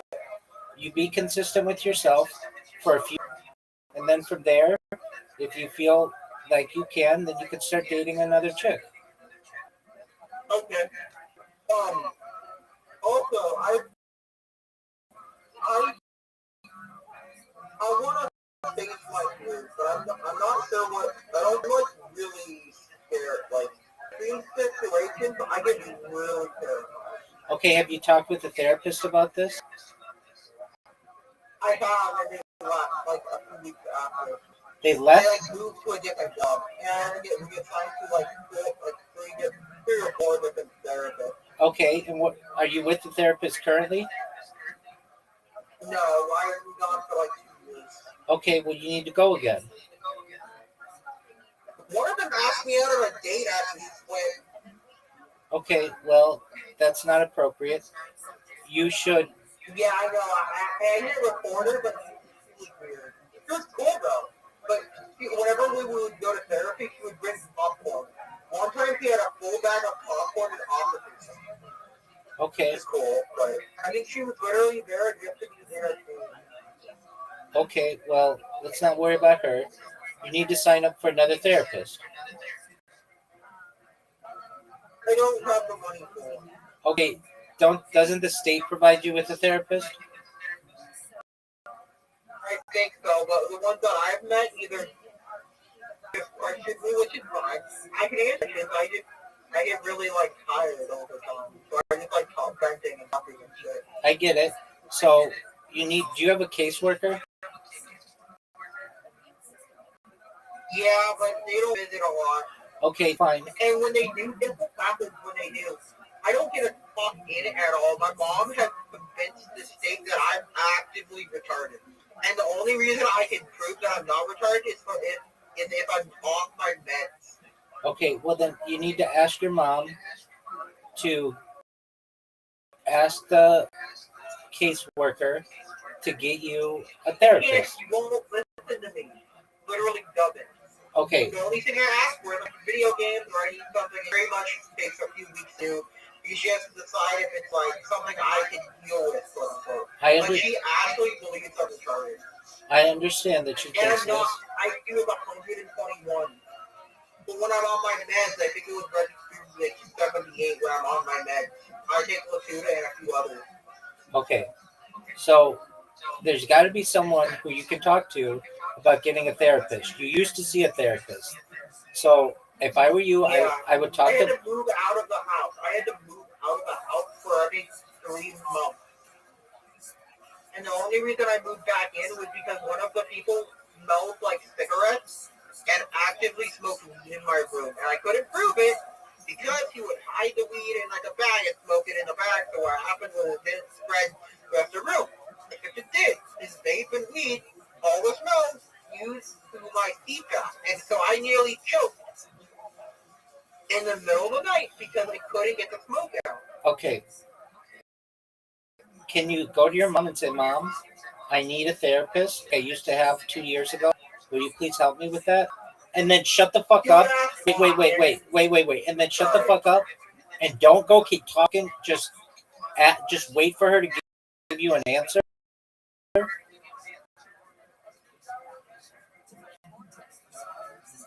I mean, as you wait, and if she says no, then you say, why not? And then if she gives you an answer, you don't need that, you say, I feel as I do. It helped me 2 years ago. But you can't keep talking because then she's going to think something's wrong with you. And if she says no, that's fine. You give it a couple days and you ask her again.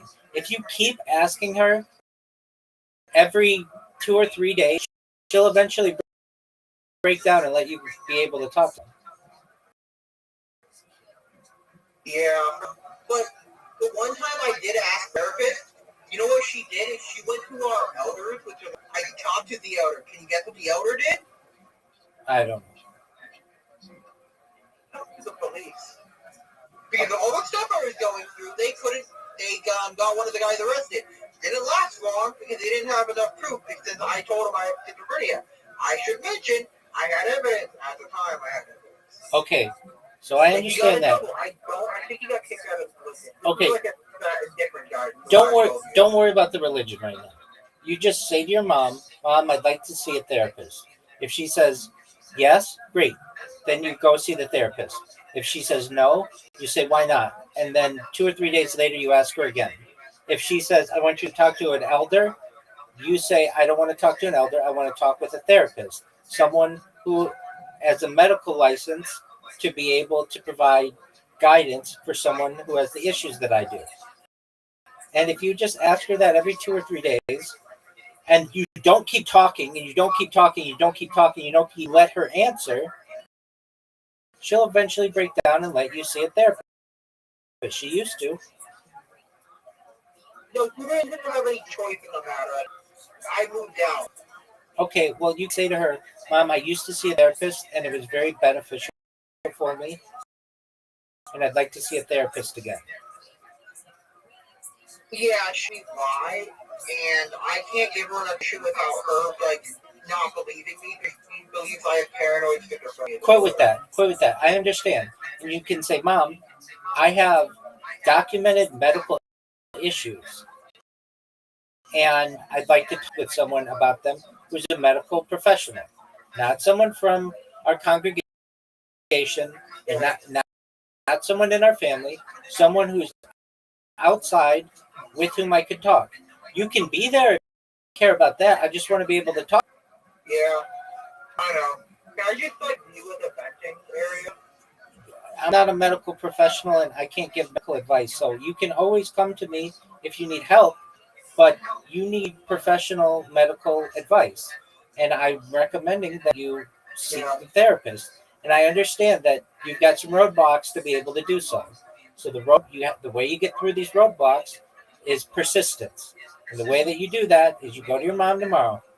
You say, Mom, in a very professional manner, and you have to say to yourself, I'm not going to overwhelm her with words. I'm going to just keep it simple, and I'm going to say to her, Mom, I would like to see a therapist. She's going to say, why do you need to see a therapist? You can say, I have documented medical conditions, and I'd like to be able to talk to a professional about them. She's going to say, I'll have somebody talk to you in the congregation. You say, I don't want to talk to anyone in the congregation.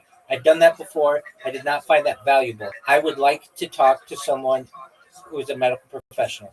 She'll say, I don't want you to be able to talk with someone who's a medical professional. You can say, okay, Mom, that's fine. I want you to know in a couple of days, I'm going to come back with this request. Let 2 or 3 days go by.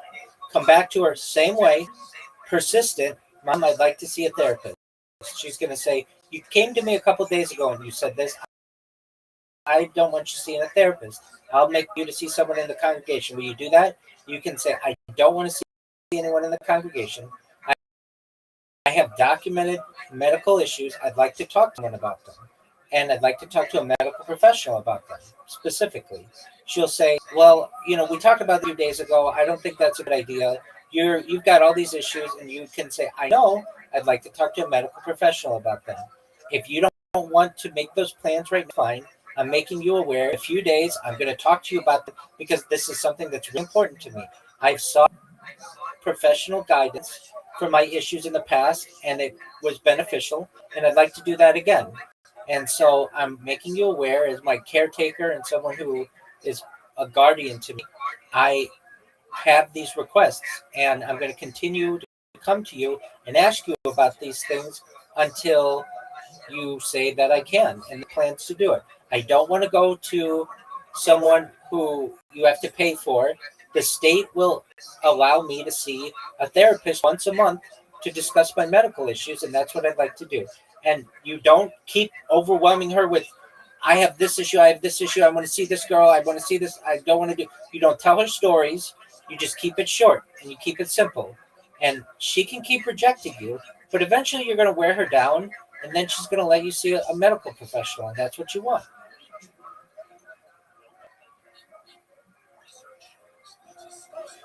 Okay. That's what you do, OmniDoc. Keep me posted, okay, big dog? Okay. Excellent. Best wishes. You don't have to go. I'm just letting you know that that's what I would do if I were you.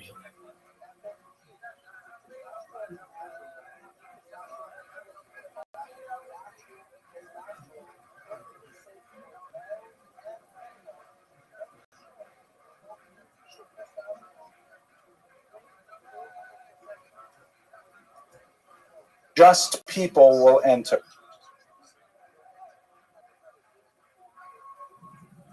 Okay. Enter. Meaning that the people of righteousness shall enter. Beautiful kind of statement that encapsulates Lazarus's vision. Here's one more that I also like.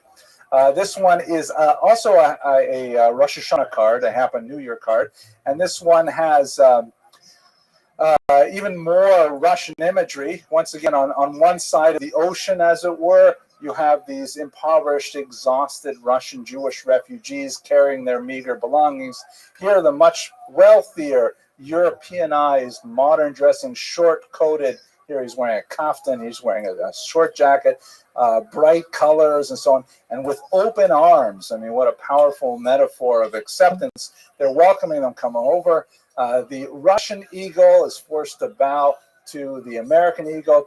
And once again, a biblical quotation here, and under the shadow of the wings, we will be sheltered. Meaning, and of course, there it's an allusion to God, but the idea is that America will shelter this beleaguered people. It is in this environment that the fundraising campaign for the new Colossus is underway, and they asked Lazarus to compose a poem that could be used in the fundraising effort. And of course, she was the one who was able to bring that together in a pithy poem that could really take together all of these ideas and express them in a way that would affect a century. When we come to the conclusion of her life, she did not live much longer than that moment in her literary achievement. She went on a trip to Europe. She had already been feeling quite, and in fact, it gives you kind of a strange sense of what society was like in the 1880s. She actually had to put a little notice in the society pages that she was feeling well and she would not be entertaining visitors. So you would get like the New York Times and you'd open up and say, oh, look at that. Unfortunately, Emma Lazarus is not feeling well. I can't drop by. This very unusual kind of thing that the literary world and the way people communicated. But at any rate, she complained of a whole series of ailments, including, strangely, face aches, like headaches and face aches. We don't know exactly what it was that brought her down. I've read that it may have been Hodgkin's lymphoma, a form of cancer that unfortunately struck her at a young age. For a couple of years, her health waxed and waned. She ultimately went on a European trip, hoping to recover. They've had to take a circuitous route because cholera was affecting certain parts of Europe at that time, and unfortunately she succumbed to her illness while abroad and was brought back for a massive and a significant funeral here on these shores. But when we think about her legacy, we can really reflect on a few salient points. First of all, as I've tried to say several times, she is the poetess of America. Her vision of what liberty means to America has informed a century, has informed the entire country, and in fact informed the entire globe. Because when foreigners think of America, they think of the Statue of Liberty. And why do they think of the Statue of Liberty? Because of the words that are enshrined on its base, its pedestal, by Emma Lazarus. Otherwise, just think for a second, if you separated the Statue of Liberty from it's just a woman holding up a torch. What does that torch mean? Why does she have that on her face? Nothing really makes it kind of an interesting statue, but it's only Emma Lazarus that gives voice to Lady Liberty herself. Secondly, as a Jew, she really able to define a type of posture towards her Americanness and her Jewishness, which is a tense posture. It's not the same kind of posture that we may choose for ourselves or for our children, but she essentially identified pride in her Jewish heritage, a chutzpahdik, a kind of a brazen attitude towards anti-Semites, a non-tolerance of anti-Semitism.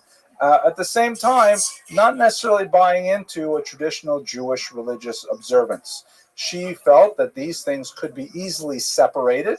And in fact, I would hazard that the vast majority of American Jews since her time have also found that kind of place to stake out their Jewish identity.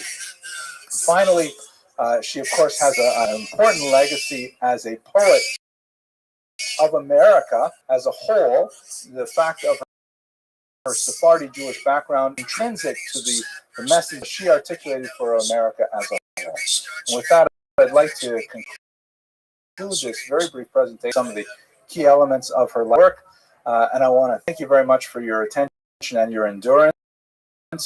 Next week, we'll return with a very fascinating story of the Crypt Jews. What happened to those Jews who used to hide their Jewish identity under a Christian mask, which they did with great success for several centuries. And as we shall see, the strange way in which they look upon their Jewish heritage is something of great fascination. Thank you very much for your attention.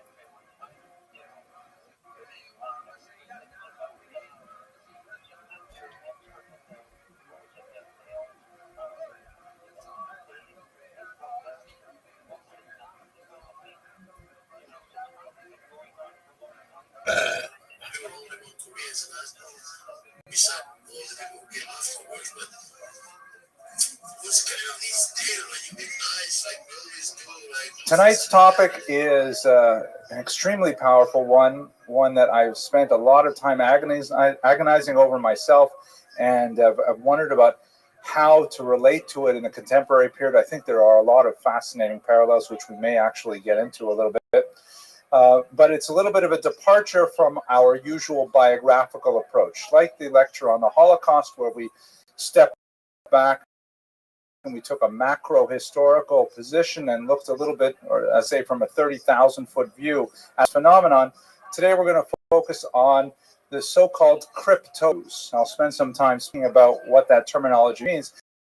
But basically, the crypto Jews referred to those Jews who chose to go under during the Inquisition years to outwardly portray themselves as Christians in order to, get along at society. We'll talk about the motivation shortly. And slowly, generations, they desperately try to hold on to their identity, but it's slipped through their fingers. And today we have possibly an incredibly large number of descendants of Jews, of whom fit the strictest definition of is a Jew by the the most extreme Orthodox rabbi, and nevertheless are completely unaware of their Jewish identity. So that's going to be the topic for tonight. We're not going to look at it. We will dip into a couple of biographies very briefly, but basically we're going to look at the overall phenomenon of the crypto Jews, and we'll take it all the way from the early 14th century to the present day. First of all, thank you to our sponsors for tonight, my good friends Katie and Vic Crespin from Miami Beach. They were students of mine in some adult education there for several years, a very fond relationship with them, and they very thankfully sponsored both this lecture and next week's final lecture of the season, which is in memory of the Jews of the expulsion, the 6 million, and all those who just died, who died for just being Jewish. Very powerful sentiment from the Crespins. Thank you very much. Just good and welfare, what's going on next week? We have our final lecture of the spring season. We're going to look at the great Harav Ovadia Yosef, who actually represents Mizrahi Jewry. I want to spend some time speaking about the influence of Sephardi thought on the Eastern communities.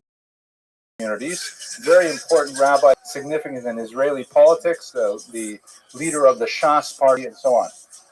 If you are out of town this weekend, those of you who are going to Boston, I'm very pleased that I'm invited. I will be back Monday, God willing, but on Friday, you happen to be in Boston. For those of you in the internet audience, I'm giving a lecture at Harvard University, which is sometimes called the Touro of Cambridge. And it's going to be on, I give two lectures. One is going to be on Friday morning, and I'm really grateful to them because they invited me to Saturday, and I said, it's not happening, and really very kind. The topic is Ukrainians and Jews since Huri. Huri is to the Harvard Ukrainian Research Institute, with which I am affiliated. That is probably the premier of Ukrainian studies in the world, and they've done a lot of really, and so I'll be speaking about that. That's the last 50 years of Ukrainian and Jewish relations. Then afterwards, after Shabbos begins, I'm going to head over to Chabad of Harvard. Well, I'll give a lecture on my most recent book, which is on the Piaseczna Rebbe, the Rebbe of the Warsaw Ghetto. And I certainly encourage you, and especially those of you who are watching from Boston or Cambridge, come on by. It's going to be a great meal, and I think it's going to be nice. My wife will be there too. Okay, let's go straight to, now one last thing. In case I really apologize for those of you who came last week and I was not here, as I mentioned. Unfortunately, we had an illness in the family that I had to go up north. I did send out emails. If you follow me on Facebook or Twitter or even Instagram, you would see these things. But if you want to get emails, what you do is go to my website, which is Henry Abramson, or JewishHistoryLectures.com. And then down here in the corner is this little button that says follow. And it gives the option to enter your email address, and you'll get updates on the classes. Also, the links to the videos, if you want to share them, things like that. So please do sign up. It's a way that I can communicate with you over the summer as well, so you can prepare for the fall series. Topic is still TBA. Okay, so let us go to the material itself now. Let's say for the good enough. The source for today, the primary source that I'm really going to rely on heavily is this amazing book by David Gitlitz, who is an administrator and still has amazing scholarship. So impressed with this book. He and his wife, shown there, have focused on all kinds of aspects of the social history of Spanish Jewry, and particularly the conversos that we're speaking about. And this work, Secrecy and Deceit, the Religion of the Crypto Jews, is really an amazing piece of scholarship. I have to say, I got a tremendous amount of information from it. It's written with great sensitivity to the internal realities of the conversos, and I highly recommend it to anyone who wants to study this topic further. I'm going to, as is my way, be purely derivative in this class. It'll be an extended book review, but really it's a great source, and I highly recommend it. Let's get into the definitions first of all. What are we talking about? This is, of course, one of the famous pieces of art relating to the conversos or the crypto Jews. It's one of the Velázquez pieces, and it shows a Jew wearing the San Benito with the dunce's cap. This is, of course, a ritual humiliation that people of Judaizing would be forced to wear this and would face public opprobrium. That was part of their penance, sometimes for a month or a year, sometimes for their entire lives. And afterwards, these San Benitos, when they were allowed to remove them, they were permanently placed in churches with names affixed to them so that the memory of a converso's flirtation with their prior religion or even ancestral religion would be marked. All right, let's get our terminology right. So I've been using the term crypto Jews, which to be kind of the scientific norm. Crypt in the sense of being hidden, being underground, right? They think of themselves as Jews, but they are externally presenting themselves as Christian. This is a term that carries a lot of moral opprobrium. It's a kind of term that is full in tone and so on. Another term would be conversos, which means converts. And this refers to the fact that the crypto Jews were themselves Jews who had converted to Christianity, willingly or otherwise, or were the children of such people. One of the rather frightening aspects of the entire period that we're studying tonight is the fact that this just slid so nicely into a kind of early medieval racism, because it didn't matter if you or your spouse converted, your children would also be in that status. They could be raised in the church from the moment of their birth, but nevertheless, they would still be in that kind of status. And in several cases, these purity of blood statutes were published that specifically designated lineages. Once again, we were reminded, if you go back to some of the earlier lectures this season, we spoke about the Raoul Hilberg, the great Holocaust historian, who made tremendous amount of analysis of the Holocaust by looking specifically at the mechanics, the bureaucracy of the Spanish Inquisition. And that's certainly, I think, true in the way that these people were called conversos, or so-called converts. They're also called new Christians, and the emphasis here is on the word new, meaning as opposed to the rest of us who have been Christian since at least the 4th or 5th century, these are new Christians. They're not real Christians. They've just been attached to the body of the church, and we can't really trust them. These are new Christians, not quite, well within the fold. Their bona fides, literally their good faith, is not yet established. The Hebrew term that's preferred, and was preferred by the crypto Jews themselves and the Jewish community, was anusim.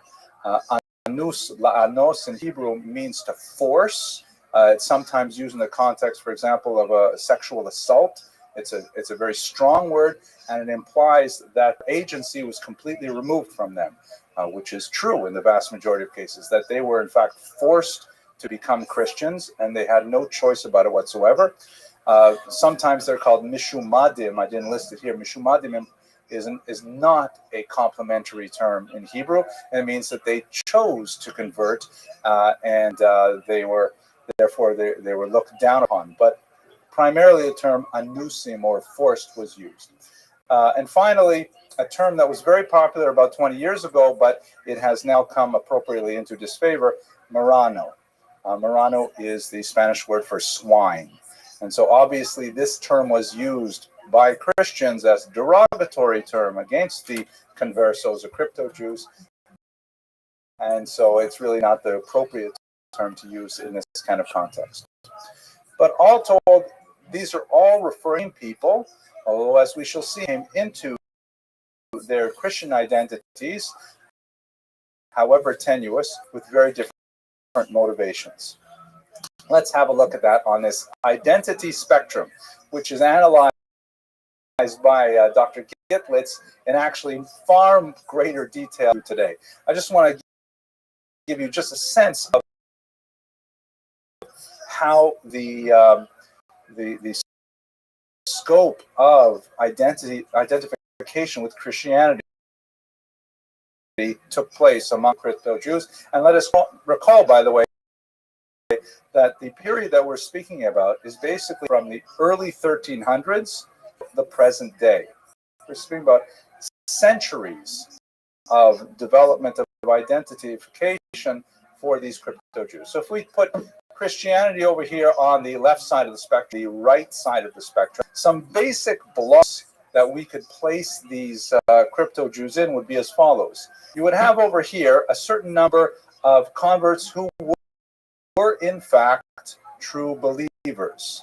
We should not obfuscate. There are definitely many Jews who felt, we'll see shortly, in fact, Christianity was a preferred religion, and that Christianity was closer to the will of God than Judaism. And so chose it openly and later, in fact, dedicated their lives to convincing their erstwhile co-religionists to do the same. You definitely have some, in Hebrew for these people would certainly be mishumadim, but then you have many who were convert, and especially their children grew up then in the church with a clear consciousness of their Jewish origin, but they kind of became resigned to it, and they regarded themselves as Christian reformers, or, this is my term, neo-Protestants, meaning they looked at themselves after, let's say, being Christian for 20, 30 years, or their children who grew up Christian, knowing that their parents were originally Jewish, and they said, you know, it was they forced us to convert,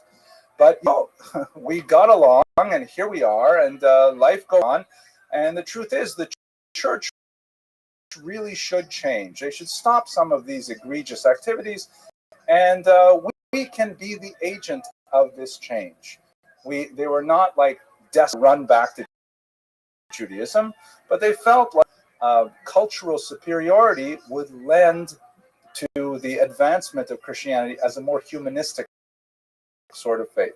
Let's not forget that the Jews had a far higher rate of universal, particularly male literacy, and as a result, these people tend to be upwardly mobile in social and economic circles. So once they were in Christianity and they were able to shed all of the economic baggage and legislative baggage that held them back, they were actually able to rise up to the upper middle class and sometimes the towering upper classes of wealth and status, marrying into very high families and so on. So you tend to find those people sort of in this camp here where they're saying, oh, we're Christians, but you know, we're going to try and make Christianity a nicer place. Then you have probably the largest group, and all of this is supposition based on Gitlitz's research, but it stands to reason, who are low-profile Christians, who were terrified of the persecutions that met anyone who adopted any Jewish attitudes or behaviors. We'll explore the kind of punishments that would accrue to them if they were to demonstrate that they were identifying with Jews in any way or Judaism. So, but they resented the fact that they were converted. They didn't see a way out. They just kept a very low profile. And when the time was right, or when they felt they were safe and they would share a little bit of the information with their children. Sometimes their children were raised not knowing at all that they were in fact Jewish, and then they became, you know, you have the term Jews by choice. So they had a lot of people who were what they call Jews by surprise. Right? And we have that, by the way, even in the 20th and the 21st century, where you have in Poland, where many Jews hid their identity during the war and they became orphans, and then afterwards they find out they're out, so to speak, to be Jews. So this is probably the largest single demographic chunk are low-profile Christians. They are doing what Christians have to do. They're aware of their Jewish identity, and they just keep it on the down low. Then over here, passive Judaizers, the term Judaizing by Christians who are adopting Jewish ideas or taking on Jewish behaviors. They are, of course, Jews ethnically and according to Jewish halacha, but they're only Judaizers when they start to actually practice Judaism. So passive Judaizers, these are Jews who have converted to Christianity, resent it, identify themselves as Jews internally, but feel that they simply cannot do so in the outside world. And so therefore, they observe Judaism passively whenever possible. So for example, they will not eat on Yom Kippur. Right? They won't, they're not going to, put on a yarmulke or something like that, but they will not eat on Yom Kippur. Or they will refrain from wearing shoes on Tisha B'Av. They will try to keep some sense of the calendar, and they will step back from Judaism wherever possible. This was in itself quite a act, as we shall see, and one could be exposed to the rigors of the Inquisition even for doing a passive act, an act of omission. Finally, the last category were the active Judaizers, and these are Jews who are desperately trying to hang on to their Jewish identity through actual covert act, actually engaging in prayer in a Jewish context. They are a tremendous risk circumcising their sons. They are doing things that are activations of their Jewish identity, despite the fact that this exposes them to phenomenal risk. Gathering in private homes for prayer quorums, where even if one of them were caught, the entire group would be sucked into the Inquisition. Absolutely terrifying kind of existence. But this gives you a sense of the very many ways that Jews could identify. It's an excellent and very sophisticated question. I have a very short answer. People in the audience who may not all the way back to St. Augustine type lectures, 4th century type. But here's the thing. The has this in problem. What do you do theologically with the Jews? Right? If Judaism, it's kind of like, if you think about a computer, and you get like a great Windows XP. I really liked XP. XP was so solid, hardly ever crashed, right? And then all of a sudden, Windows comes out with a new model. And they roll out the new model, and they sell all new computers with the new model.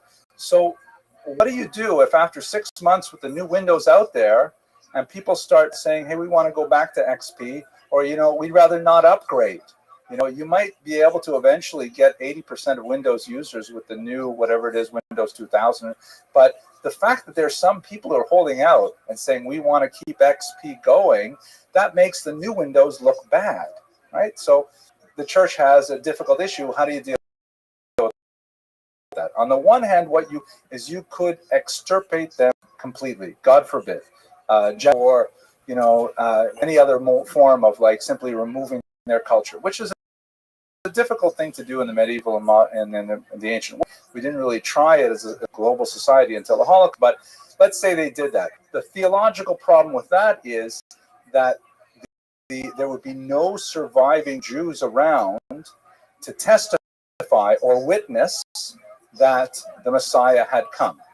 It only really counts if the XP user sees the new Windows and says, yeah, that's actually better than XP. Otherwise, everyone's wondering, why don't we just go back to XP? He's very happy with XP. Look what he does with XP.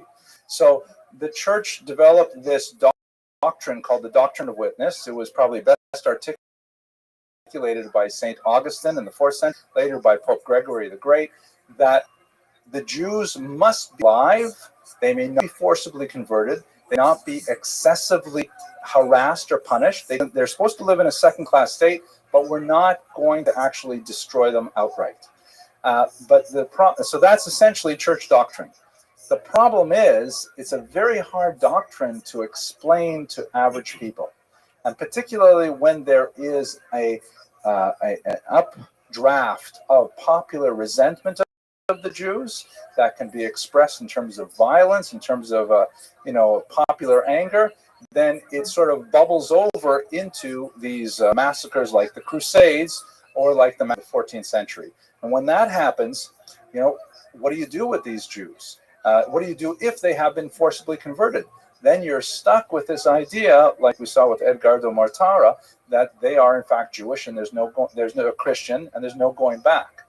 So basically, the answer to your question is the church had a doctrine.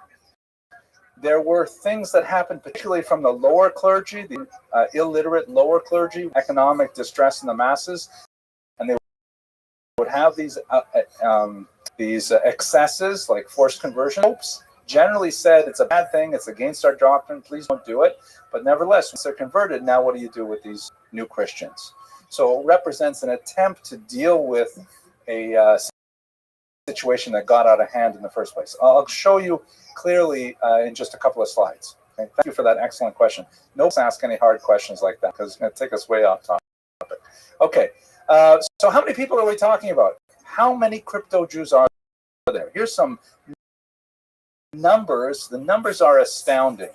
So let's just do kind of a baseline. And by the way, these numbers, they're ranges because we don't have really good demographic from the period.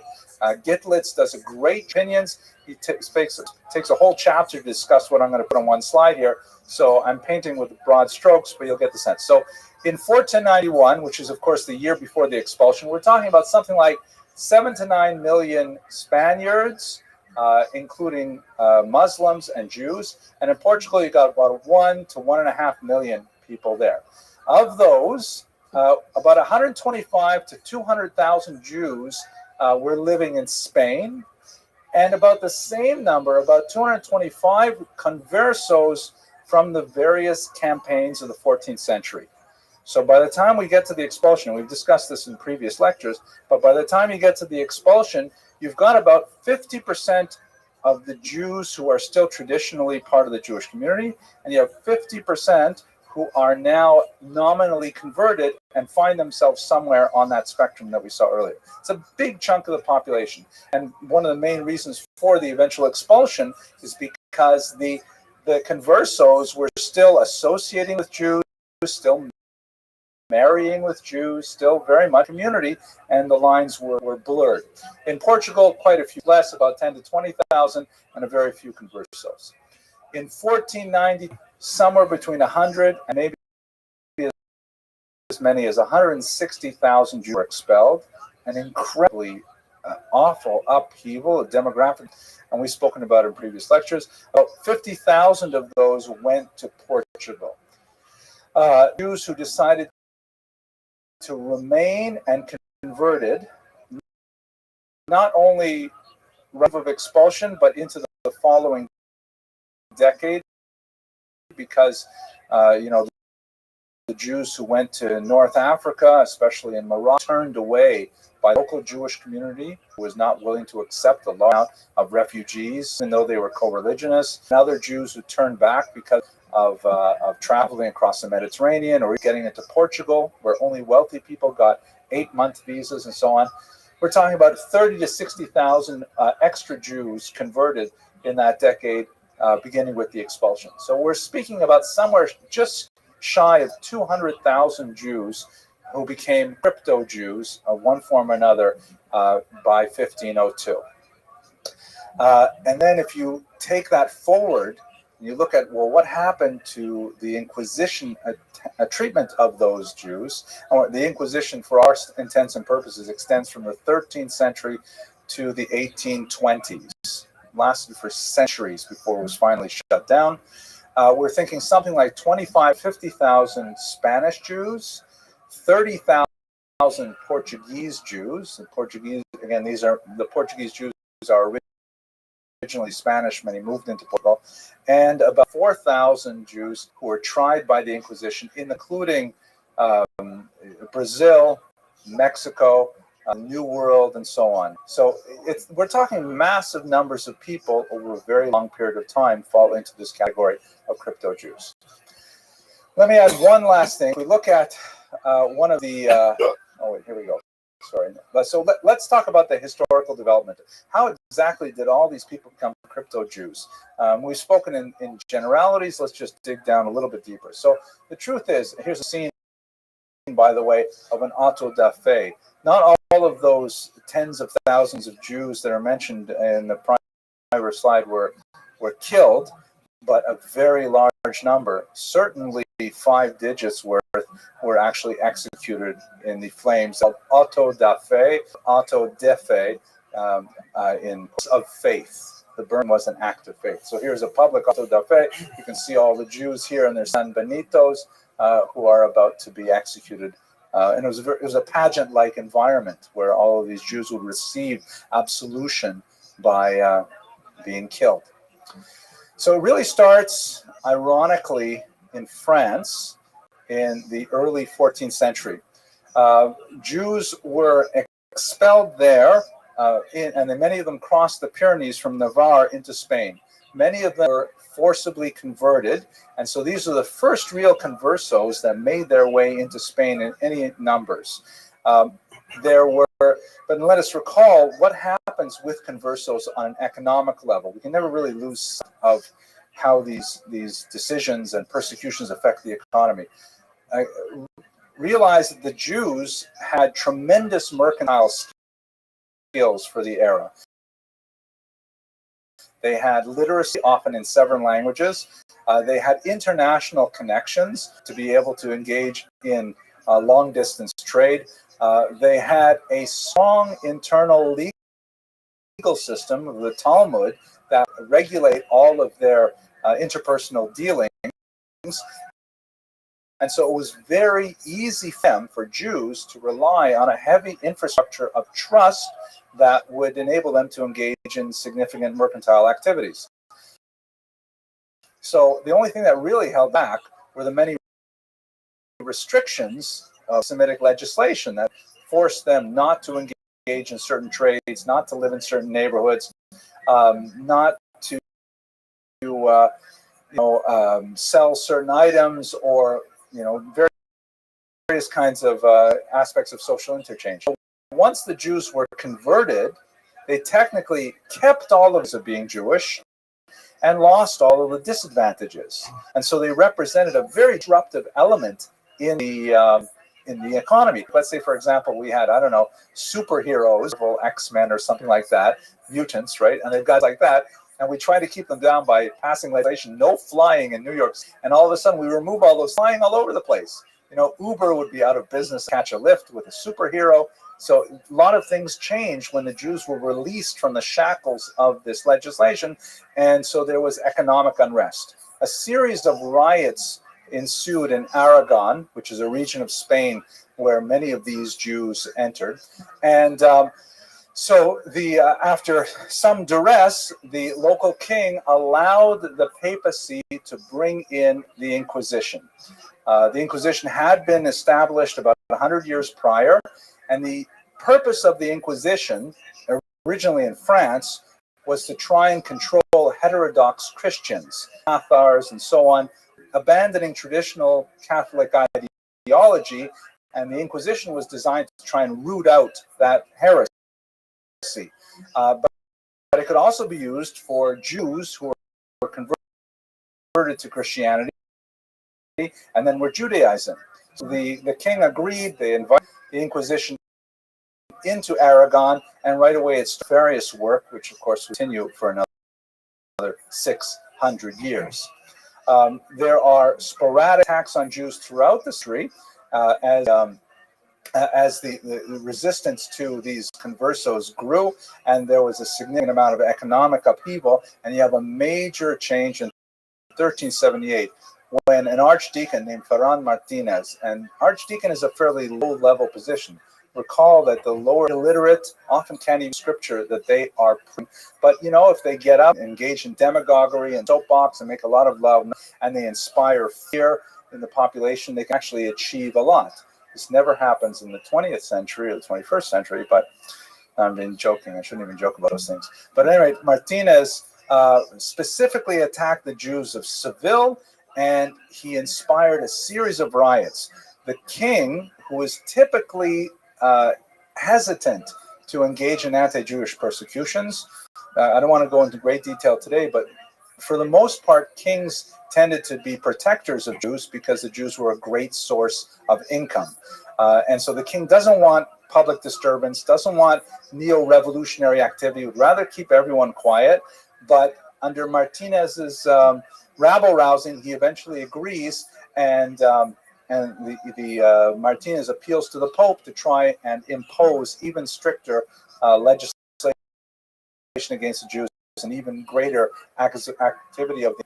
In 1390, there is a wage tax that basically occupies the entire peninsula, and Jews are converted by the tens of thousands. In every year, attacks on Jews, sometimes, and this is where you get the bulk of the converts, primarily from that massive up 91. But the fact is, this is 100 years before expulsion. That's how we get to that number about Spain being conversos 100 years later. Let's try and let's also understand, besides the violence that I have described, we also have a few of these really prominent celebrity conversions that spur the movement along from within the Jewish sphere. Perhaps one of them is this individual, Shlomo Halevi of Burgos, whose baptized name Pablo de Santa Maria, who in a correspondence that's with a Yeshua from the town of Lorque. So he's called Yoshua HaLorki. And Yehoshua wrote to Santa Maria and said, I don't understand why you converted to Christianity. It's like such an amazing thing to me. You were a very learned person. You were a rabbi. You knew so much. How to convert? This is not someone who was like forcibly converted as a result of violence. He became Christian. So HaLorki sort of proposes an answer to his own question. He says, the only reason why someone would want to convert to Christianity, he says, would be, one, for career mobility, social mobility, and for career advancement, right? As I've mentioned, they have a tremendous amount of advantage if they become Christian. They lose all of the anti-Semitic baggage holding them back.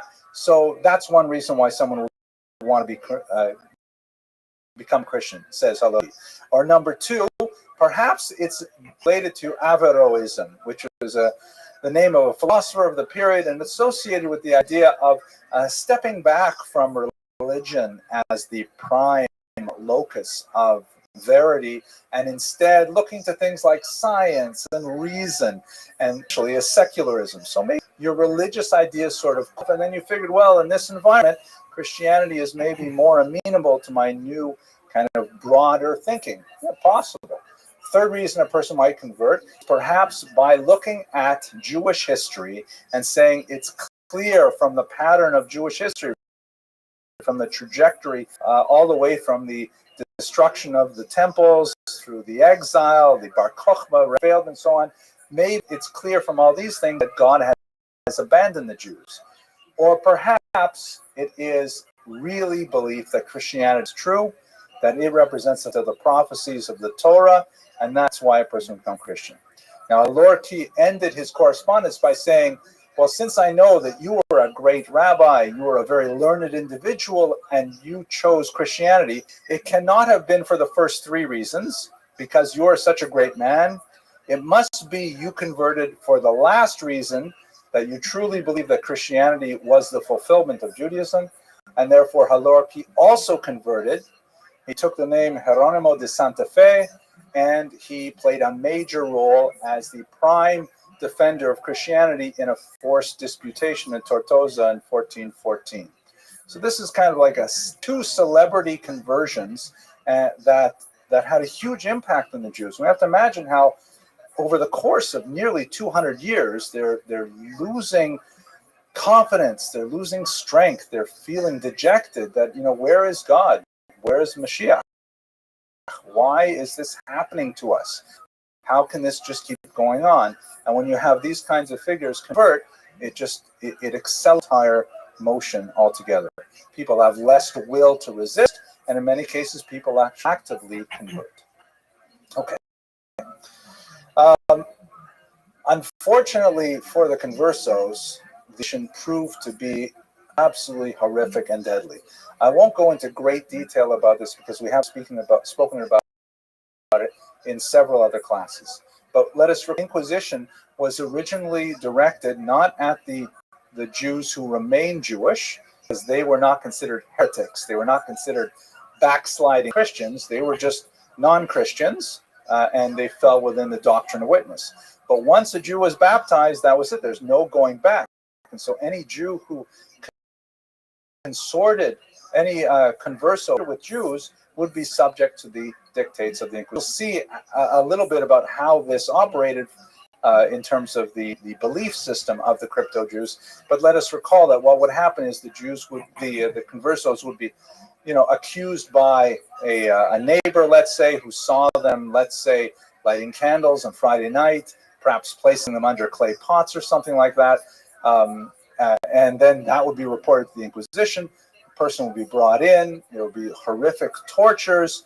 After the tortures, they would typically betray so many other people they knew who did the same thing. They would be brought in.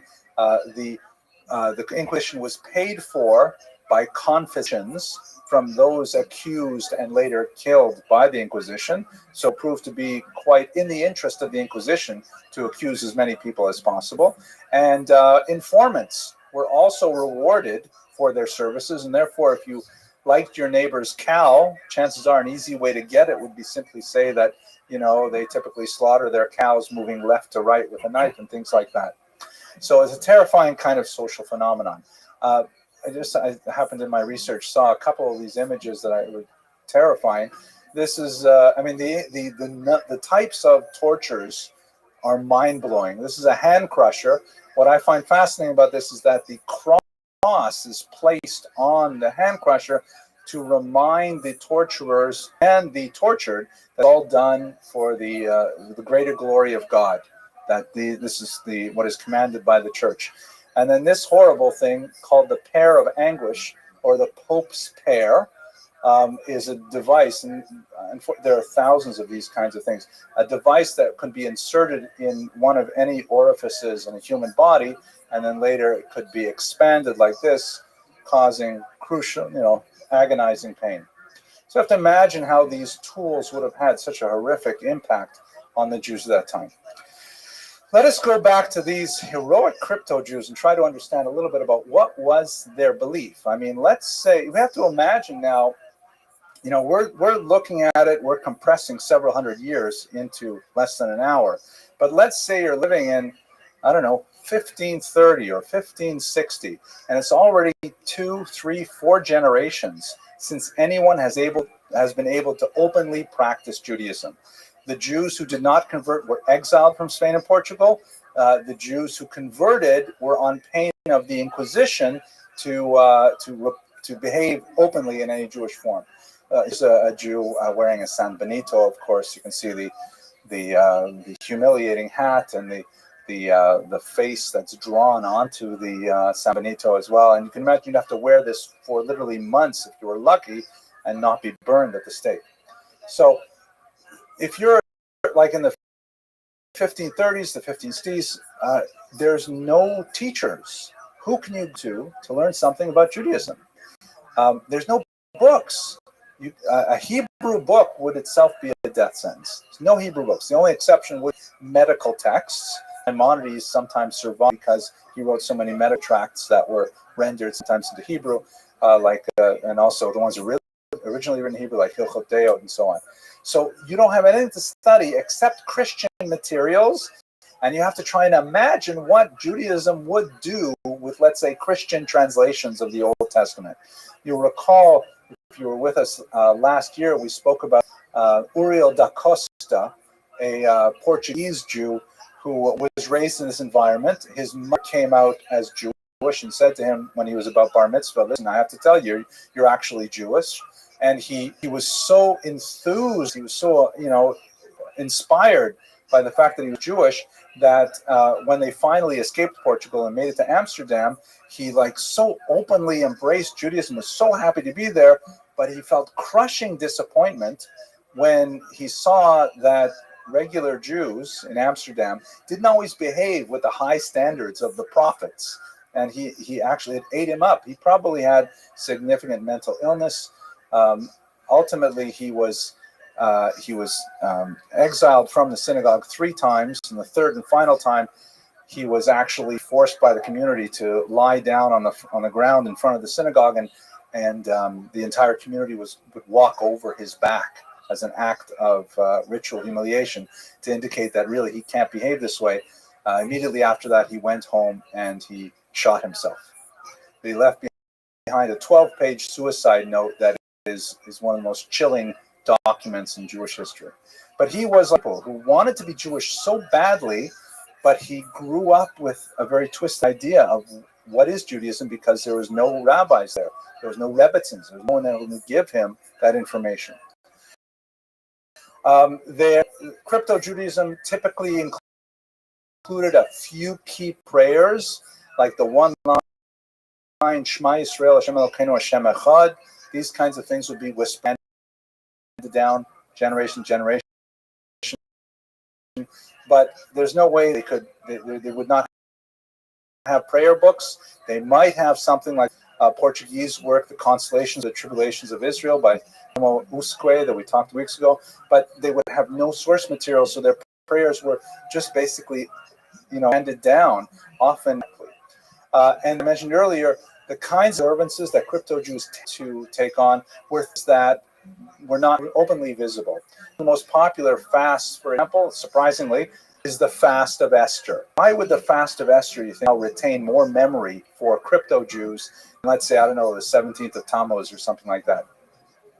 That's right, because Esther herself was a crypto Jew in Achashverosh's court. And it was available in the Christian Bible. The book of Esther is there. So crypto Jews could read this and could really identify with her plight. And by the way, when she said she fasted 3 days, so the crypto Jews, not knowing anything else, sometimes they fasted 3 days as well. I mean, they really went to tremendous lengths to try and do what it says in the Bible. Well, they had to guesstimate by the Christian holidays. So they knew that Purim is 1 month before Passover. Passover falls in April with Easter, more or less. So they would kind of backdate it, sometimes go by the Julian calendar and use date to date. But they often really had no idea. They obviously knew which day was Shabbat, and that was a deal. And we'll see in a second in the Edicts of Faith what that meant. Gender differences. Overwhelmingly more women than men. Some sociological research that is that women are far more reliable repository of tradition than men. And you can look at a lot of different markers for this. For example, the age of intermarriage in America is men intermarry about 3 years before women do. Meaning women will wait 3 more years trying to find a Jewish mate before Jewish men will. It's kind of like an American example. But the practices home, all practices that are associated with the kitchen, the bedroom, things like that tend to be in women's domains, and they tend to preserve it far more likely than men do. And we have similar statistics among the crypto Jews, at least in the 15th century. Ironically, this even applies to associated with men alone. Circumcision, incredibly dangerous because it's a permanent mark, of course, and once you can't take it back. But women crypto Jews who wish to somehow identify sometimes would actually, and this is a noted tradition, they would have themselves ritually scarified, usually on the shoulder. A small piece of skin would be removed as a token act of female circumcision to show their desire to cleave to the Jewish people. I think it's amazing that it has no source whatsoever in the Jewish tradition, but nevertheless, the idea that a woman would want so badly to identify with her people that you engage in this, it's a phenomenal thought.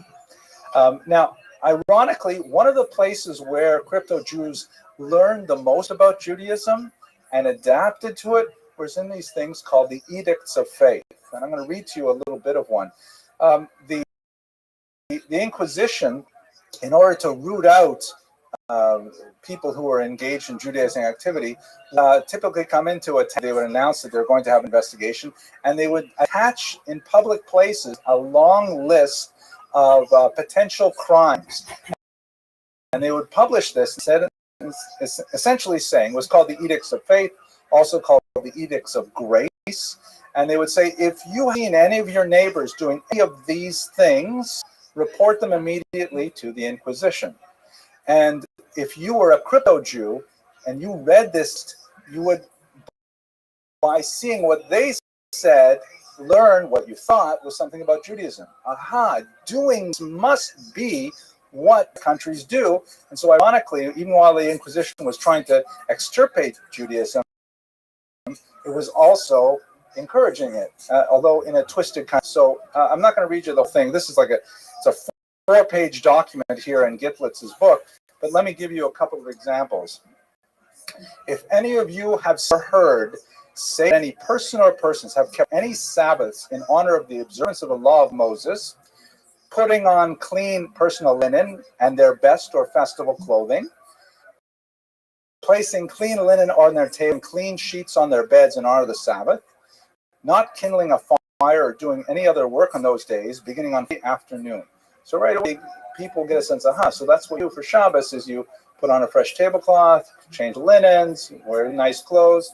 But you can see also how intrusive this was, that if you did these things, change the tablecloth on a Friday afternoon, you could be killed for it.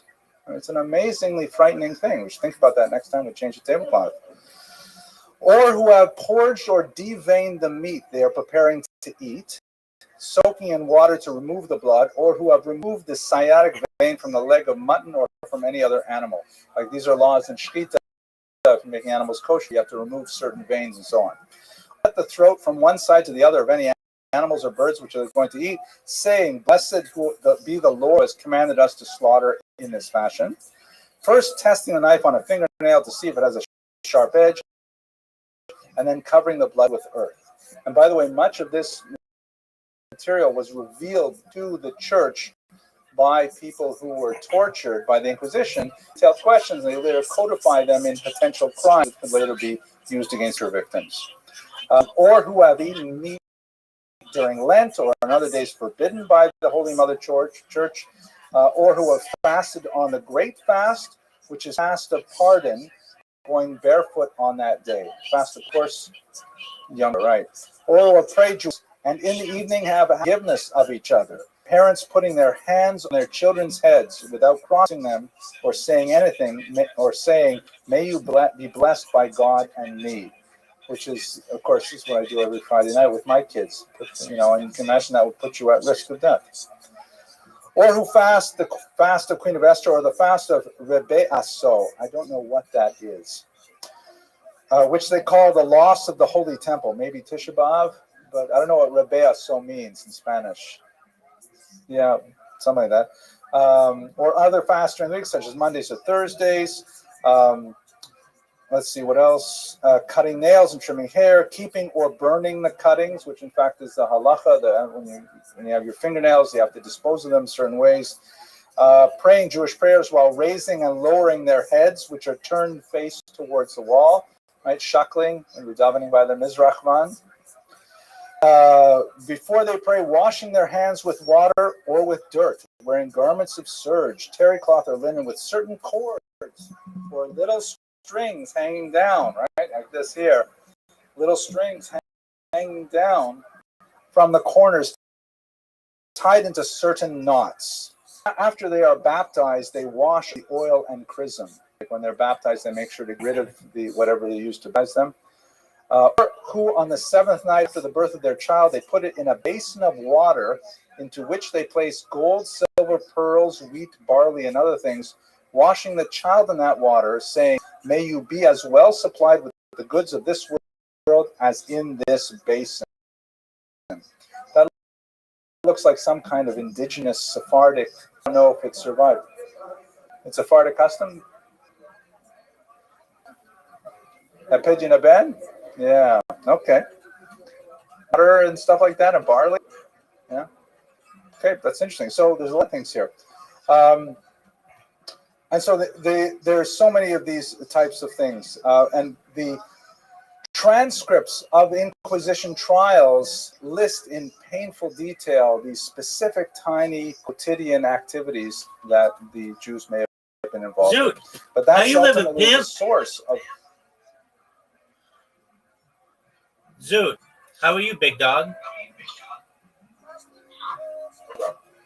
How's your day going, son? I'm good. That's great to hear. Are you ready to say I'll be right back and then not come back for 24 hours? Yeah. Excellent. Well, don't do that. Quit being a bitch. Let's play. Sound like a plan, dog? Okay. I'm just going to tell you right now, I'm going to beat you in this game so many fucking times that It's gonna make your head spin. Are you ready for that? Dog. Good. Oh, so we're doing this one. Good.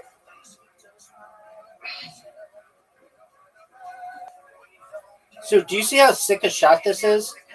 It might be one of the best. That's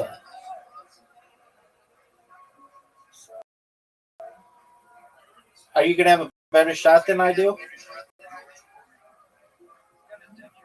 Zoo, I'm gonna beat you. I'm just gonna tell you right now. I'm gonna do 10 games in a row. And if I don't beat you 10 games in a row, I'm gonna be really disappointed in myself.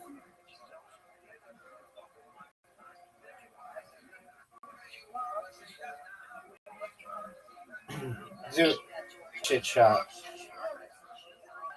Literally, your dog Yoshi, their shits are better than that shot was. Come on, baby. You need to make this, Zoo. You need to make this. Zoo, you did not make it. So I was told today if you have ADHD that IQ tests might not work on you if you have ADHD. Okay, that's fine. Oh, Zoo, that was the worst shot I've ever had on this hole, maybe. Oh, Zoo, what the fuck, dude?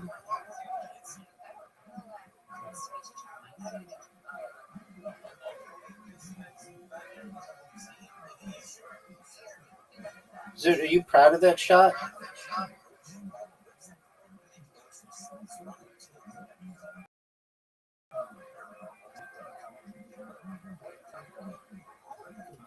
Zoo, your ball's going in the water, no doubt. No doubt the shit goes in the water. Are you serious? Do you think intelligent person? Sometimes. Sometimes. Word, dog. Zoo, are you proud of that shot? Oh, no. Zoo, don't fuck up. Zoo, you know we're tied?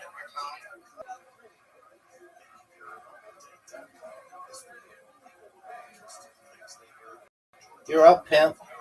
Are you ready?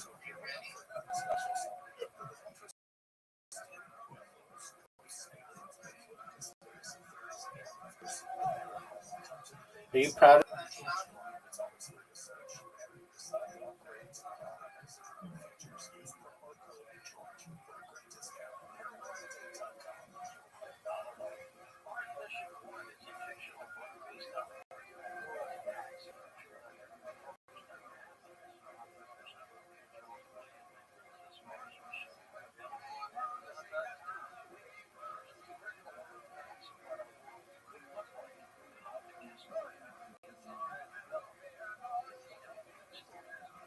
Oh, Zoo.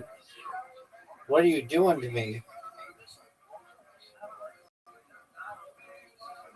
Look how sick this shot is. No way. You have a chance to win. Not by doing that, though. I'm going to give you a chance.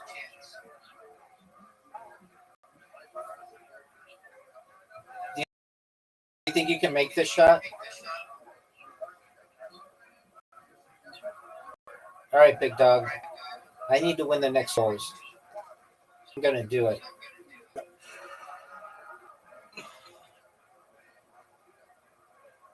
Look how sick this shot is. The thing about Tourette's, right, is it might be the only neurodivergency that we can prove actually exists because they're one of the only ones that doesn't have any ties to pharmaceutical companies. Well, it's just obvious. Like,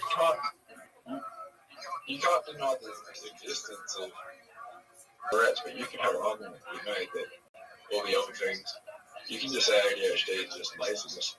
Word. I'm not saying that's true, but I'm not saying that's true, but you can have that argument in the debate. The only thing that you can really prove exists out of all of them that's evident is threats. Because you know straight away when someone has threats, you can see it. That's correct. Zoot, are you All ready? the other ones you have to go.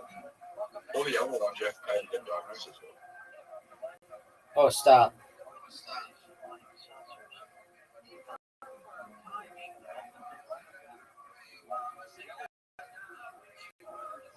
No, nothing I said that was true. It's observation.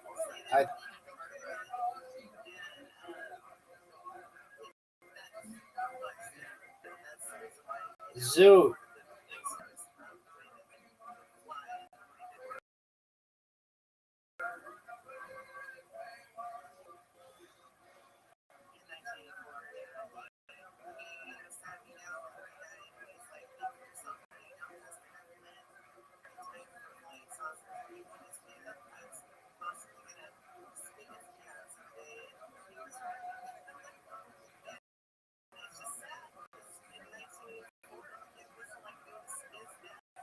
Zoot, do you think I can make this shot to win?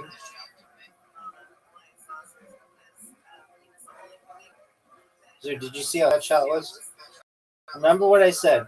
I'm going to beat you 10 games in a row. That's one.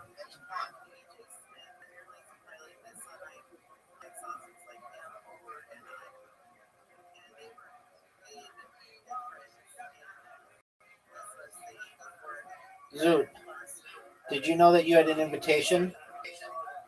Zoot, are you going to go? Zoot. Yeah. Oh, wait, we're playing a different game then.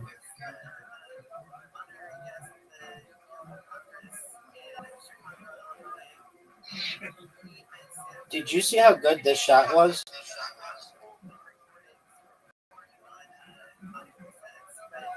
It was not good. Zoot, have a chance.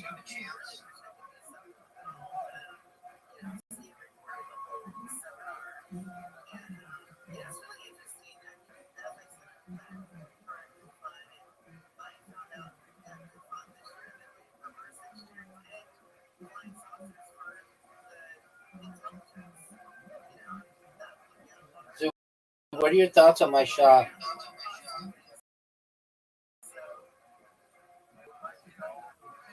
Okay, Zoot. I take a really big risk, but I choose not to. I choose stop. Stop. That's an easy water bump, son. And you left it short. Zoot, you left it short.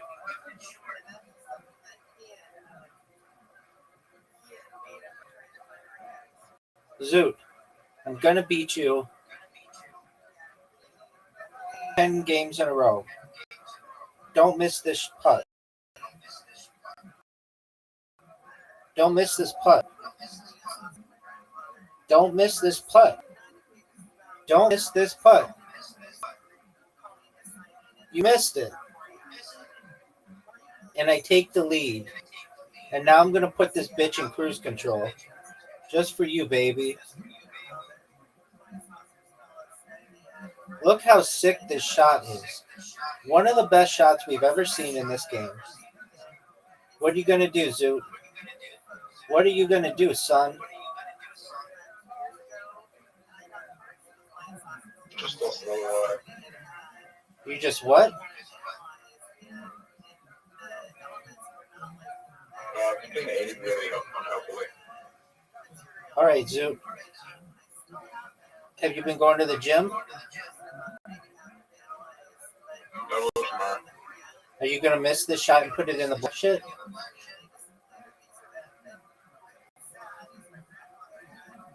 That's in the black shit, dog. You're going to hit the pinwheel and put it right in the black shit.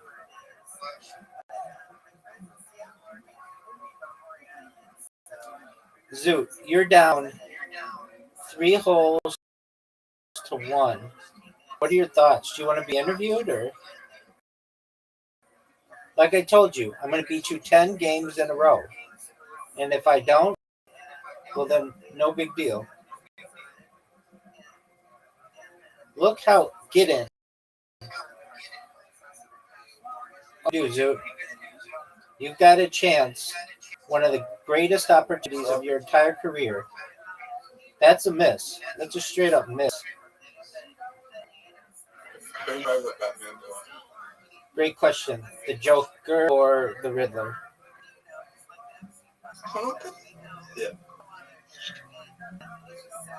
I'm gonna go say Mr. Right. He's cool. No pun intended. But he's live up right now. Yeah, he has. Arnold. Yeah, he has. Arnold Schwarzenegger played him. Josh said he hasn't been in movies since Batman and Robin. Right. Which is They should bring him back. awesome. Arnold Schwarzenegger should play him again. That would be big. They should like Look at this shot, Zoot. Zoot, look at the shot. Oh, no.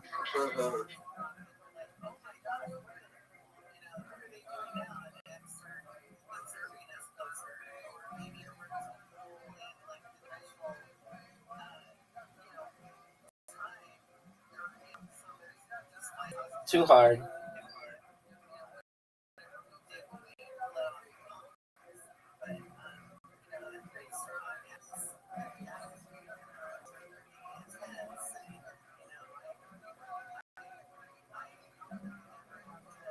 This game is over, Zoot.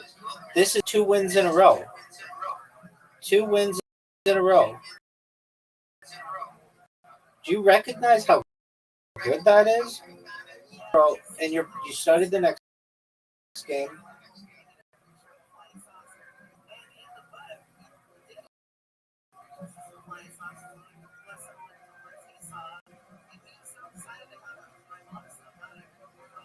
So what are your thoughts? Oh, did you water bump me? No. Oh, no, Zoot. So you have a chance to take the lead here. Big opportunity. Don't fuck it up. And you did. You didn't. What a great shot, Zoot. Zoot. Zoot. Zoot. This is a good hole for you because I'm not good at it.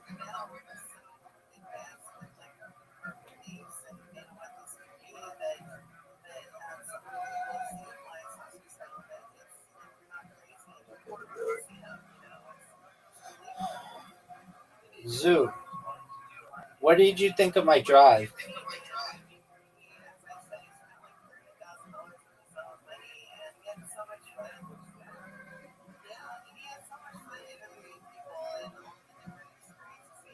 Zoot. Zoot with the lead. I don't know, Zoot. You're about to give up your lead.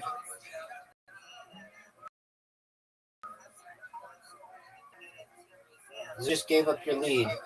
We're now tied. Now it's a best of 3, son.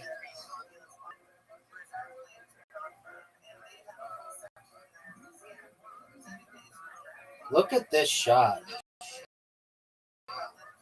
One of the best shots you could have ever had. What are you going to do, Zoot? What are you going to do? Oh, Zoot. I didn't say any goal. I did all say, but I didn't say Kookaburra. That's tight. Your thoughts on Kookaburra. it's like a bird? There's a song about him. Kookaburra, Kookaburra. What's that song about kookaburras? Kookaburra City. agree. There you go. Oh, Yeah, you like my shot, don't you? No way. No way, Zoot. That was cray. That was cray. Dog. Zoot. I'm not good at this hole. one worse.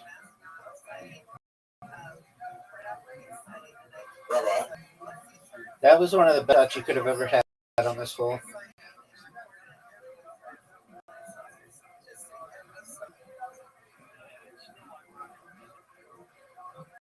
Oh, Zoot. That's not what you wanted.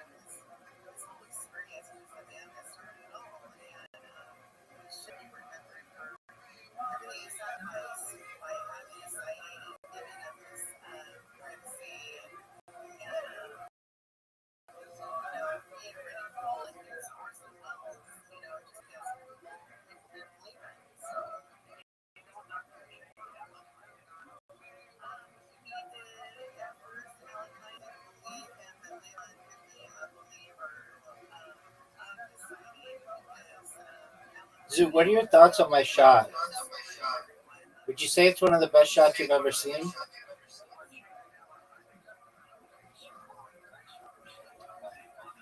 Zoot, you want to know something funny? Is all of our conversations are recorded, and if you go back to all of like our YouTube content, there's this thing you can put a link in, and it'll give you like a play-by-play of all of our games. Like Rabbi takes the lead by 2 shots, and Smack Talks Zoot. It's pretty baller. Yeah.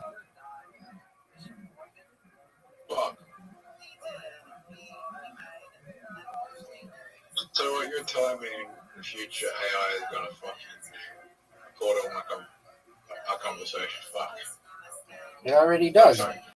It already does. Conversations that have been recorded, the AI is gonna be able to sort them out, and people are gonna be able to put them into an AI bot and find exactly what they're looking for. Yeah, we'll probably do it automatically by YouTube in the next couple years. All it does is take the are you serious? It takes the it takes What do you think they're gonna do with AI voice in the future? I don't know. It takes the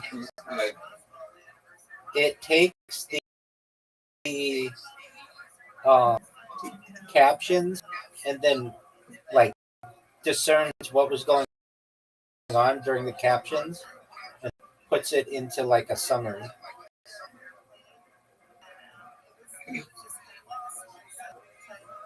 Dog, look how good this. It's short. It's short.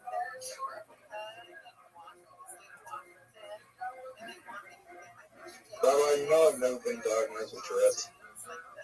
Yeah, I mean, I don't think you need to be diagnosed with that one, big dog. That one's pretty obvious.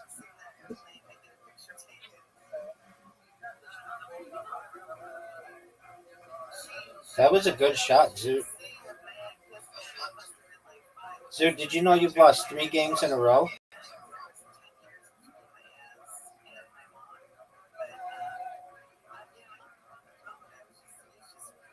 Zoot, you've lost 3 games in a row. You're up, big dog.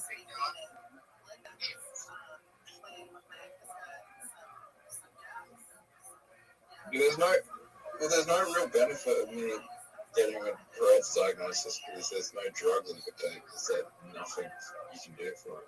I thought there's nicotine.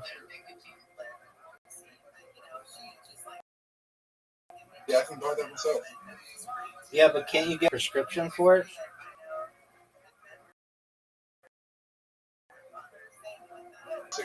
Prescription for nicotine. Because then, like, insurance covers it.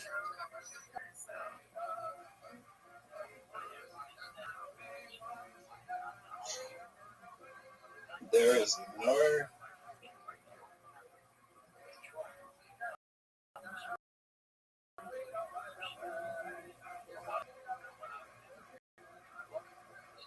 Yeah, penny rubber. I have to pay to get the Tourette's diagnosis, and then it works out that I'd be paying more for the diagnosis than it would cost to spend on nicotine in a year. I mean, how much is a diagnosis? Don't you have like socialized medical care there?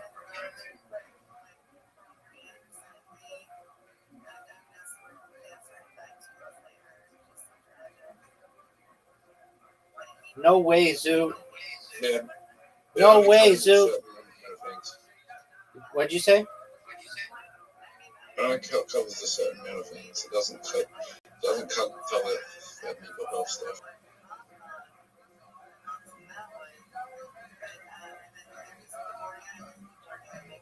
It more covers physical health than mental health.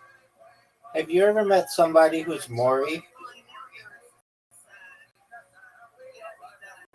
What? Like those people from Married, New Zealand. New Zealand? Yeah. Have you ever met somebody who's married? So, the mental health care plans don't cover diagnosis. Okay. I mean, couldn't just like a regular medical doctor diagnose you with that? I mean, you got diagnosed with like 1,000 things like last month. Couldn't you have just been like, look, the one that's obvious that I have is Tourette's. I say I did circumcise until I was 15 to random group people. Like that one is obvious. Like spend 10 minutes with me and you'll see. Just talk with me for 10 minutes. And it's obvious. Like you don't need a test. You don't need any work. This one is fucking obvious. I mean, Zoo, even just take the recordings that we have in my from my YouTubes and just be like, look, here's how I talk when I'm with random people. I say the N word. I ask all kinds of like questions that a lot of times don't make sense with the context. Like this one is obvious. Like, just give me the diagnosis.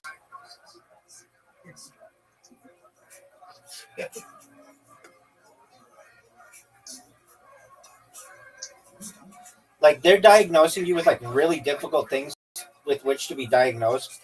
The one that is the most obvious that you have, the first one ever mentioned to me that you had is the one that you haven't been with which you haven't been diagnosed. And it's like that's the most obvious one.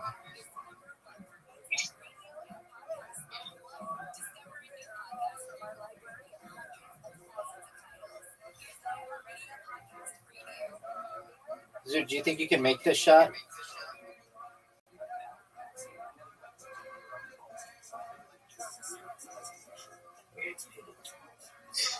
I mean, it wasn't obvious when we first met. No, it wasn't. But that's just because I'm not used to people having it. Literally, you're one of only 2 people I've ever known to have it. And the other didn't even know they had it. They just would like scream. And I'd be like, what the fuck is wrong with this person? And somebody was like, they have Tourette's syndrome. And I'm like, well, what's Tourette's syndrome? It seems like the worst thing ever. And they're like, it's this thing where you like, you have like tics.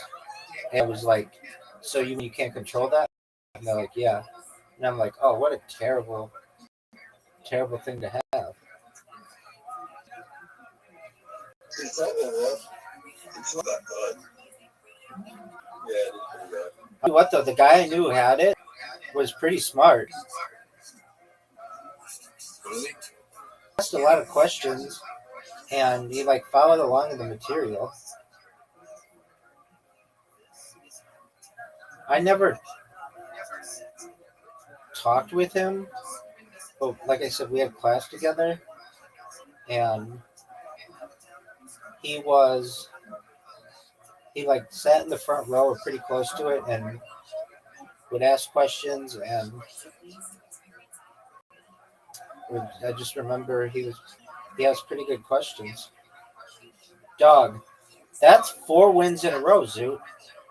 Zoot, I just looked you in the face, breathed hot air on your face, and smacked you in the mouth. Zoot, 4 wins in a row.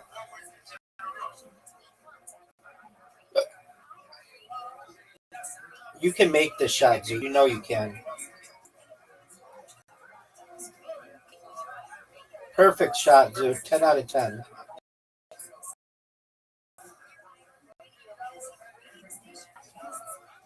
Oh, how'd you like that, son? Find the hole. And I have to go first. This sucks. You're up, pimp.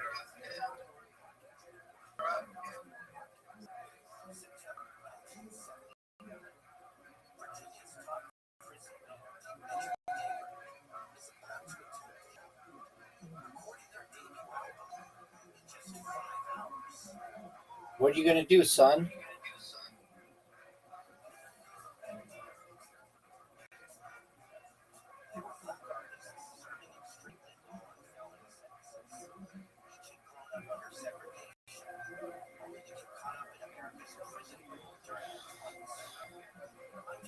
I took a big risk, and I don't know if it's going to pay off for me.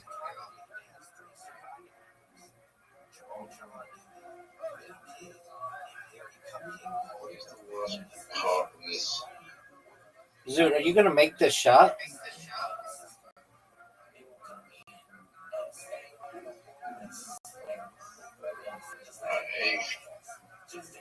My aim is good.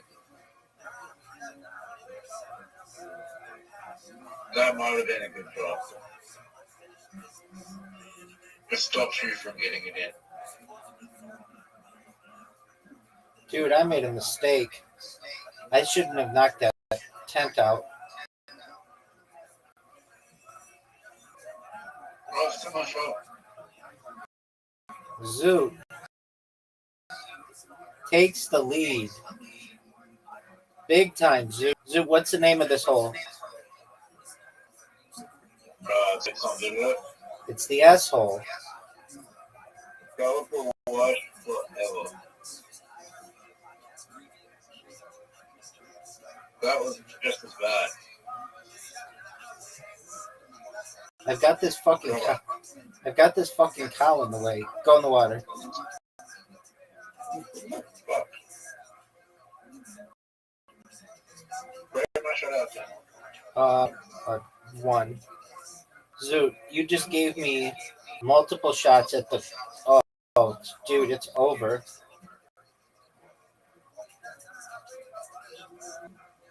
Dog,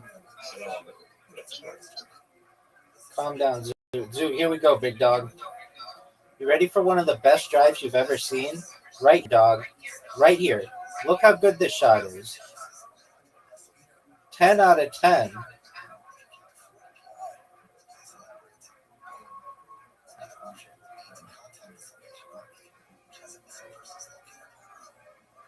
You're up, Zoot.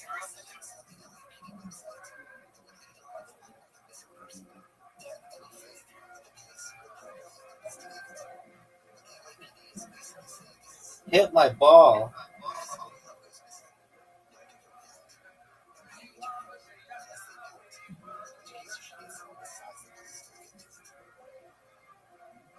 This is one of the best shots we've ever seen.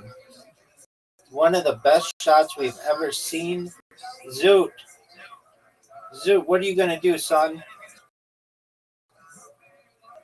It's over for Zoot. This hole is over. I'm going for my 5th straight win. 5 straight wins. 5 straight wins. 5 straight wins. Dog. All I have to do is win or tie on this hole. I'm not good at this hole, though. Stop. Stop. There we go. Zoot, what are you going to do? What are you going to do? Do you think that's the shot? Do you think that was the shot? Look how amazing it was. Zoot, you're in trouble, dog. You're about to lose 5 straight games. I'm about to come out just slugging you. 5 straight games. All I have to do is win. Ooh, that wasn't that good.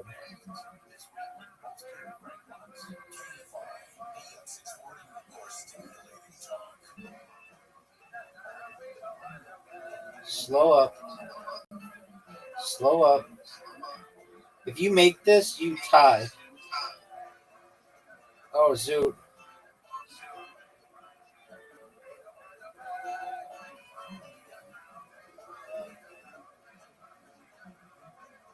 Zoot, make it. It's over. 5 straight wins. Zoot, are you ready to lose 10 in a row? You have an invitation. Let's see you do a really good shot here. You just did, dog. Oh, come on. Get it, Zoot. Get it.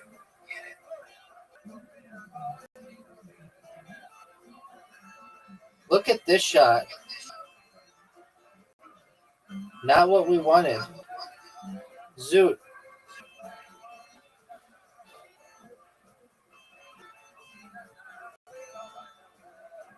Are you proud of that shot? Because I would be. Oh, shit.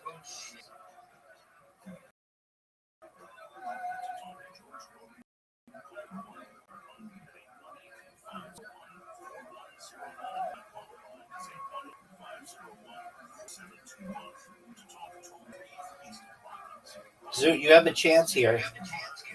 Do you know you have a chance? Guess what, though, son?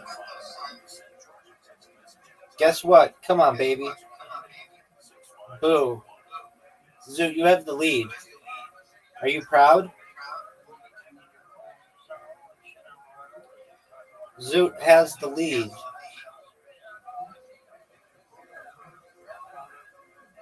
Oh, no, Zoot. That was not ideal. What are you going to do?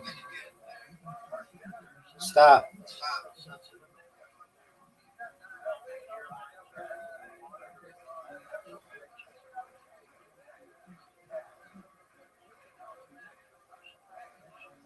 Zoot, that was a brilliant shot.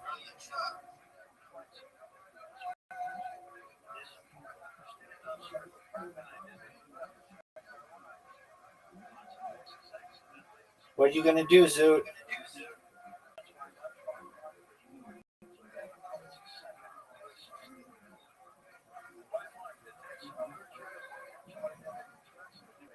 What are you going to do, Zoot? You have to make the shot.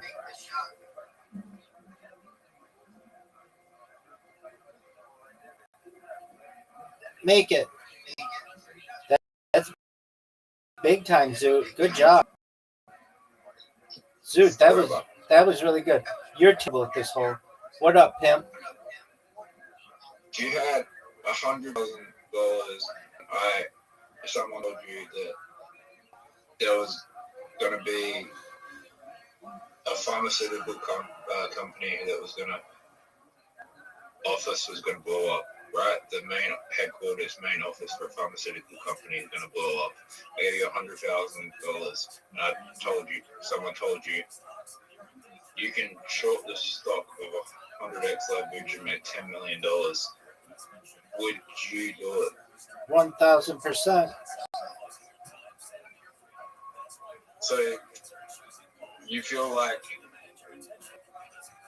the pharmaceutical companies are evil, so you'd rather profit from that because they've caused more deaths than that terrorist attack would cause. Wait, I didn't know any of that stuff was going to happen. There's gonna be deaths, but they're all people who profited from. Everyone there has profited from the pharmaceutical companies. They're all the higher ups. They're not low class. They're not any low class like workers. They're all higher ups in the pharmaceutical company. Yeah, I still don't want people to die, though. I would see it as a purely economic move. So it's just like, I don't know. I would warn them. I'd be like, hey, we got this threat about your company, just giving you a heads up.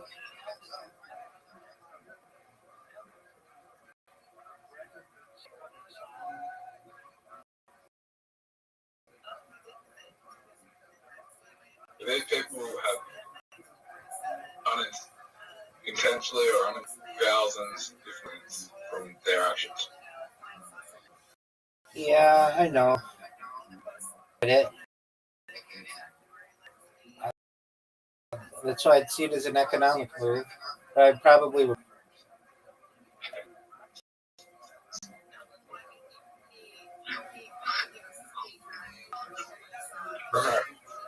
Zoot, do you see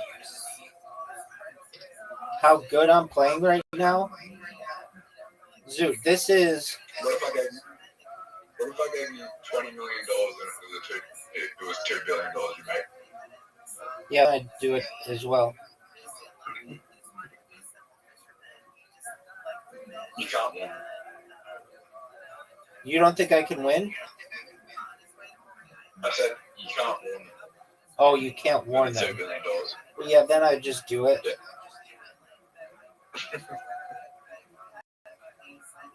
You're gonna save a lot more people's lives. Oh, Zoot, I just had a terrible shot. Zoot, I just had a terrible shot. $2 billion. You make $2 billion and you probably save thousands, if not thousands of people's lives over time. Okay, then that sounds like win-win.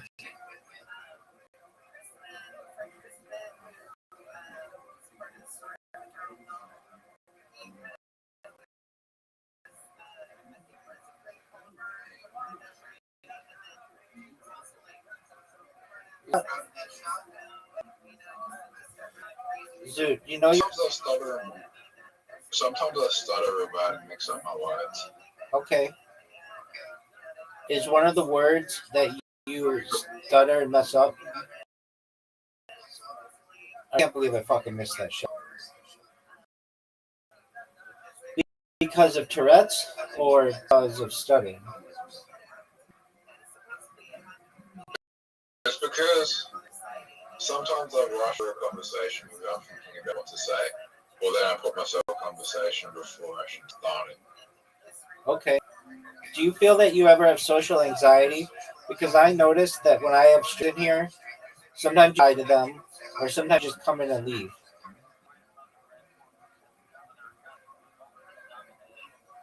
It's okay if you do. We all have it to some extent. Zoot, you just lost 6 games in a row. Did you recognize that? No, sometimes people kind of rude and interrupt what I'm doing, and I was focused. Okay, but Zoot, did you know you lost 6 games in a row? Yeah. Are you going to stop losing?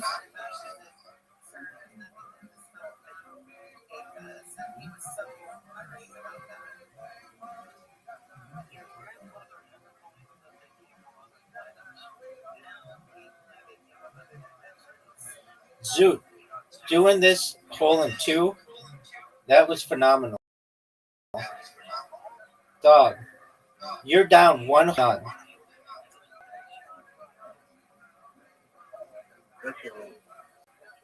Calm down, Zoot. Zoot, I'm asking you questions. One of the questions that I'm asking you is, are you going to lose 10 games in a row?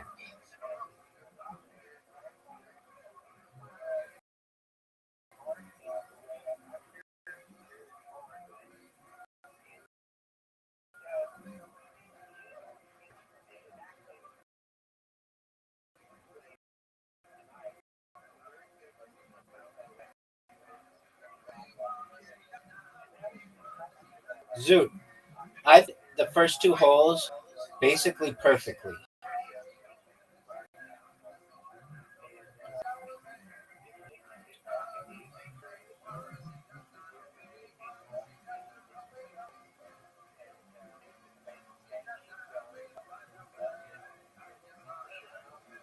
Oh, Zoot, that was bad, dog.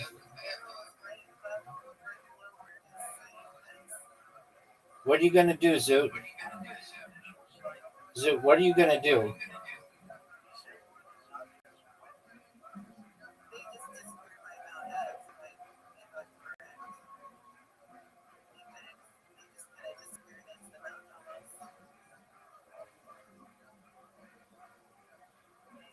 Zoot, what are you going to do? Are you going to make this shot? Are you going to make this shot? Oh, Zoot. Oh, Zoot. Zoot, that's not what you wanted to do. Zoot, you're going to be down 3 games, 3 holes to none. You need to make this, or else you've lost 7 straight games. Zoot, you've lost 7 straight games. This is unbelievable. Unprecedented ass kicking. Unprecedented ass kicking. Come on, Zoot, get your shit together.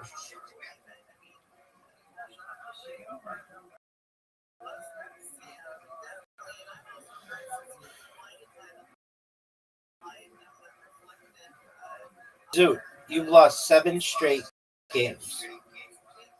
This is unprecedented ass kicking.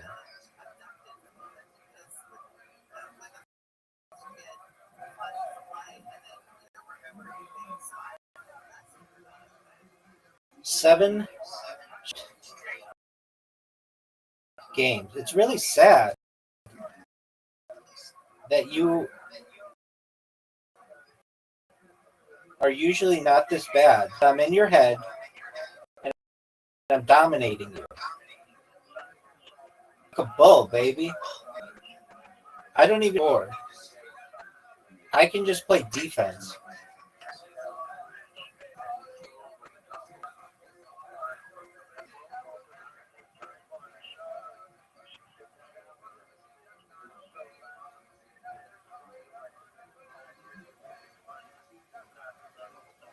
Zoot, you need to make this shot. It's really important. Psych, it doesn't matter. This game is over, son. What is going on, Zoot?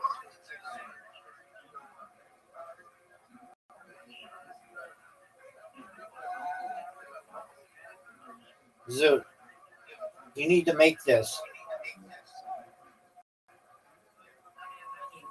Zoot. Zoot, do you know what a perfect game is, son? You're about to witness it. I've won 7 straight games. And I'm going for a perfect game on this one.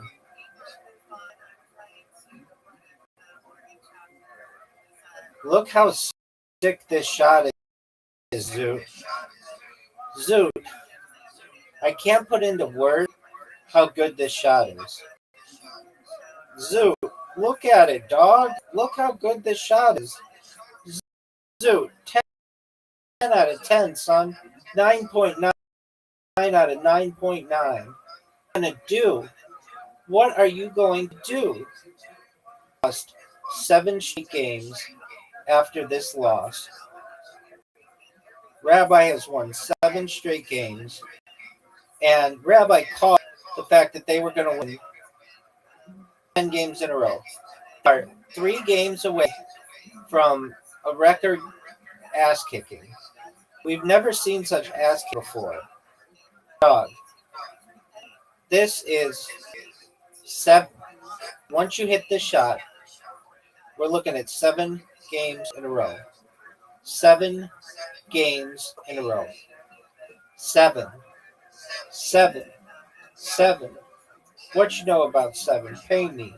All right, son.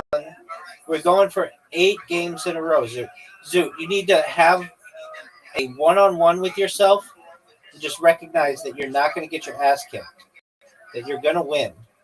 I want you to win.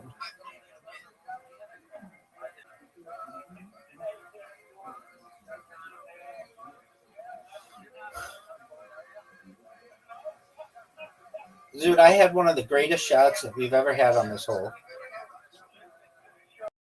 What are you going to do? Zoot, what are you going to do, son? Zoot, are you going to lose 8 games in a row? Zoot, are you going to lose 8 games in a row?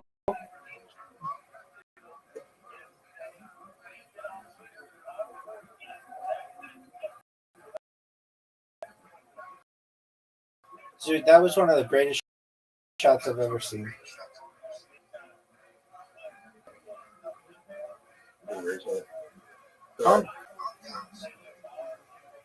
But it's still rude. Zoot, great job. Great job, Zoot.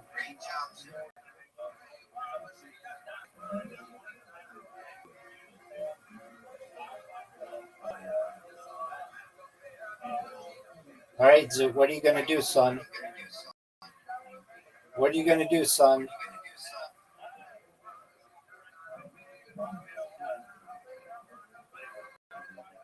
Oh, what a shot. Did you see that? Zoot, did you see that shot?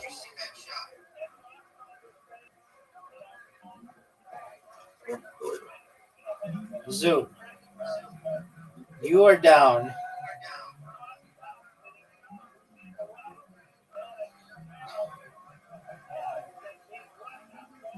What are you going to do?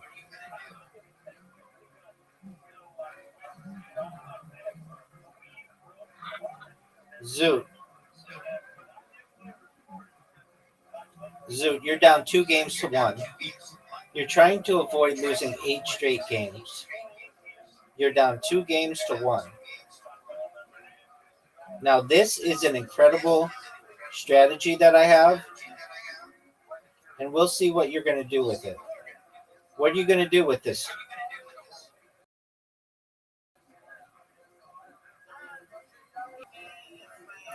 Zoot.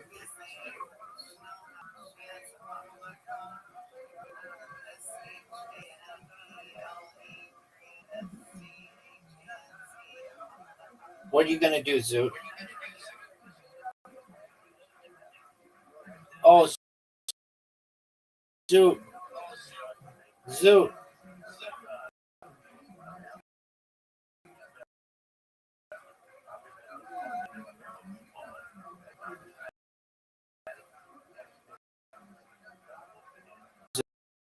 Zoot. Zoot, what are you going to do here? I need one of the best shots in the history of this game.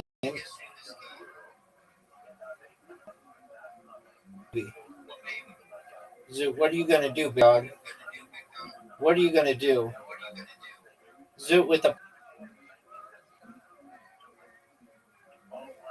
Oh, Zoot, I helped you. Zoot. No way, Zoot. No way.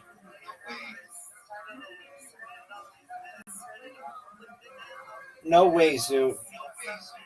That's a miss.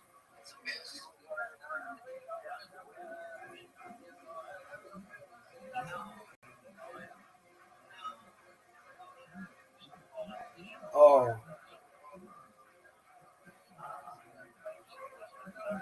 Zoot. It all comes down to this, son. Zoot, you have the chance to stop the bleeding.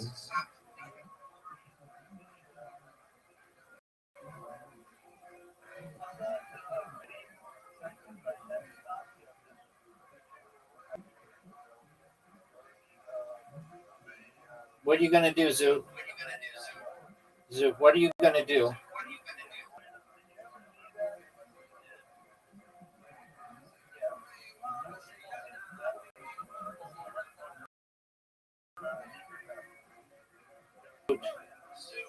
What are you gonna do? You are down 7 straight games, and you have a chance. You have a chance, son. You're gonna hit the thing and go in the water. I have a major opportunity here. Oh no, Zoot, Zoot, Zoot. What are you gonna do, big dog? Zoot.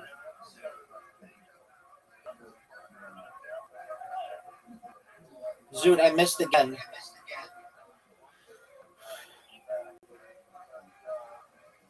Zoot. Okay.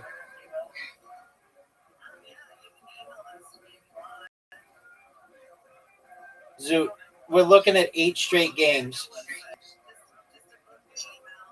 Zoot.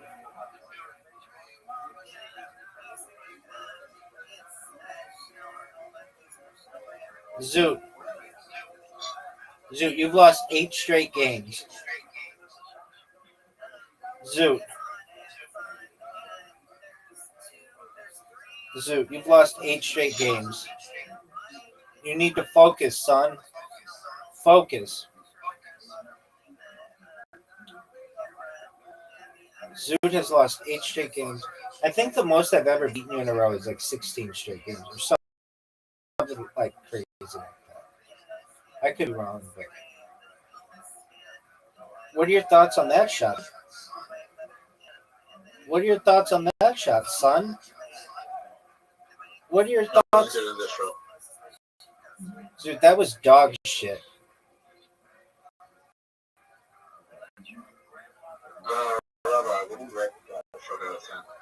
A 1, it'll be a 10.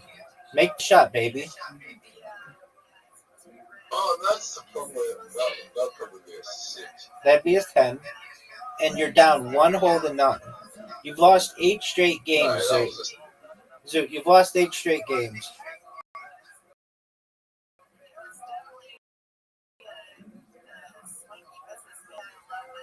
Correct. Yes, you do. Zoot, make it.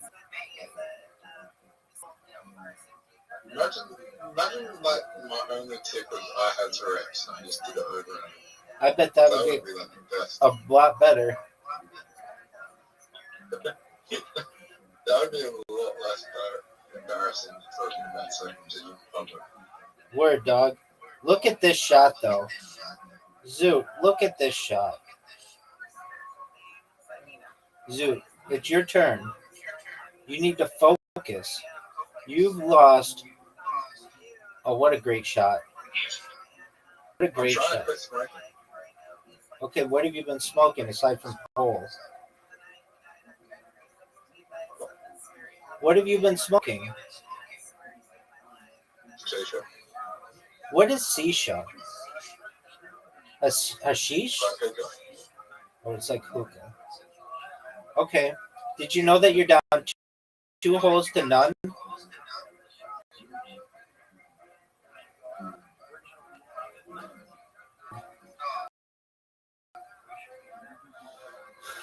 Dog, you are down 2 holes to none.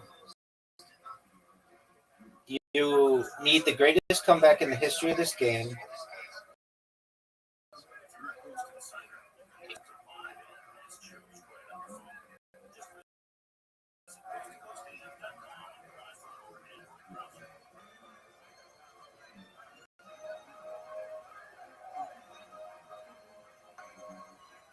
Dude, are you ready for one of the best shots you've ever witnessed?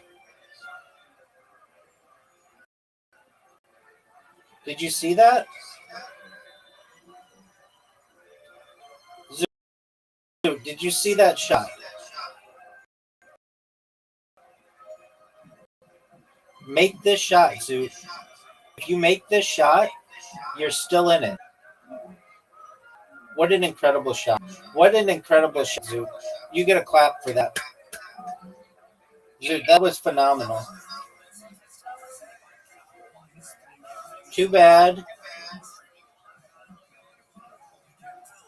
You're awful at this hole. And I have a really good way how to play it.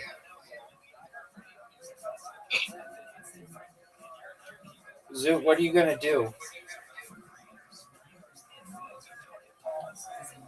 What are you going to do, son?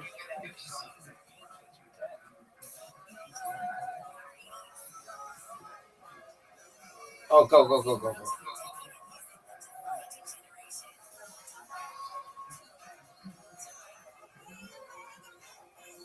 Zoot. Zoot, what are you going to do? Zoot, what are you going to do, son?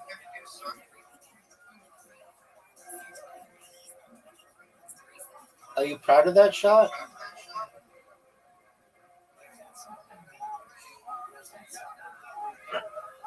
All right, Zoot. You're down.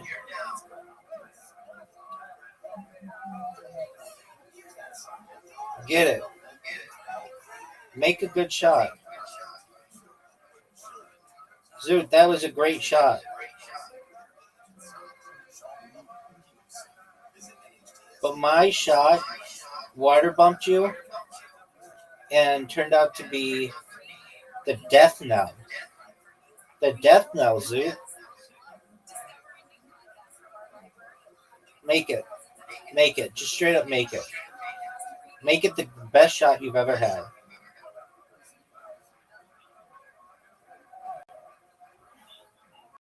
If I make this putt, it's over.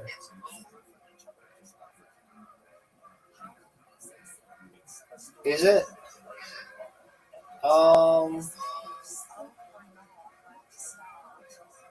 It isn't over. Oh yeah, it is. It's over, son. It's over. I've won. Oh, and my best hole. We end on my best hole. Dog.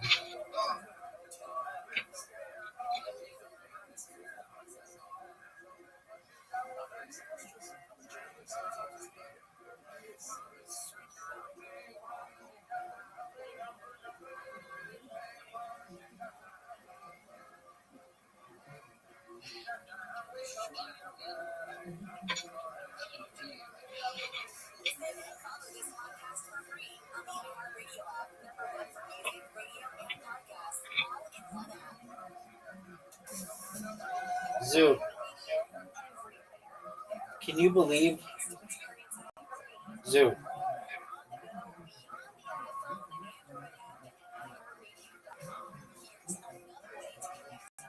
Zoot, you've lost 9 straight games.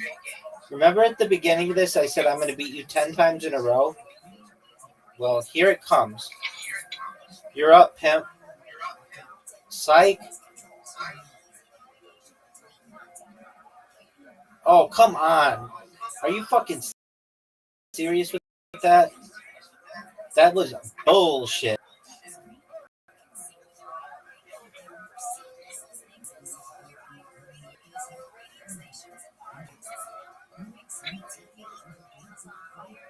Dude, did you know Malcolm Jamal Warner died?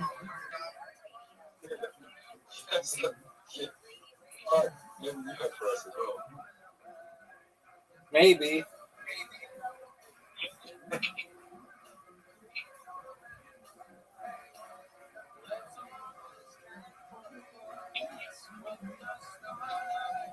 Make it, Zoot.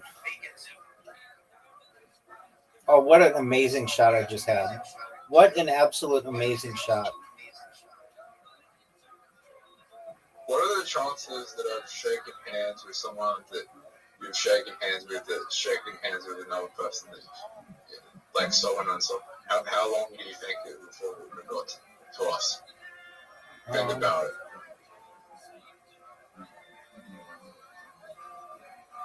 Maybe 2 or 3 people. 2 or 3 people. Word, dog.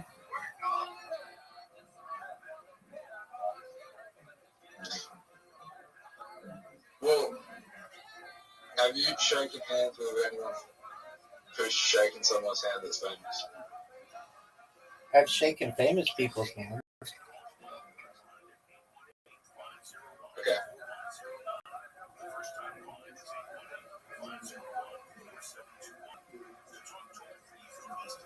Zoot. Why do you think school is free? Oh wow, you almost had one of the best shots I've ever seen. I meet a lot of people. Zoot, you just Sorry? I don't know because a lot of people meet a lot of people. Zoot, are you aware that down 2 holes to 1, you've lost 10 games in a row? 9 games in a row. Pardon me. I'm going for my 10th win. Make it, dude.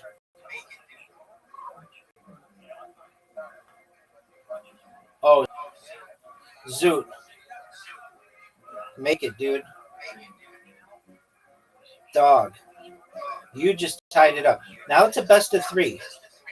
Actually, it's a best of 2. And this is like my worst hole.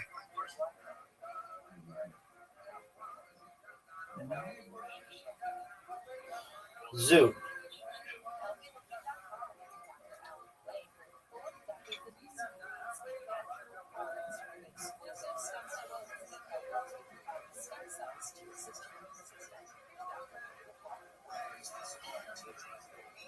Zoot. Not a good hole, dog. What are you going to do?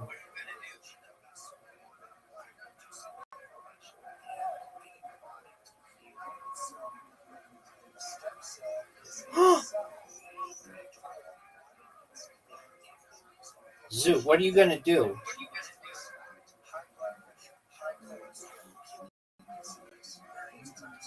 Zoot, are you ready for this? Yeah. Look how good a shot that is.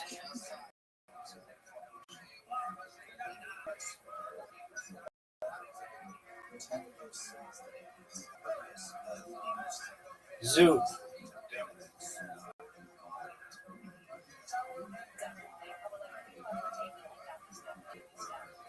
Zoot, it's over. It's over, son. Actually, it's not. You could still tie. Here we go, baby.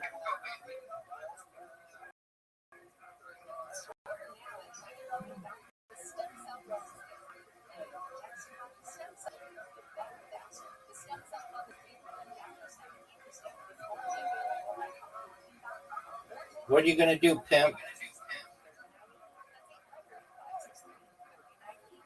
So, Rabbi, sometimes when I see someone do something and I try to do it myself, I go, I get overwhelmed and I try to do it as perfect as possible, and I go to the most complicated thing. My mind goes to the most complicated things and it forgets to do all the simple steps. Okay. How do I fix that? Well, but not hitting it like that. Dude, fuck you, Zoot. What do you mean not hitting it like that? That was the best shot I could have had.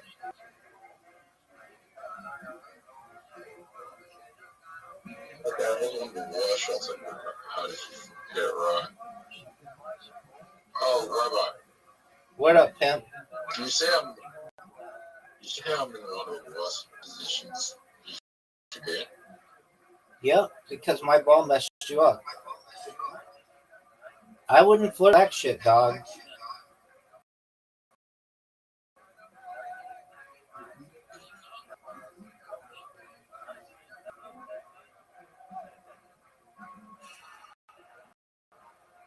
Go, baby, go, baby, go, baby, go, baby, go, baby. Zoot.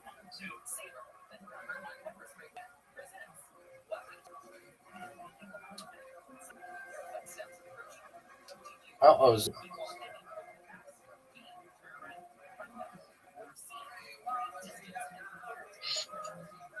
Zoot. You need to make this in 2 shots.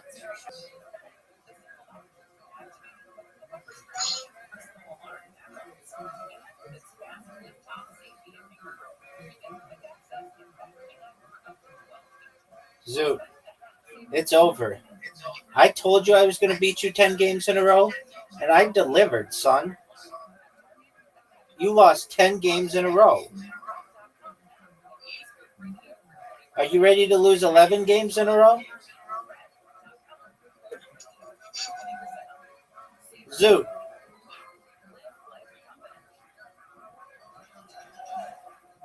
Zoot, you need to focus. You aren't this bad. You do better than what you're currently playing.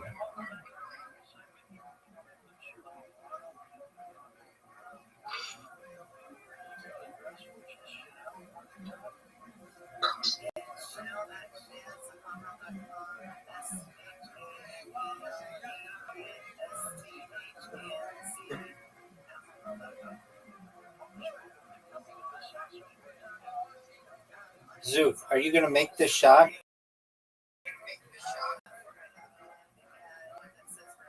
Are you proud of that shot?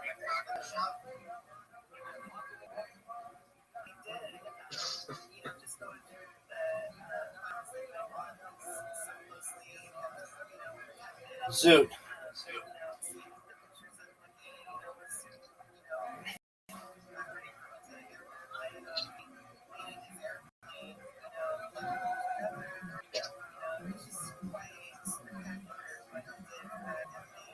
What are you going to do, Zoot?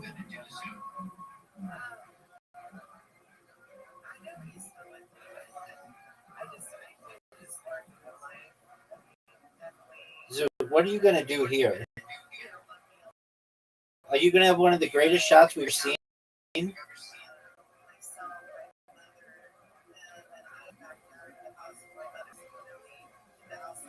Zoot. Everyone wants to know.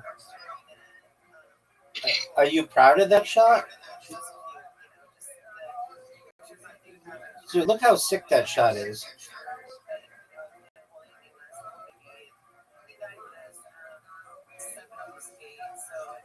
Zoot, you know you have a chance to win?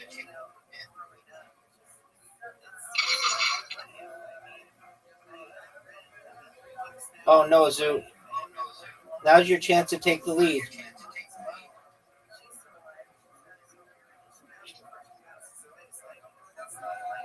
Zoot, you've got a lot of pink shit you got to get through, son.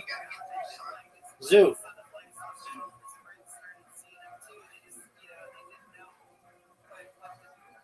Oh, Zoot. What are you going to do here? Zoot, what are you going to do? Are you going to make this? Zoot. Zoot, are you going to make this shot? Zoot, it's a best of 2. You're doing, and I have to go first? Zoot, you're up, pimp. Zoot, you've got a chance to win.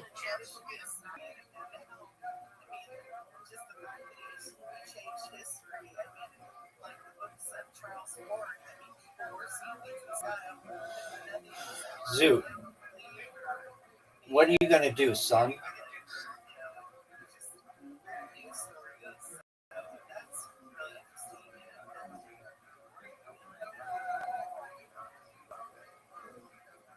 They're more genius than him, What'd you say, Zoot? That one genius that isn't crazy, but there's like fucking many geniuses in the world, so Rabbi I can Rothschild. just make like Rabbi Rothschild, next question.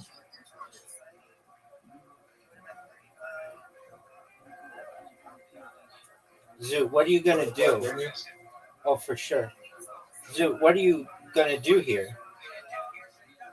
What are you going to do? No way, Zoot. Zoot, I have to make this now.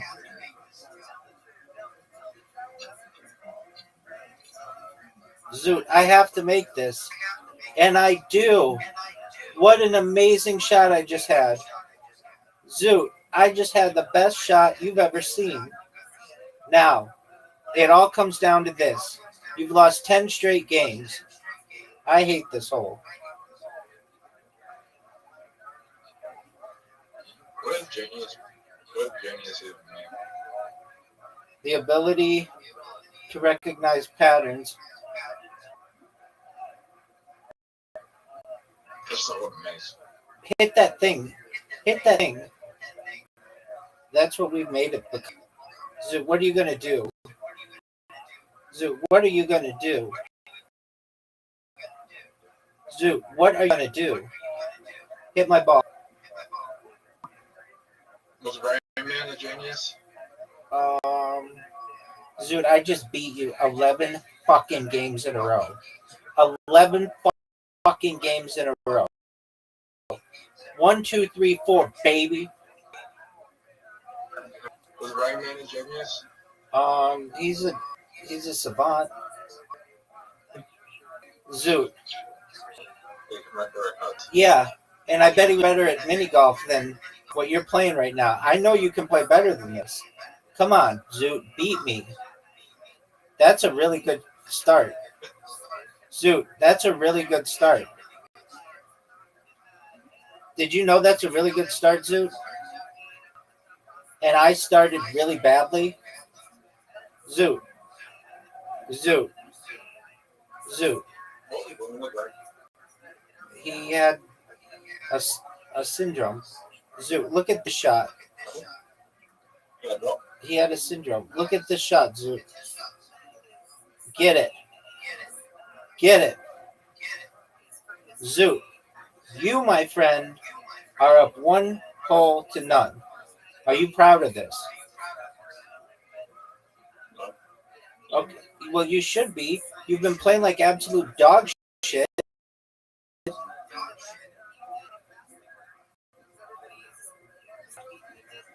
Zoot, look good this shot is. Zoot, you're up. What are you going to do, son? Zoot, what are you going to do? I basically need to make this shot.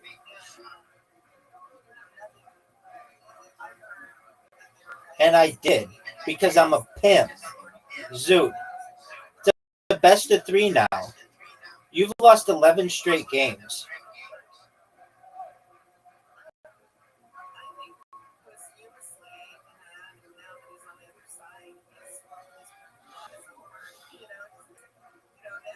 What are you going to do, Zoot? Hit my ball, baby. Oh, Zoot, that was the best drive on this hole you could have.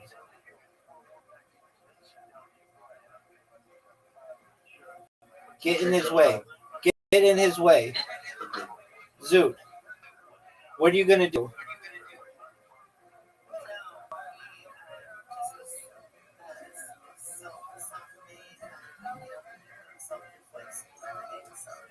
Oh, no, Zoot. Zoot, what are you going to do? Zoot. Zoot, are you ready for this shot? Zoot, are you ready for this? Do you see how sick this shot is, dog? Zoot, do you see it? Do you see the shot? Zoot, make it. Zoot, make this shot. Make this shot, dog. Make this shot, dog. Zoot, make it. That's looking good. It's looking perfect. Oh, baby, Zoot. That's what I'm talking about, son. That I wanted you to do. You're terrible at this hole. Zoot, you're terrible at this hole. This is one of your worst holes, and you just had a terrible shot.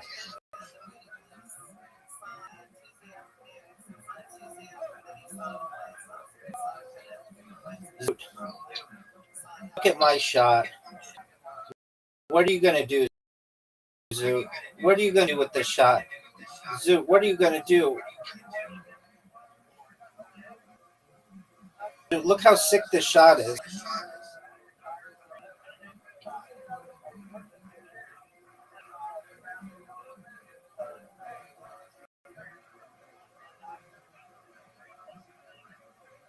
All right, Zoot, this is a shot for me. And I just hit it. It all comes down to this, Zoot. It all comes down to this. Oh, fuck this hole.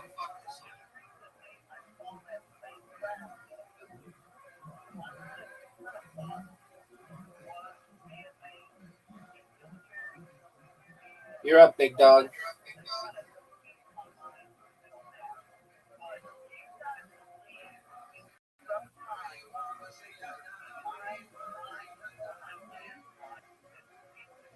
You're up, pimp.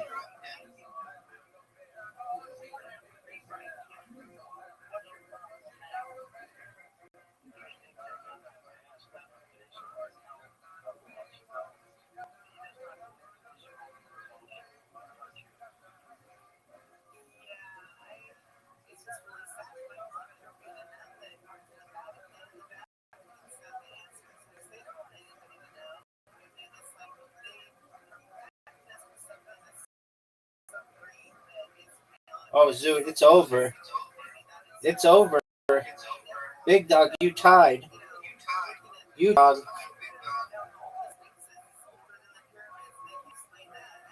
Zoot.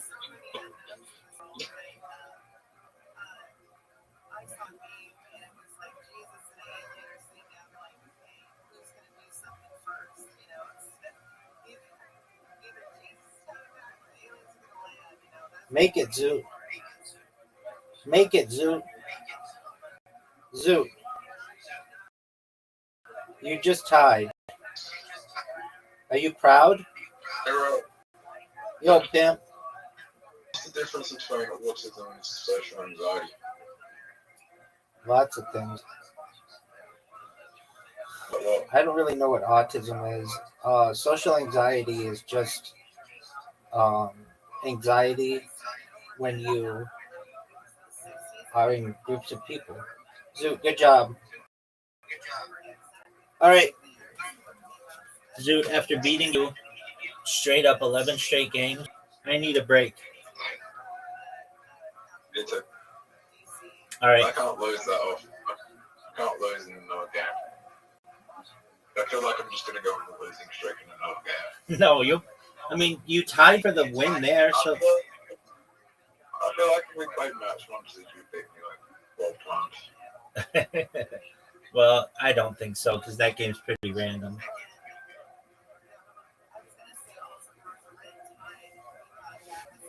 What's on your agenda for today, Zoot?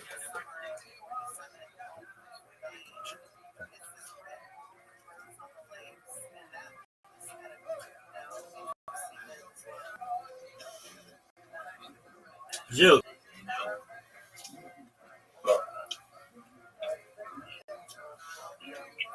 What's on your agenda for today?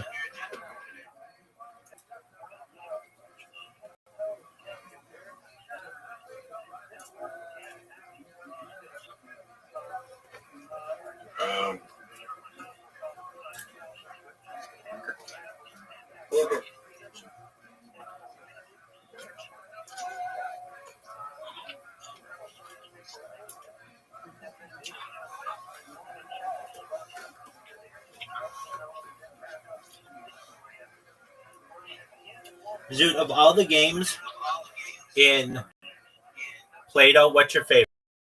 If you had to just play one for the rest of time.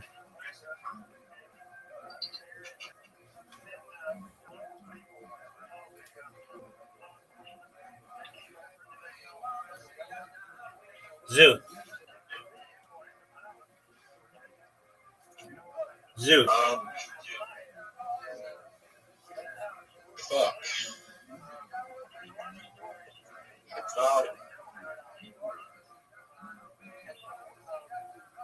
Dungeon Tales. You like that? You like that game? I do, but I can't. No, you're not.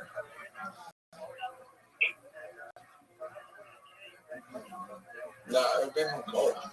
You like Moncala? Sure. I love that game, man. That's cool. Riser hates it. He says that it's rigged, but I like it too.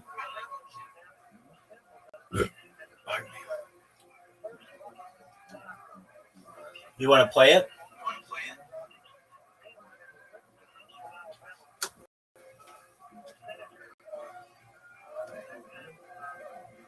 Zoot. There's this thing where someone asks another person a question. Okay, you want to play Mancala? Okay, do you want to play Mancala? Yeah, you were literally logging out. You said it. Okay. Well, you know what I'm saying now. We're about to start Mancala. I have to pee, but I'm still gonna play. I'm just gonna do it as I pee.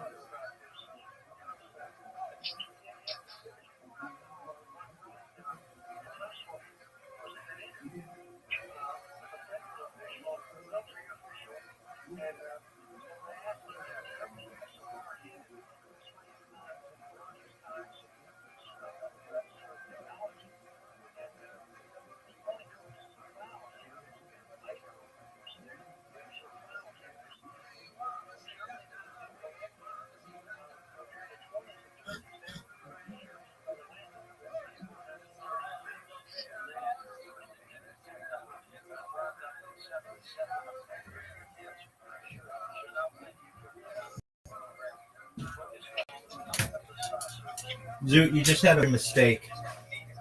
Giant mistake, son. Giant mistake.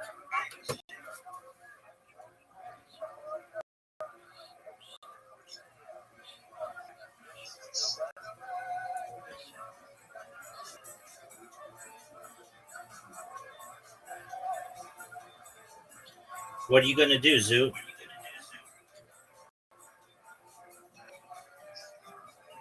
No way. No way, Zoot. You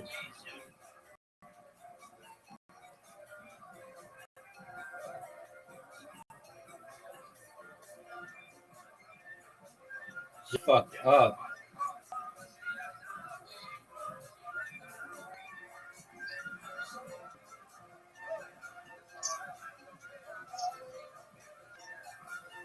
And fuck up. Are you sure? Yeah.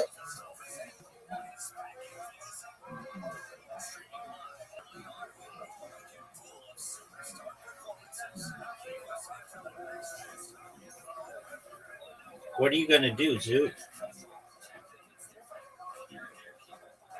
What are you gonna do?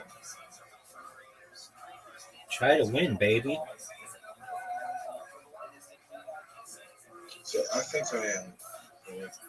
I think you're gonna win too. Is it the best way to make?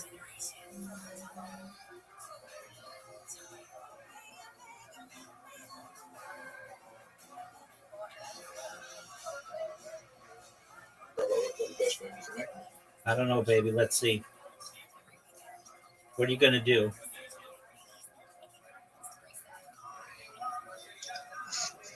Yeah, the game that was possible.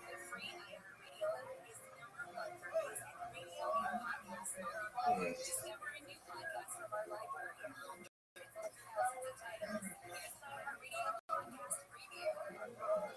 Watch what happens here, Zoot. Watch what happens here, Zoot. Zoot. Zoot. Zoot. That's the worst, mate. Zoot. Can you hear me? Yeah. Can you hear me? Yeah. Okay, one of my devices isn't working. All right. Zoot, it's over.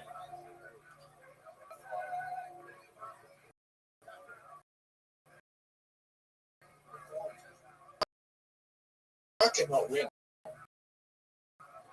Dog, you can win. You almost.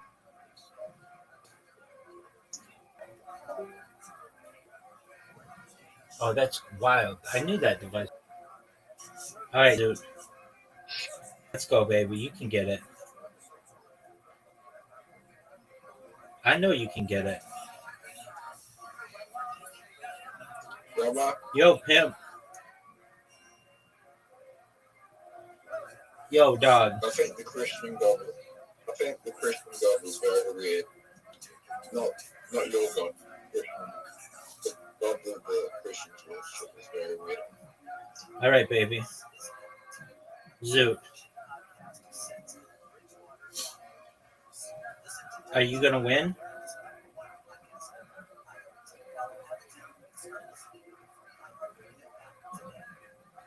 Zoot, look at this move.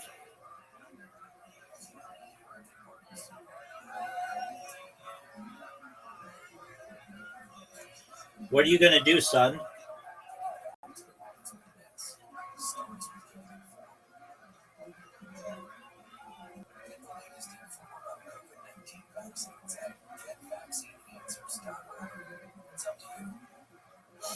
You're up, pimp.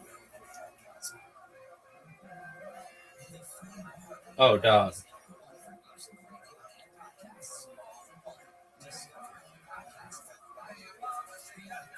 Oh, dog.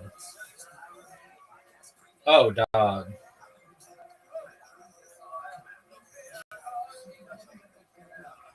Dog.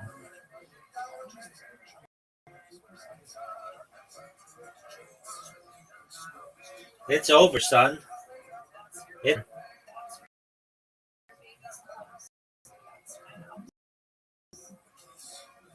Dog, it's over. Dog, it is over. It is over. It's over, son. Dog, it's over. It is over. Dog, this game is over. Dog, this game is over.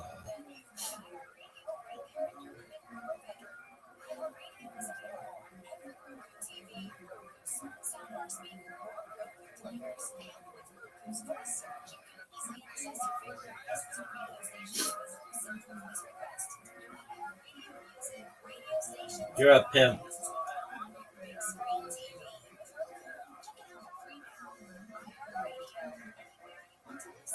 You're a pimp.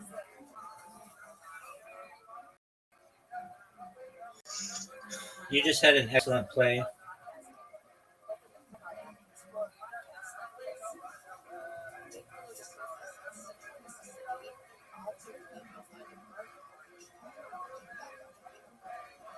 You're up, big dog.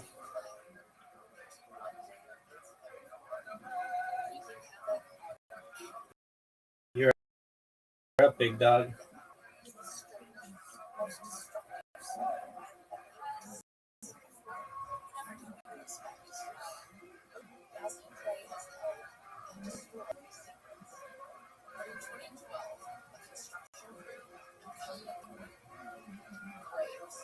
You're up, pimp.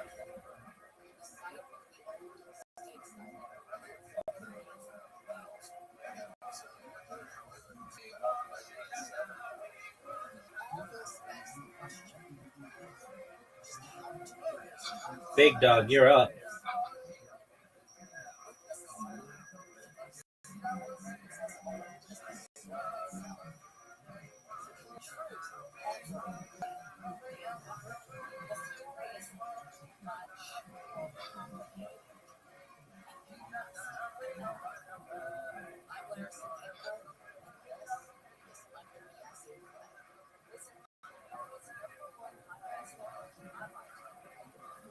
Dog, I don't really know what to do. I don't know what to do.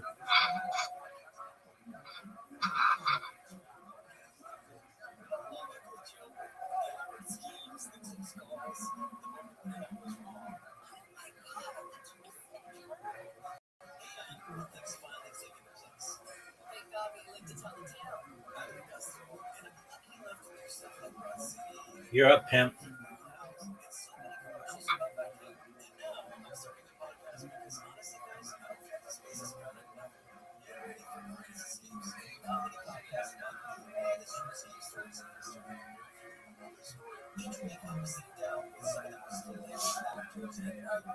You're up, big dog.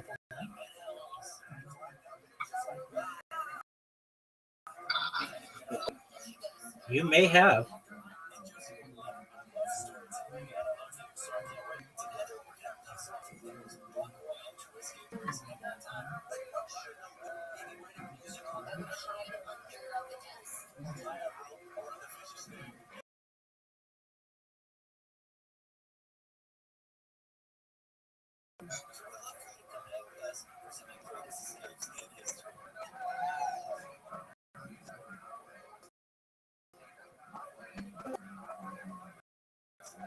You're up, Tim. How did you do that? You're up, big dog. You're gonna win. Why would you do that? I didn't have another opportunity. Don't say, I could have. But you're up, baby.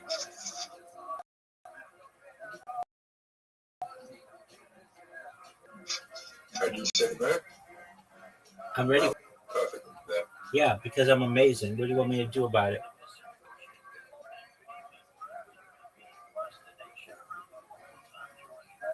That was a good move. Thanks, big dog. But I'm in a center spot now.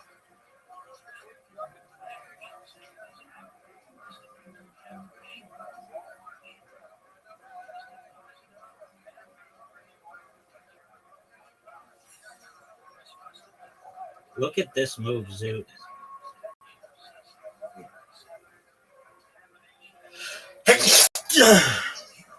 Oh, Zoot.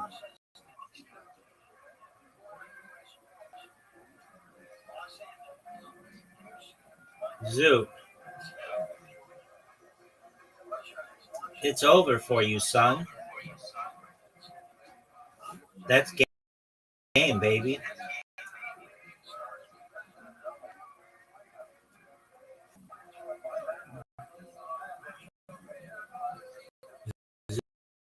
Zoot. You're done.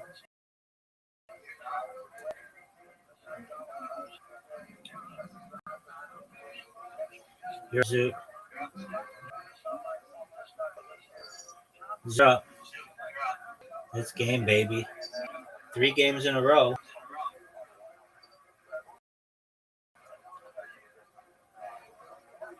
All right, you got it, Zoot. You've got it. You got it.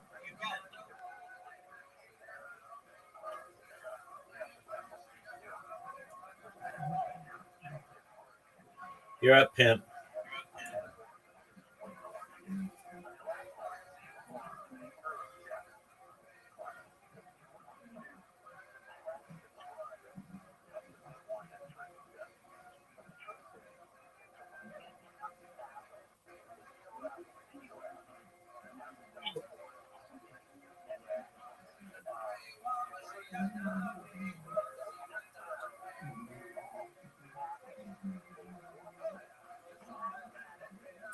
Dude, I think I won.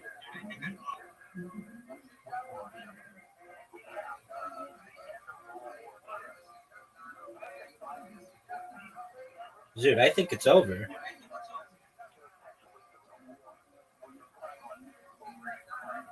Oh, no.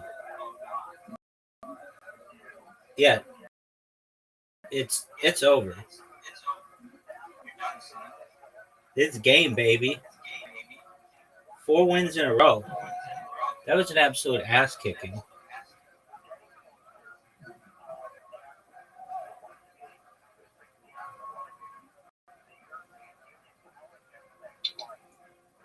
right, Dude, you got this. Dude, big dog, you've got this. You started. You get the free turn.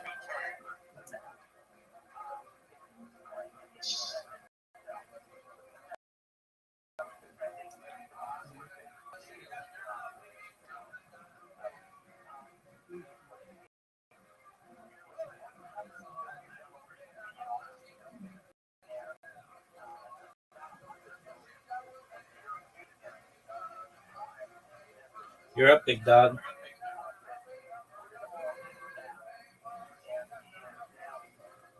Free turn, son. Free turn, son. You're up, big man. Are you gonna go? Zoot. Look at this move. Free turn, Zoot.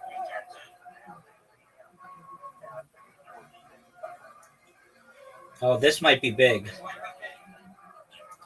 It was. You take the lead.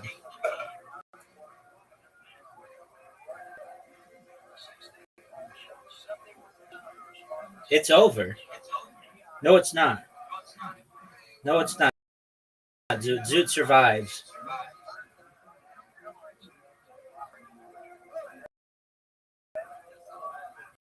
Oh, fuck.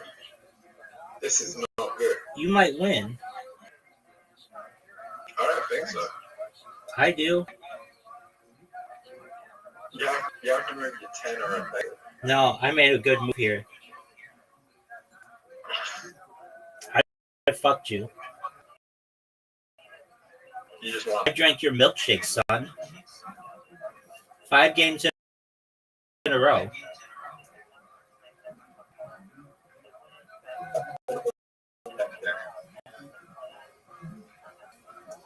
I had to. He doesn't. He likes other games more. Why is he bad at co-op? He's not. He's pretty good at it. Oh, right. Yo, pimp. You told him it was better than me. Yeah, I did. You're up, big dog.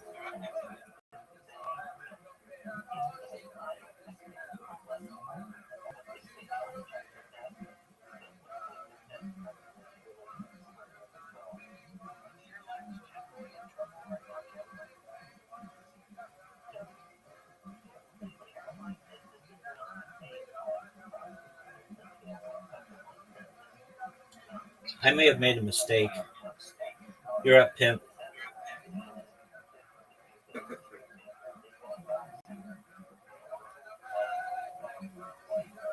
Sometimes I don't delve itself in my head as a baby. I feel like I was just burning a brick wall. All right, big dog. You're up, my friend.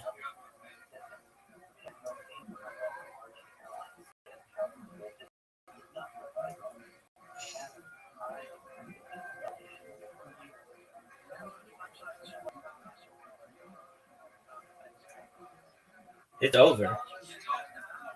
Maybe not. Yeah, don't try with brick wall. Have I ever been thrown through a brick wall? No, thankfully. Who's that?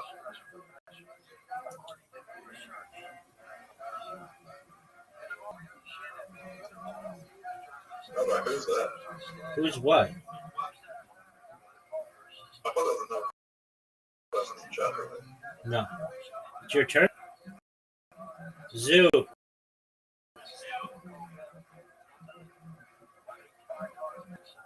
You're up, pimp. Do you know what?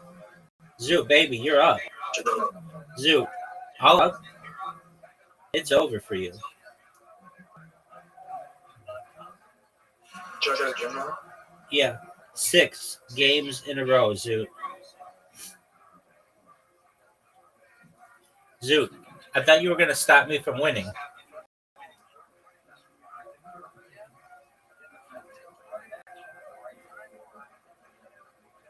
Right.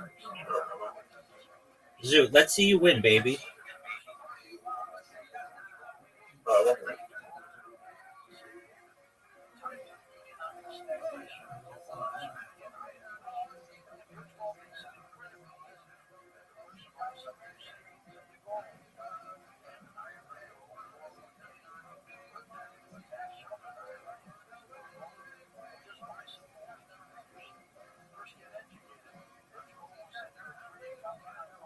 Oh, big move, Zoo.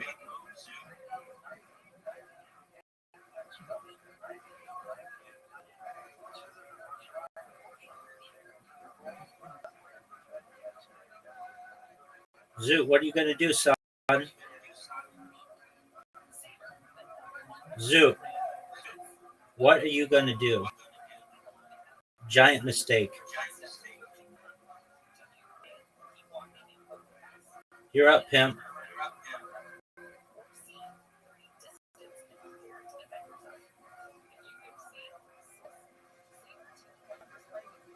You're up, Biggie.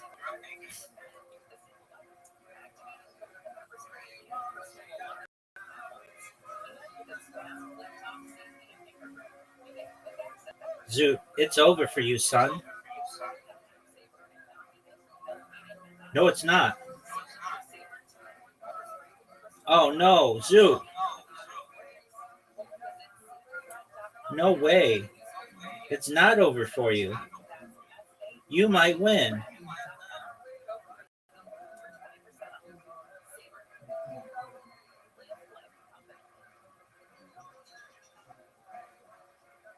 Zoot, you're gonna win.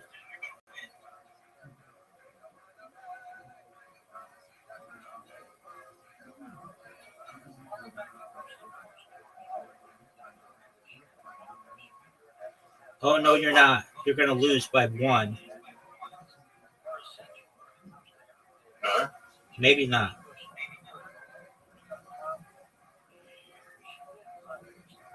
That was the move, dog. No. That was the move. We're gonna tie.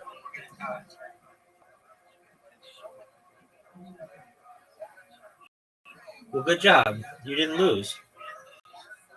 We tied. Draw. Didn't win though. I made it win. All right, Zoo, you'll get it.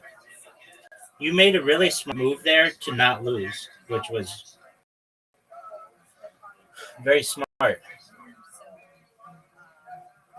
Oh, well, I just had a tick and I stopped myself. All right, well, there you go. You're up, baby.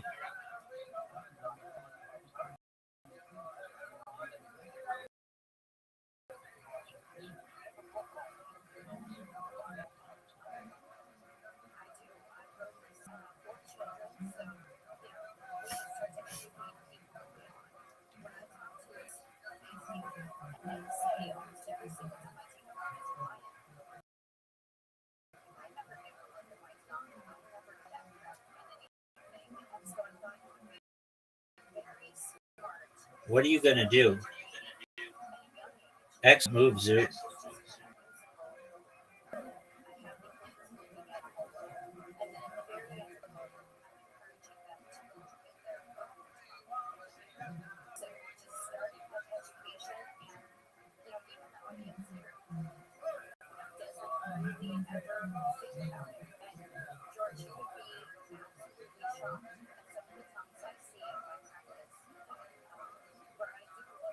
You're up, big dog.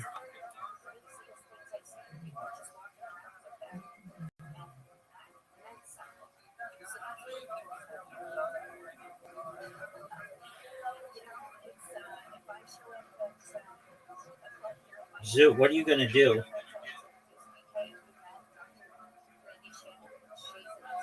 Zoo, what are you gonna do?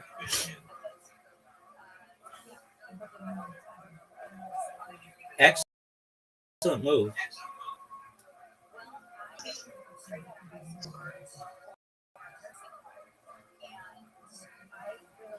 What are you gonna do, Zoo? That was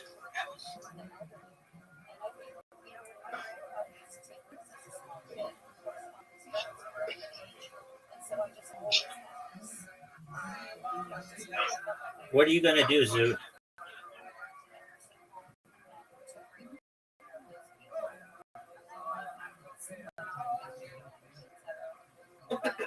Zoo, what are you on?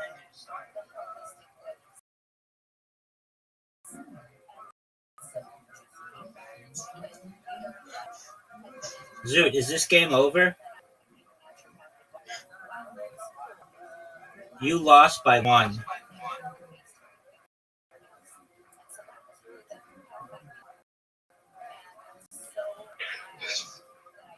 Zoo, get a win before you're done.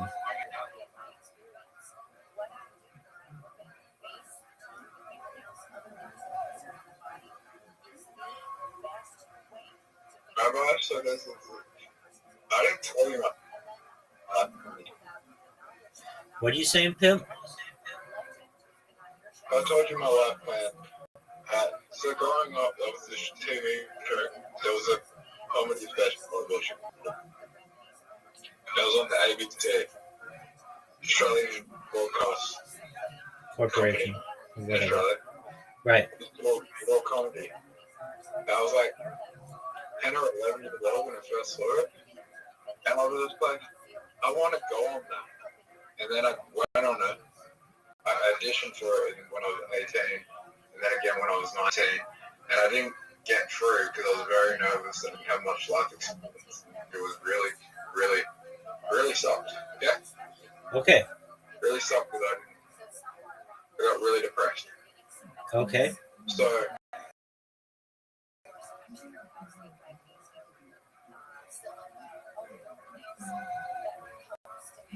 now I have one opportunity where they only let you 3 times, and I'm going. Okay. This time I'm going to win. All right. I'm going to win the whole competition. That's what I like to hear. What's the name of the company? What's it called? Raw Company? World Company, I think Jackson Campbell's. Okay. I remember you telling me about it. Isn't there tryout in January? Yeah.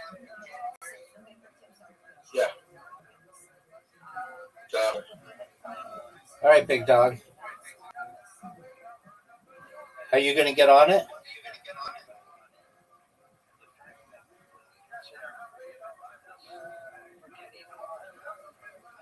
Yeah.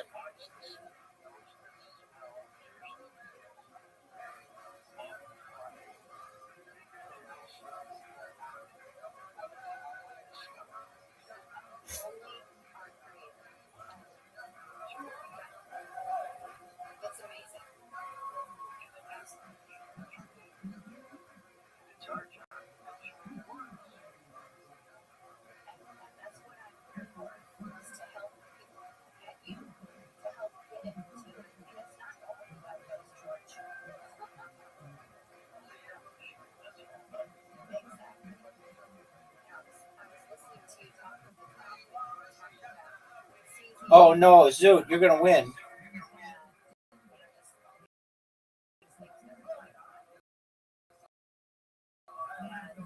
No, Zoot.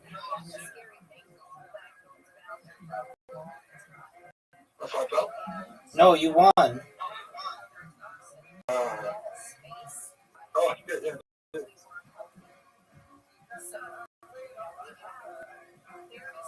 That was the move.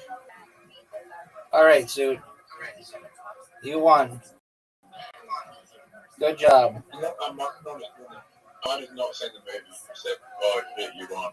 All right, well, I'm glad that you won. You know, you're the one that, like, told me that I won, and then I saw the move. All right. All right, big dog. Time to take a break. I'm happy with that. Good job. Bye-bye. Yo, Pimp.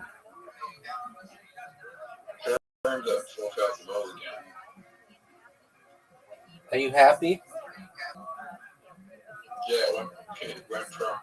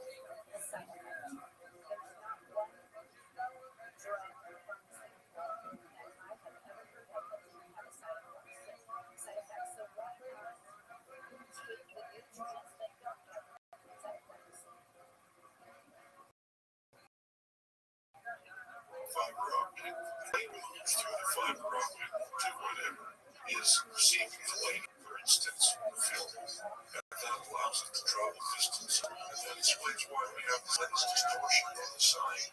In fact, more than just the lenses themselves. This was all captured on a set, huge set, multiple sets. There was probably a set for every location where they went to. Possibly reused, rebuilt, but they were highly accurate, built on satellite imagery captured from the Apollo program. Highly detailed, highly accurate imagery. How big were the sets? Well, they weren't as big as the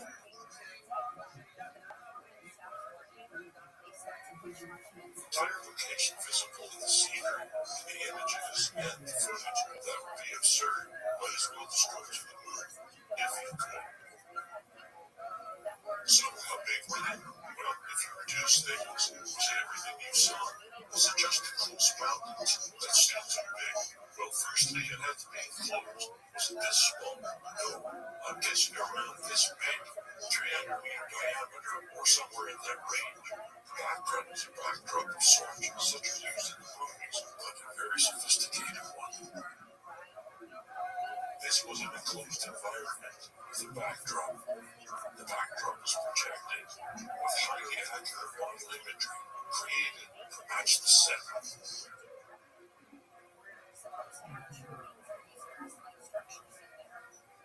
Everything highly accurate to what the moon looked like, as accurate as possible, and then the higher detail was built up based on what they saw. There were advanced satellites with later sent to the moon, unmanned, they took pictures and used that as reference. The projection method was photographs of the model with soft boundary and mosaics together, just like the panoramic images that you're learning about.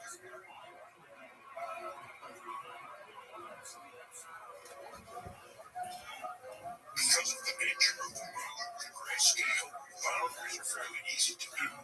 Here you can see mountains in Cinerama.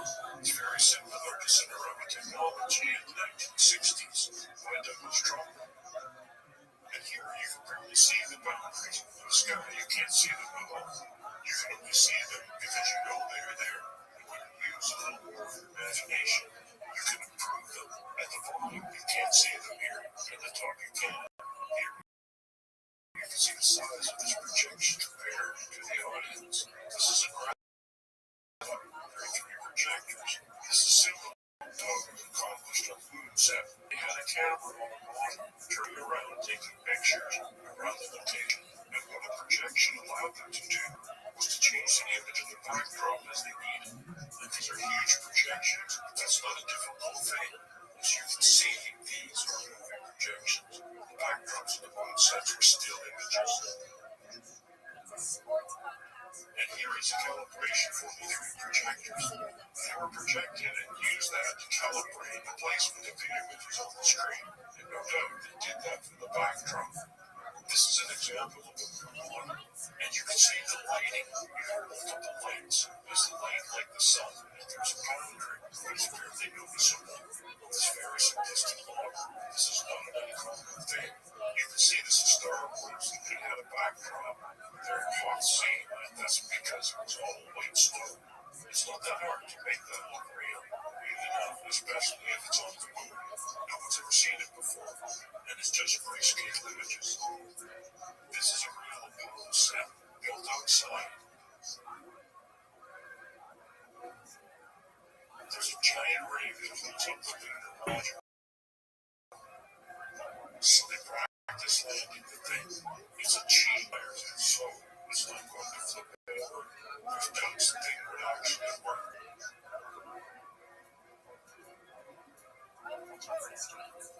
Here you see it's a cheesy looking set because it doesn't have all the detail that was thrown in. That looks like a model, but it was sped up. I sped it up so that we don't have to sit here watching the whole thing. You can find it online, but it is an example of a large set with craters built. They did a much more sophisticated, reasonable implementation for the hoax, obviously. And sometimes I think that these kinds of footage too, they throw you off. Well, this is the best that we can do. It's the best you can do, really. Here we have examples of maps of these locations of the landings. It's generated from satellite imagery and highly analyzed. Here you can see the scale is 500 meters. There she is. Let's unmute you. Kind of stripping Hopefully you're good. the satellite passes. Stay good. Passes. We're probably And seeing the full resolution they had access to. Here is about the scale of the set that I'm seeing. The size, you can see the undulations there. You have plenty. You can make rocks, small craters, if that's what then you you won't need get to muted do. again. Who's going to know? Even today, we don't have satellite imagery that gets any more detail than that, unbelievably. All right, there you go. This is where I showed it. Here you can see the analyzation of the imagery. Granted, you can use that. Grids are great for reproduction, smaller grids. Here is an extraordinary thing in Cinder Lake, Arizona. They used explosives to create craters based on the ejecta and so forth. This is an accurate reproduction of life size of the moon's surface to a large degree. There's the actual satellite imagery on the right. This is the stripping that came from the satellite processes that were joined together and mosaiced. And on the left is the reproduction. And that's a huge reproduction, but not as big as the set I believe they created for doing the fake footage. But this is an extraordinary, shows you the accuracy of the moon mapping and their ability to reproduce it. Here is a computer model based on the mapping. This is what Bell Labs created. Here's the detail that go with the over, the slopes, interesting and so forth. What I use to line out vantage points for cameras and so forth. What you want to see and what you don't want to see, or it's going to be problematic. I have to see this. Everything was in place. Full simulation program for these highly accurate sets was better than anything that was actually used in my public training program. And this is some support documentation for this military image.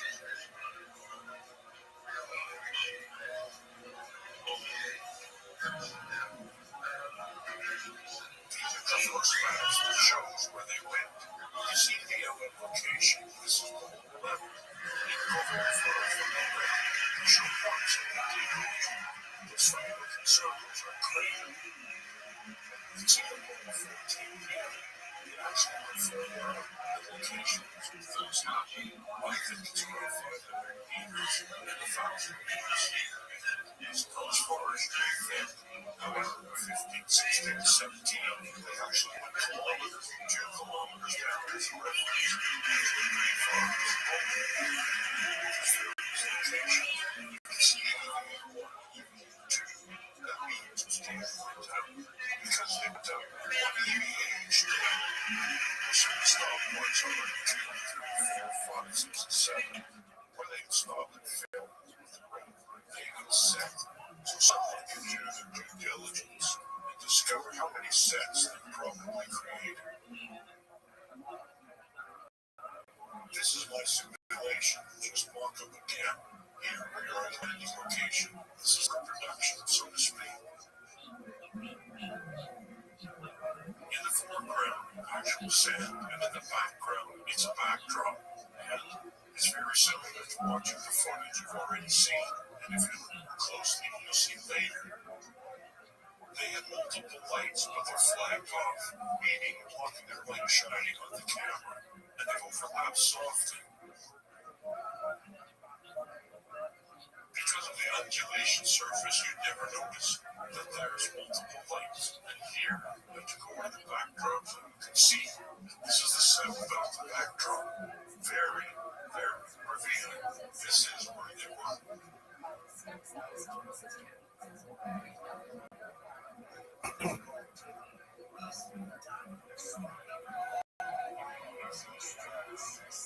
I bring the backdrop with my colorful grid so that you get a sense of the wall. And because of the nature of the moon's surface use distance, perception, and so forth.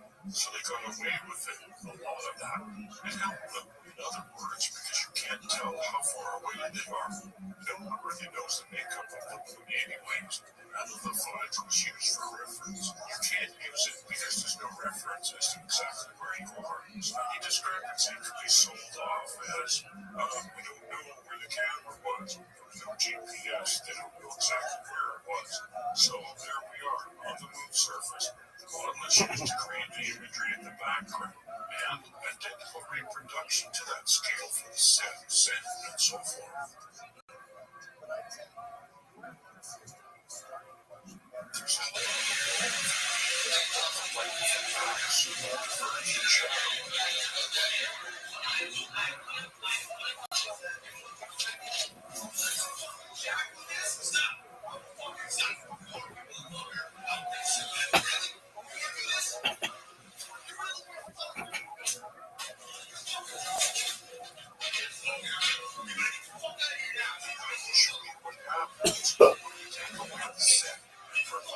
just the one, and of course the astronaut disappears too.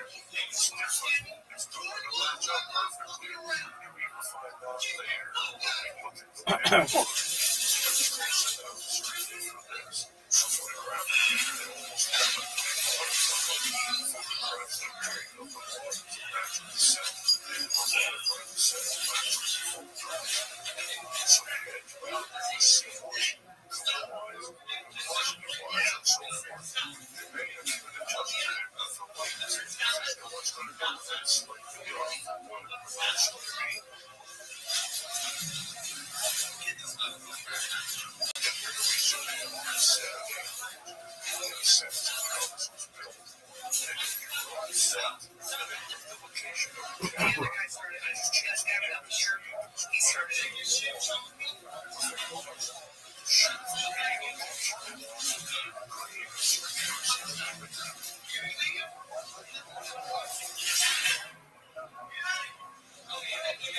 This is where you can see it does today. It doesn't stay dirty, sand sticky because it has genuine instead of smooth like the earth sand, which is absurd to me. Sand is sand, jagged or not. It's not going to stick to a suit. The reason it is sticky is because they had a mixture of oil and water in it. It doesn't take much. I did my own test. Go buy a bag of sand. You need a little bit of cooking oil. Just mix in a few drops with a handful or even a bowlful of sand and see that it starts to become malleable, almost like clay. And you can find the proper mixture so that it doesn't dust. You don't see particles fly up in the air when you kick it. But it looks like they used a lot here because you can see it sticking to the machinery as well. In fact, it doesn't look sticky, it's stuck to metal. They call it moon dust, it's moon sand. And these are some of the clearer examples, probably because of the overblown sea. And the dust is dark. The sand is not reflecting, it's dark sand. But they said they had problems with dust and the sticky dust. And here you can see other examples later on when I show miscellaneous set stuff. You can see how the sand behaves. Oily sand, oily, watery sand, oily, sticky sand.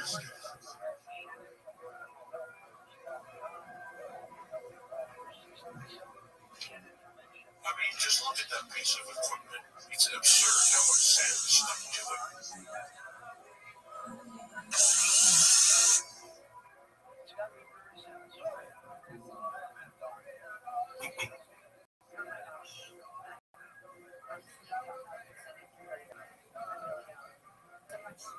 Here, it looks like he's been playing in oil. Forgot to leave the seal for the rover's hub. Spray oil on him. Oh no.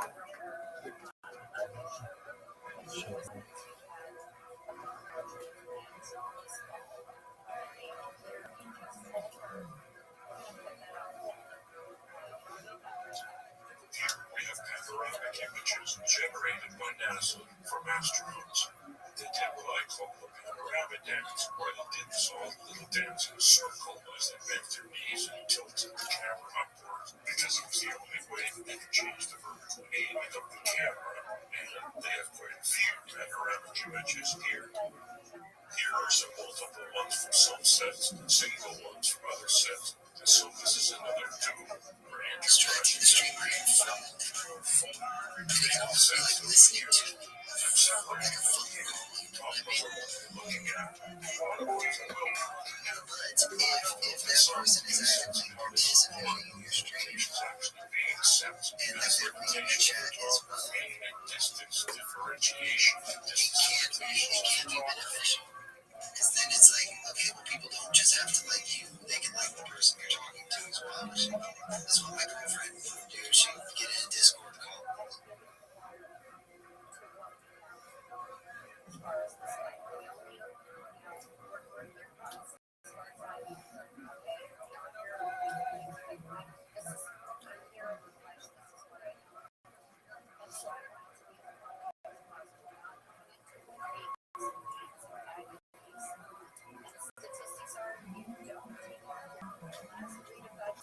These are the photographs that we'll be looking at.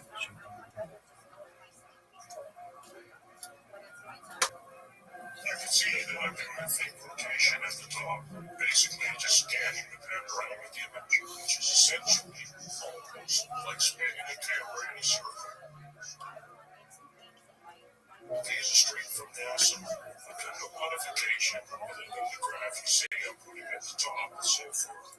It's kind of obvious what I've done, and you can see the photographic images changes as the astronaut waves through. But here I'm showing that it's important to be on a set. There's nothing about these that say they could not be on a set. There's nothing about them that says they're definitely on a set. That's the advantage of the photographic limitations. The nature of the landscape is just great. You know, it was light and shadow, undulating surface, and you can't tell.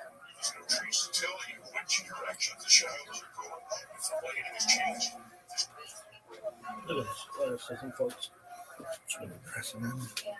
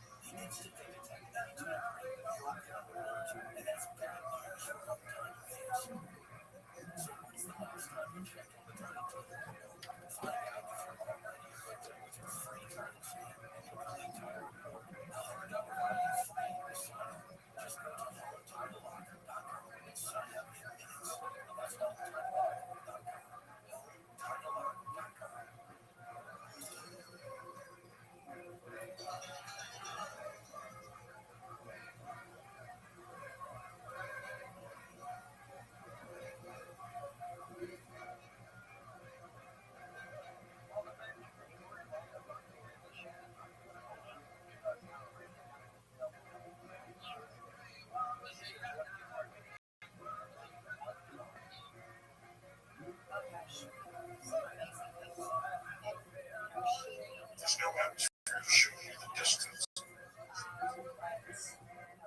Very, very simple set, which makes it very, very easy to simulate.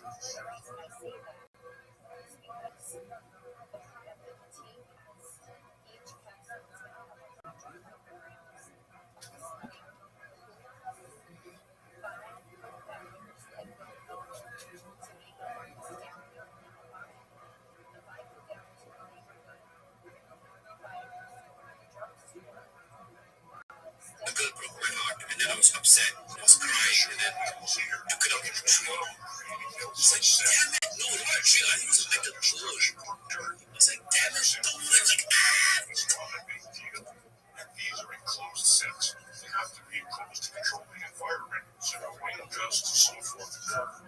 That can be a tip. It's not a big deal to create a large structure like that. The only thing above them has to be a crane, a simplistic crane holding up the astronaut's wire. So these are farm locations. Looks like we're looking so far up there, and it's just a simple set. I pulled to the backdrop. It's not as simple. On this one, you're actually behind the lamp. And as you can see, the help was given on the shadow side, and here you can see the sunny side. They did most of the action on the dark side, the shadow side. Here, we're on the tip, and that's an easy thing to do. Going near the edge of the set here, and the main part of the set is on the other side of the lamp. This is the same footage, I believe, where you see a rover driving around, and you see a reverse angle of the scene. This is the reverse angle. There's the lamp. We were just on the other side. You can see it's kind of a little hole there. This is where the rover was driving around. And there's the rover. This is the lens flare. It happens once you get light from a light source, almost directly into the lens. And lots of trash. It seems like they like to trash the movie for some reason. And look behind the lamp. There's nothing. But in the stereo photography a little later, you'll see all of this is supported by the depth perception. It was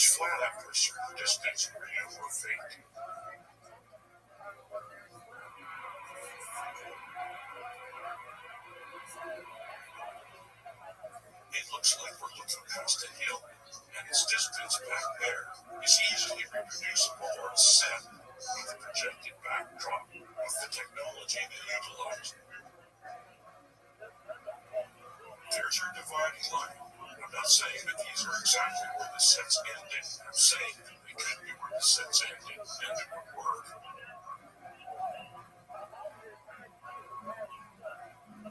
I would take quite an extensive analysis of all the footage captured at one location to find out more precisely where the set ended and backdrops began when it was implemented.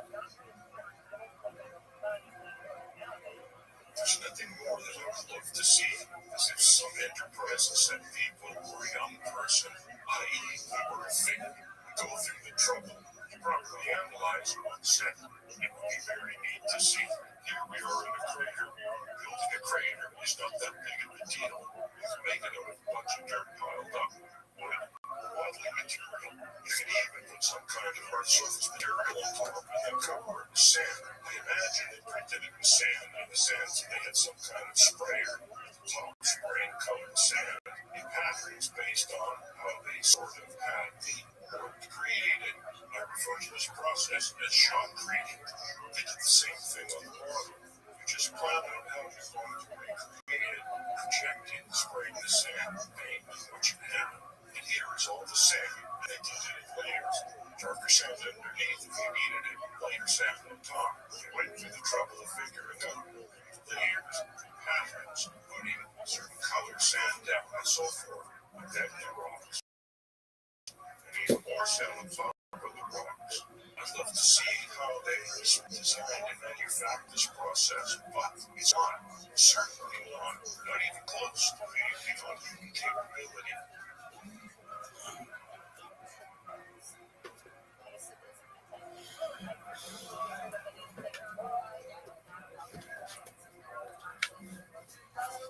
So here it looks like there's hills in the background. It's hard to see before, but now I have to remove the hills, pan over to right, and you can see the rover over there.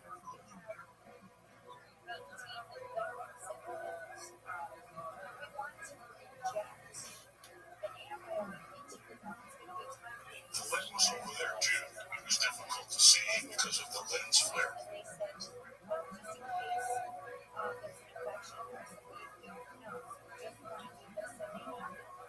So when it comes to the nature of this panorama, it looks like you're looking at a huge landscape. You're not. You're looking at a circle. If you're at one end over to the other, you make a cylinder. And that's more accurately what you're looking at. This is why I did the crop version of the panning. I mean, we're actually not panning for salt.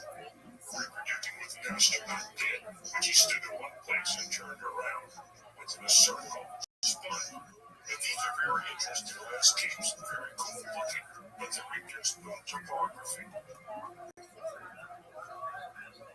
And the more specific details of every rock and so forth, perhaps they don't have any detailed imagery.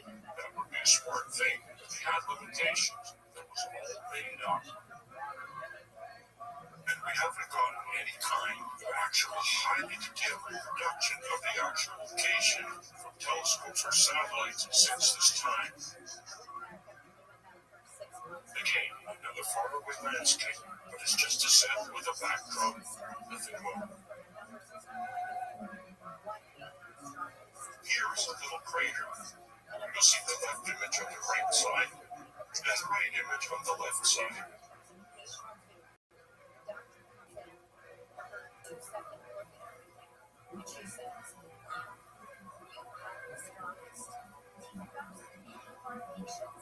And now we get to the stereophotography.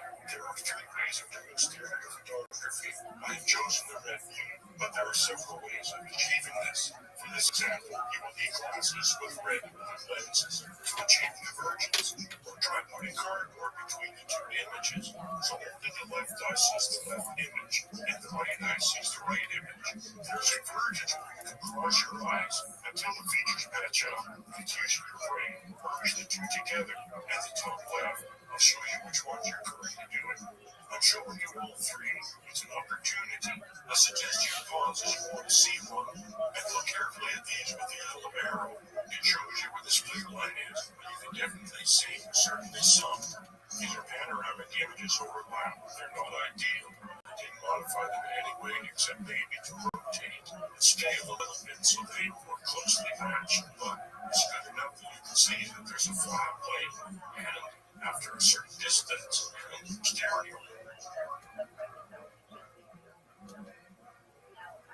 My understanding is stereo after 30 feet. The human eyes has 2 inches apart cannot discern any kind of divergence. Many details look like they're no longer staring at your head. Of course, that changes, but you're changing, which is established. If you're standing still looking at a feature, even after 30 feet, you're not going to see it stereo or divergence. And that serves them well, because that ain't very far. The way the astronauts turn, it's possible there's more than 2 inches between the image as far as the camera was when it took the images. Perhaps it could go further, but it's not going to go 100 meters, not before it flattens up. None of this imaging shows it's going that far.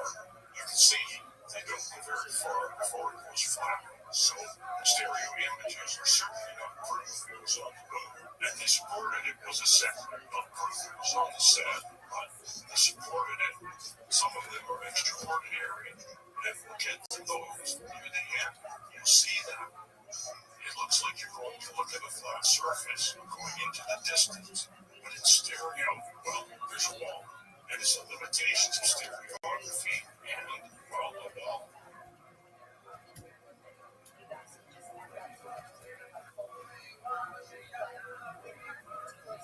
And the split is not necessarily where you think it would be.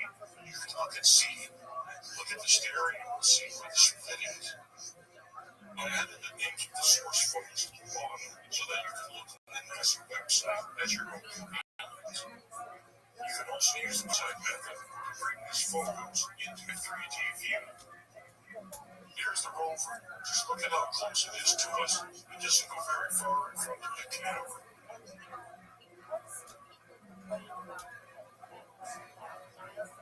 Using the cross-site method, you can see that it does not go far in front of the camera. It looks like you're looking into the valley, but you're looking at a short distance of a set.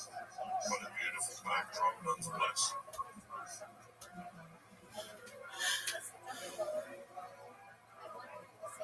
Here we're looking down a hill, but we don't go very far before we lose our stereo.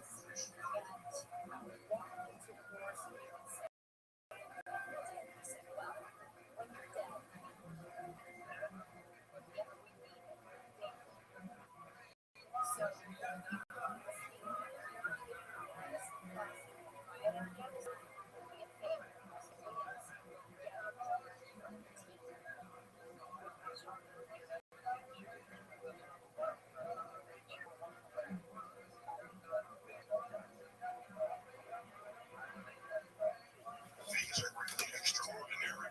Look how close it is to us before it's flat. Here's another one, right up close.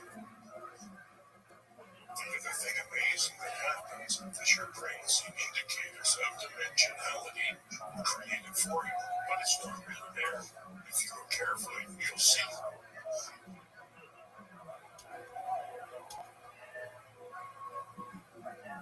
This photographing was not designed for stereo. It was designed for panorama, so it almost did very little stereo photography. It did detailed images on the ground. So this is using information photography in an unintended way, and we're doing our best to extract information from it.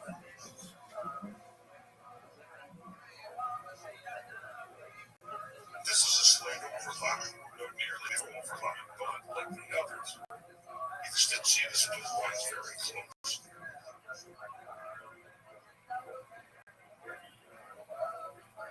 This one could have been a mono, and it's a zoom in of a background.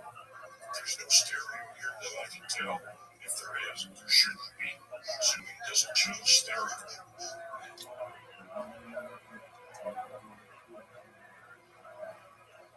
This is from the top of the limb. There's hardly any stereo to know, other than the difference between the limb and the ground.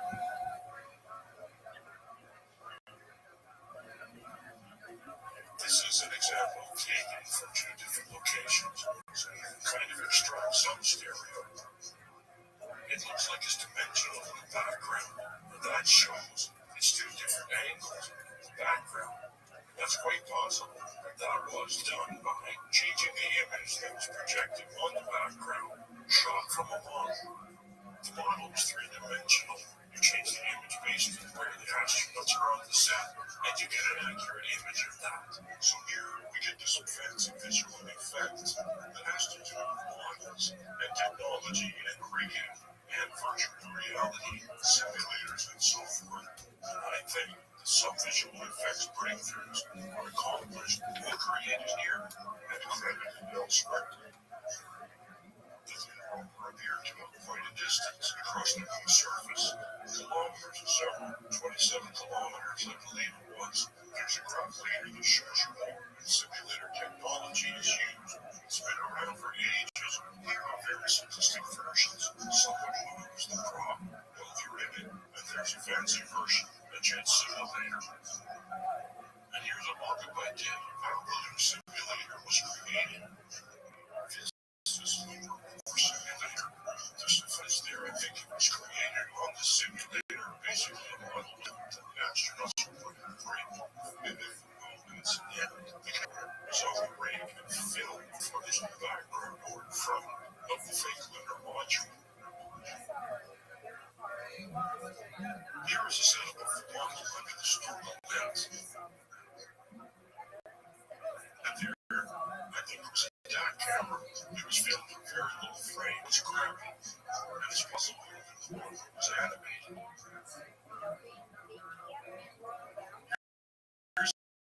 Some examples from their early 1970s. This is Don Dykstra, who was a student of Douglas Trump. And in the summary, I went over this. See, I find it extraordinary how real it looks and how tiny the models were used to generate it. It just blows my mind. Look at the smoke camera. This is it moving across a tiny fake road set, creating something incredibly realistic in this low-resolution footage. There's the rig, the camera rig. It's called motion control. It's used extensively in visual effects today, and this was used to create city plans or something. I don't know how much you got paid to do this, but it's an extraordinary setup, and the time it must have took to build these models, I don't know. I don't know how long it took the team to build and record this, but it's extraordinary nevertheless, especially when you get to the nature footage in the end. You see the mountain in the background. This is with atmosphere and everything. You can imagine what the moon set how realistic. And you need it 3 times as big as that. This is a flight simulator camera, sideways pointing at a fake landscape, and moved in real time based on the pilot's action. They actually used it for Apollo training. This is the moon surface, model moon surface. There's a camera that moves along it based on the decisions of the astronauts. And this is a lunar rover simulator. I went over this in the summer, but this really fascinates me. They actually had the same setup. It's just like a flight simulator, except for a rover. There it is. I believe the camera is upside down or sideways. It's hard to tell here, depending on what you thought would best. Here, a couple of astronauts coming, doing their simulation ride. How this helps them, I'm not sure, other than planning the ride and getting used to it. But if you look at the footage, it's truly amazing what's going on there. The camera is reaching in basic ways to the surface. The thing to keep in mind is all of this is recorded, meaning when it's generated. The camera moves, that's the motion control. That's what motion control is. You create a camera view and record it in the computer. You can reproduce it again and again and again. So you can turn the camera to the left, turn the camera to the right, turn it behind you, and do passes. And you can do it frame by frame. You can do one frame every 2 seconds, one frame every 4 seconds, however works best for you to generate the imagery. The camera moves forward, takes a picture, moves forward, takes a picture. This is another simulator. They call it the LOLA. This is footage generated from the model, and they have a camera rig set up. Hopefully, to see I speed it up. This is like their speed, and I speed it up so that we don't have to sit there and fall asleep. There, just saw it speed up. You find when you look at the landing footage later, it's very similar to this when I speed it up. You know, this doesn't look as real as the other footage does, but it's a more sophisticated implementation set up a show with summary, tracks, cameras on tracks. It's all computer controlled. It starts with the model and so forth. Here they are with their calipers. They like taking pictures with calipers and these things. And they've got their accurate mapping. They're making sure that the model matches accurately to the mapping because the astronauts are relying on it. They're the ones making these decisions that need to be completely oriented for the day. Right? This is a simple mock-up of something done I showed because I found it a little funny. That's how they did it. They did much more sophisticated for humans. This is huge. There's a man next to it. You can see it's a huge piece. Plaster of Paris, I guess. Not sure what it was made of. That's just what it looks like to me. Highly accurate model. When we get closer here and see the fine detail that is in this thing, you start to see more and more craters. Look at all the sun craters in there. This is all accurate. They're showing how accurate it is. See, we're very impressed. But here it is being used for the LOLA simulator, and it looks very similar to the footage captured by the Apollo camera on the official Apollo landing. And now look at the subtle detail. You can see craters and things. We'll get close here. This is a model. We'll zoom in close. Look, there are tiny rocks. All kinds of subtle detail happening in this thing. And if you made the model 4 times as large, imagine the detail you can put in it. You can put sands on it, add a few fake rocks on it, sand on it. Look at this huge set, a huge model rather. Two guys at the bottom standing next to them. I don't know what this was used for, but look, it's an example of a big model that they had used to set up. This is the same space that they were using for the set. They wouldn't have room to fit that giant model in them. In some cases, I think the rover was right in that drawing stand. They had a big front setup with a camera setup. I don't think necessarily it was a view, but it was used to generate shadows on this. So here, I think these photos were generated from a DAC camera. You can see in the middle one, there's a shadow of the antenna and the camera.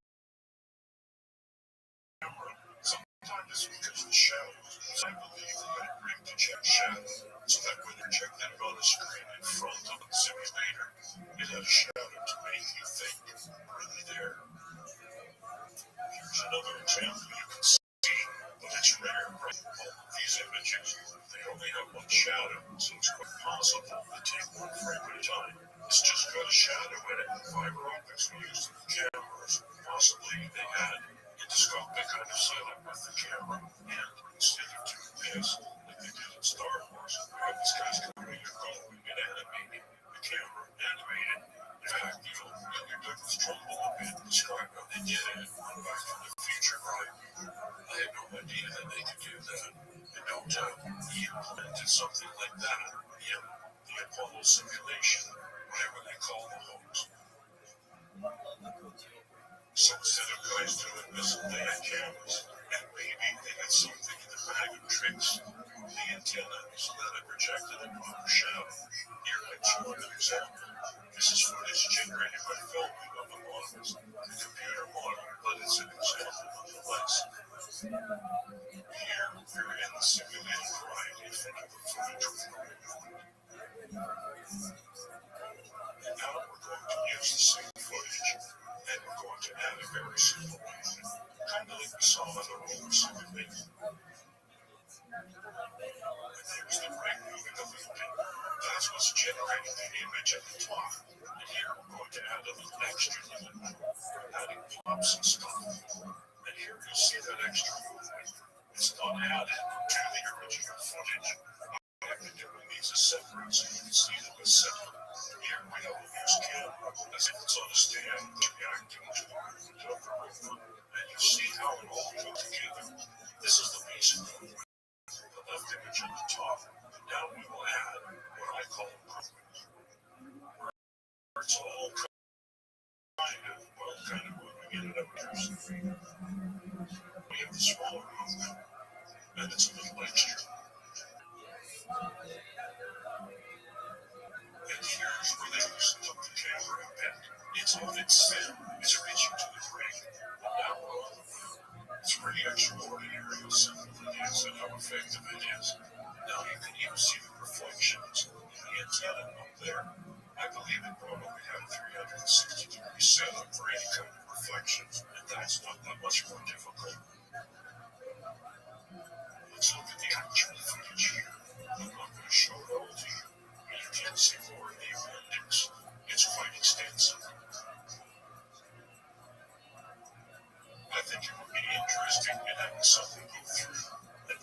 nail down what is what. But I think that's all unnecessary here. And this is why there are a lot of things in my development. A lot of unmade things. The rovers went pretty far. There are a lot of opportunities to see what the moon should look like. And when stitched together, I can tell you what the moon should look like. So if I was flipping through real quick, or either the frame rate down, or Hasselblad photos from the chest cam.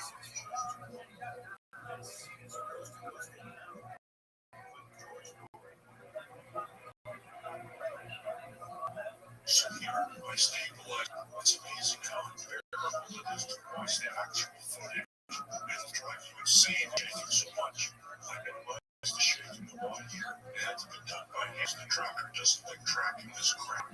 But you can see how it's very similar to what I just showed you in regards to the virtual set of the simulator, right?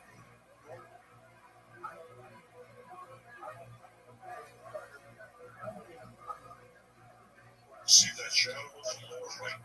This could be a setup. I believe this is a section of the set of the previous one. If you look at this clip, but when you look at the whole clip, I believe sometimes they mixed how they did it. Sometimes they filmed it with a model. Sometimes they filmed it on a set. They used the same one. Actually, that was on a set. They put it on a rig out here. So it's on a set, but it's a hotel. You don't see any shadows of the astronaut on the ground. The other astronaut sitting in the room. And the reflections are just the landscape. So I think it's quite possible that this is fixed footage, meaning they're not on a set. And this is all reacting to the motion control camera that they have on it. There's nothing about this footage that says, the landscape. So it's actual. There's no detail in here, so you can't see the detail. It's all limited. The other thing about this footage is that it is transferred to HD. Thank you very much. It should be transferred into the log to digital format so that we can analyze it for ourselves. Perhaps somebody else can get that to happen. And there's a shadow on the ground. Even that was on a set. But possible. They're kind of going in circles. They're actually done in the water.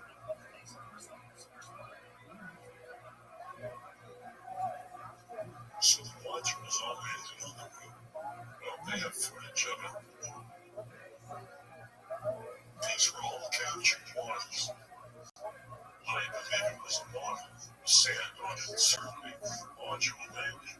And it was all filmed smoothly, except for the landing part, where they had a simulated action, just like the simulator in blasted sand. And after the sand cleared, they did a mixture of masks and stuff, which dissolves into the actual set, practical, life-size set you see in the film of the astronauts walking around.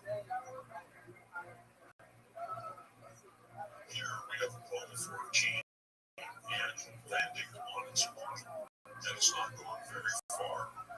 You can see there's a curved model. It is actually covered.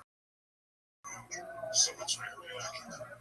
It's very similar. We just looked at the MRV, all the craters, same thing, highly accurate. Here's something interesting though. You can see some strange lines. I put some lines on to show you the angle, and they look just like those lines. Satellites flying around and around, catching images, and they put them together. And here you can see the striation lines. It's hard to avoid unless you know the reference when you build the model. Look here, it's very clear. Increase the contrast to make it more clear, but there they are. Striation lines are what they are. These are the mosaic images, and here we are coming in for a landing. It's all sped up compared to the real landing. It's in real time. And you can see the sand now. Fortunately, in 14, the sand did not obliterate the view so clearly, so they didn't have the opportunity to do a good play. And they give away. They give us the crater shadows. They change some of the shapes of the surface of it. The crater shadows is more obvious here. Now we're analyzing them. The camera is supposedly located in the filming through the triangular windows. I believe it's the one on the left of the door. In this view from the outside, and it's coming in upside down, kind of. It's all on, so I had to turn image that you can see the reference. The frame is the reference.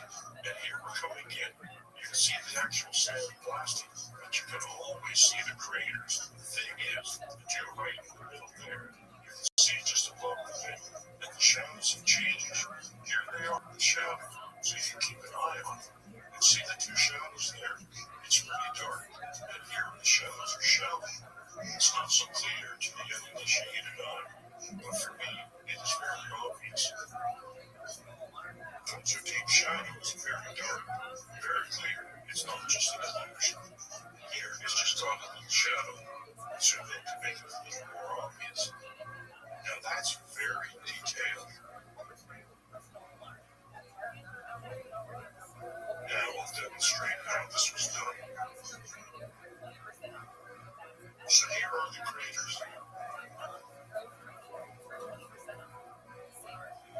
We have two examples that appears not to be an illusion. Slight sun angle changes right. In one, the shadows are really low in the crater, and the other, the shadows are higher in the crater. In fact, you see all of the craters there, but not in the top one. You really didn't see it because they changed them quickly. It's just a soft map. It's just a shirt covered with dust behind. So I go back and forth. You can see them all. The surface shifts a little bit because it doesn't match up. It's very difficult to have scale model, which is smaller, but life size to match up. That's a great effect, but it doesn't accomplish the effect. Right?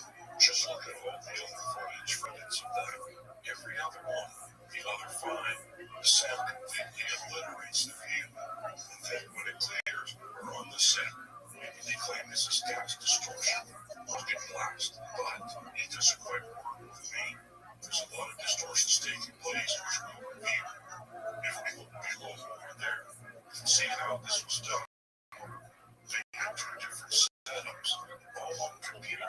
Two different setups going on. The lighting is quite different the way they had it set up. You're going to see shifts. They're using the same model, the same setup. They shifted a little bit. So here's the difference. You can see the shadows are different. The gray area I shifted a little, just subtle. How I blur the model. Obscured by dust, right?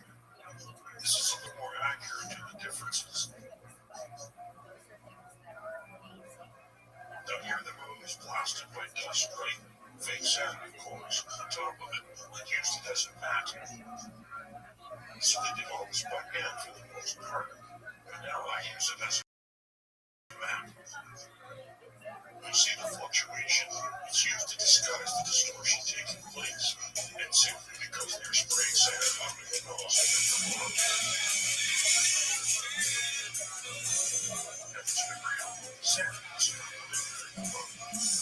you're seeing here.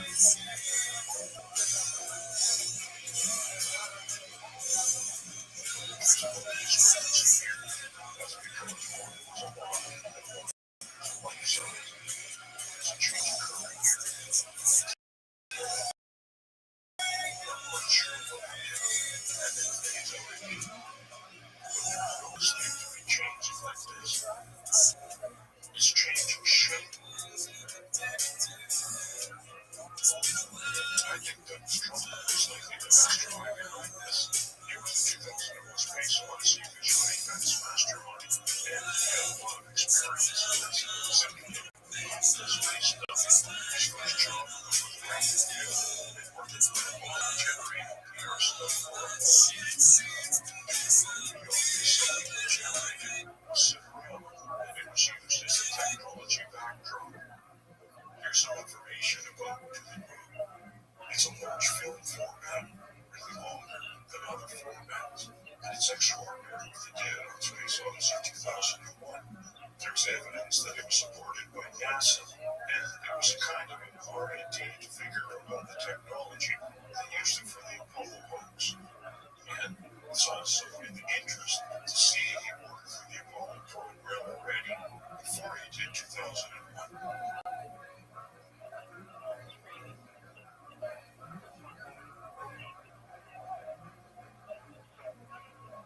Again, it was a large format with the use of a fisheye lens and immersive cinema.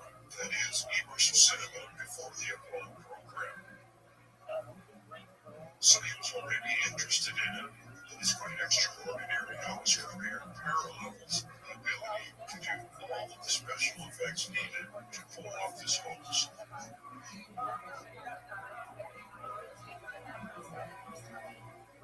Let's hear him tell us in his own words. I'll get into it right away, and I'm going to take it pretty much chronologically, so I think it'll make a certain sense. When I was just out of high school, I was going to be an architect, I thought. And I started taking courses in illustration and painting and mechanical drawing and engineering drawing and things like that. I became very fascinated with science fiction illustration, and it was all multi-plane photography, fisheye lenses projected into a dome, wide-angle lenses projected with theater. And the show was called To the Moon and Beyond. And Danny Kubrick and Arthur Clarke saw this show, which were part of the multi-plane photography, and got a job to start doing some preliminary design work for 2001's Odyssey, which at the time was called Stars and a very early draft. It was one of my pencil sketches for a lunar base. You see some similarity here to the horizon on the moon, Earth in the distance, various kinds of lunar modules and stuff like that. An idea for a pod, which became, like a pod in 2001. But I wanted to digress a little bit.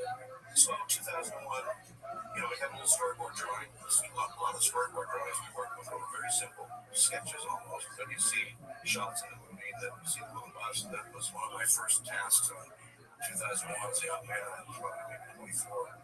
Starting to detail these miniatures, trying to make them look photorealistic, even though they were just fiberglass models with not much detail. And we started figuring out how to put detail on painting. And actually, since I was an illustrator, I was actually painting with my airbrush right on the model to create different panels of texture, brightness, and reflection, and trying to make it look as big as we possibly could. And then I got involved in shooting some of these miniatures. We really got to like me and what I was able to do. So I got into design. Exploring the longest we did it, John. Light bulb out of a slide projector. This is the painting back here. This is the little bus that's the land that's mounted on this rod back here. Tilting up and down. Nitrogen coming through the nozzles of the supposedly jet engines. Yo, what up? How are you, King Kwan? And we had the glass or superimposed one thing. King Kwan, how are you? Can you hear me? Yo, dog, how are you? Can you hear me? Yo, dog, can you hear me? How's your day going? Yeah, I can hear that, bro. How y'all niggas? I can do my shit, bro. Oh, tight. Okay, are you on Kick? Yeah, bro. Word, dog, we're gonna make you a trillionaire. How's your day going? A trillionaire, bro. It's a goofy ass one also, bro. I'm not no goofy, bro. I'm Okay. telling you, bots coming in my Kick. You love it. You love it. You fucking love it. Your friend told me to do it. Yeah, I don't love it. Your friend told me to do I it. have no friends. No, you don't. You're right. But I do it because I'm your friend. How you living, pimp? Hey, can I tell you about myself? What's up, bro? I'm Rabbi Rothschild. Apologies for my bots. I stream my life 24 hours a day, 7 days a week, 365 days a year for world peace. I've been doing so for 3.5 years. Have you ever seen the movie The Truman Show or the television show Big Brother? Yes, I've seen Big Brother. Okay, excellent. Well, that's essentially what I do. I'm live on 22 different YouTube streams simultaneously right now. The Economy magazine stated that data is Earth's #1 resource. That data overtook petroleum in 2018 as Earth's #1 resource. And I have more data archived online than anybody. And when I go viral, I'm going to make sure you, your friends, and family become financially independent, that you're able to have generational wealth, and that you're able to start charities and philanthropic organizations of your own. How does that sound? Bro, that's just a fail, bro. Your ass ain't never gonna work, bro. All right. Even if you only got 33 subscribers on YouTube, bro. Your ass ain't really like that in the fail. Doug, I have over 40,000 on Twitch, and I've got over... See me telling the truth, bro. Yeah, look up Viral Rabbi, VIRALRABBI.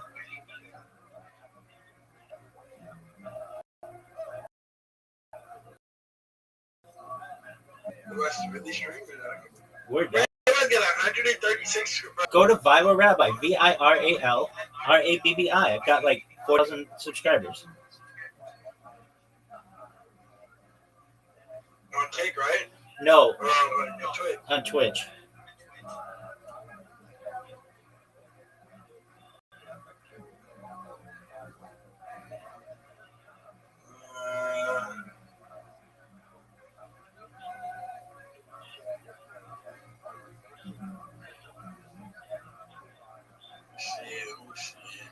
Go ahead. Okay, I see the follower account. Okay, okay. There you go. I got 10,000 on Instagram.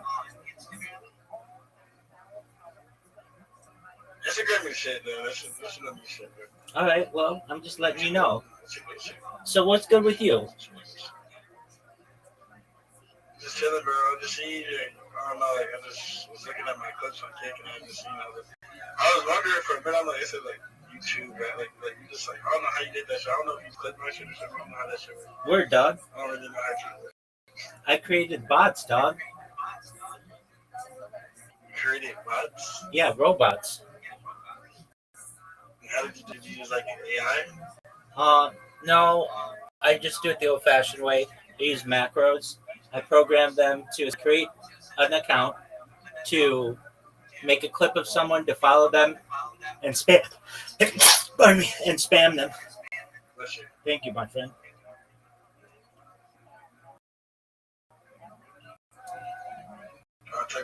That's what's up, bro. That's what's up. I'll just see what the shit was and shit like. Absolutely. Hey, you got a good heart. If there's anything you ever need, I'm here for you. Okay, brother? Yeah, you stay safe, man. You as well. Take care, my pimp.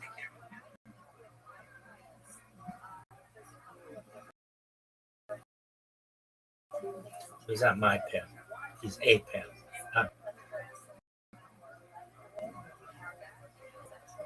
I meant to say my.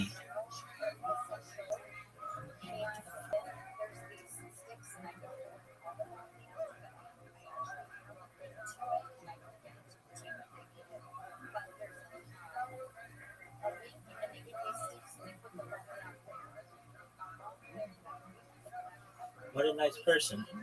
I thought he was going to shit on me.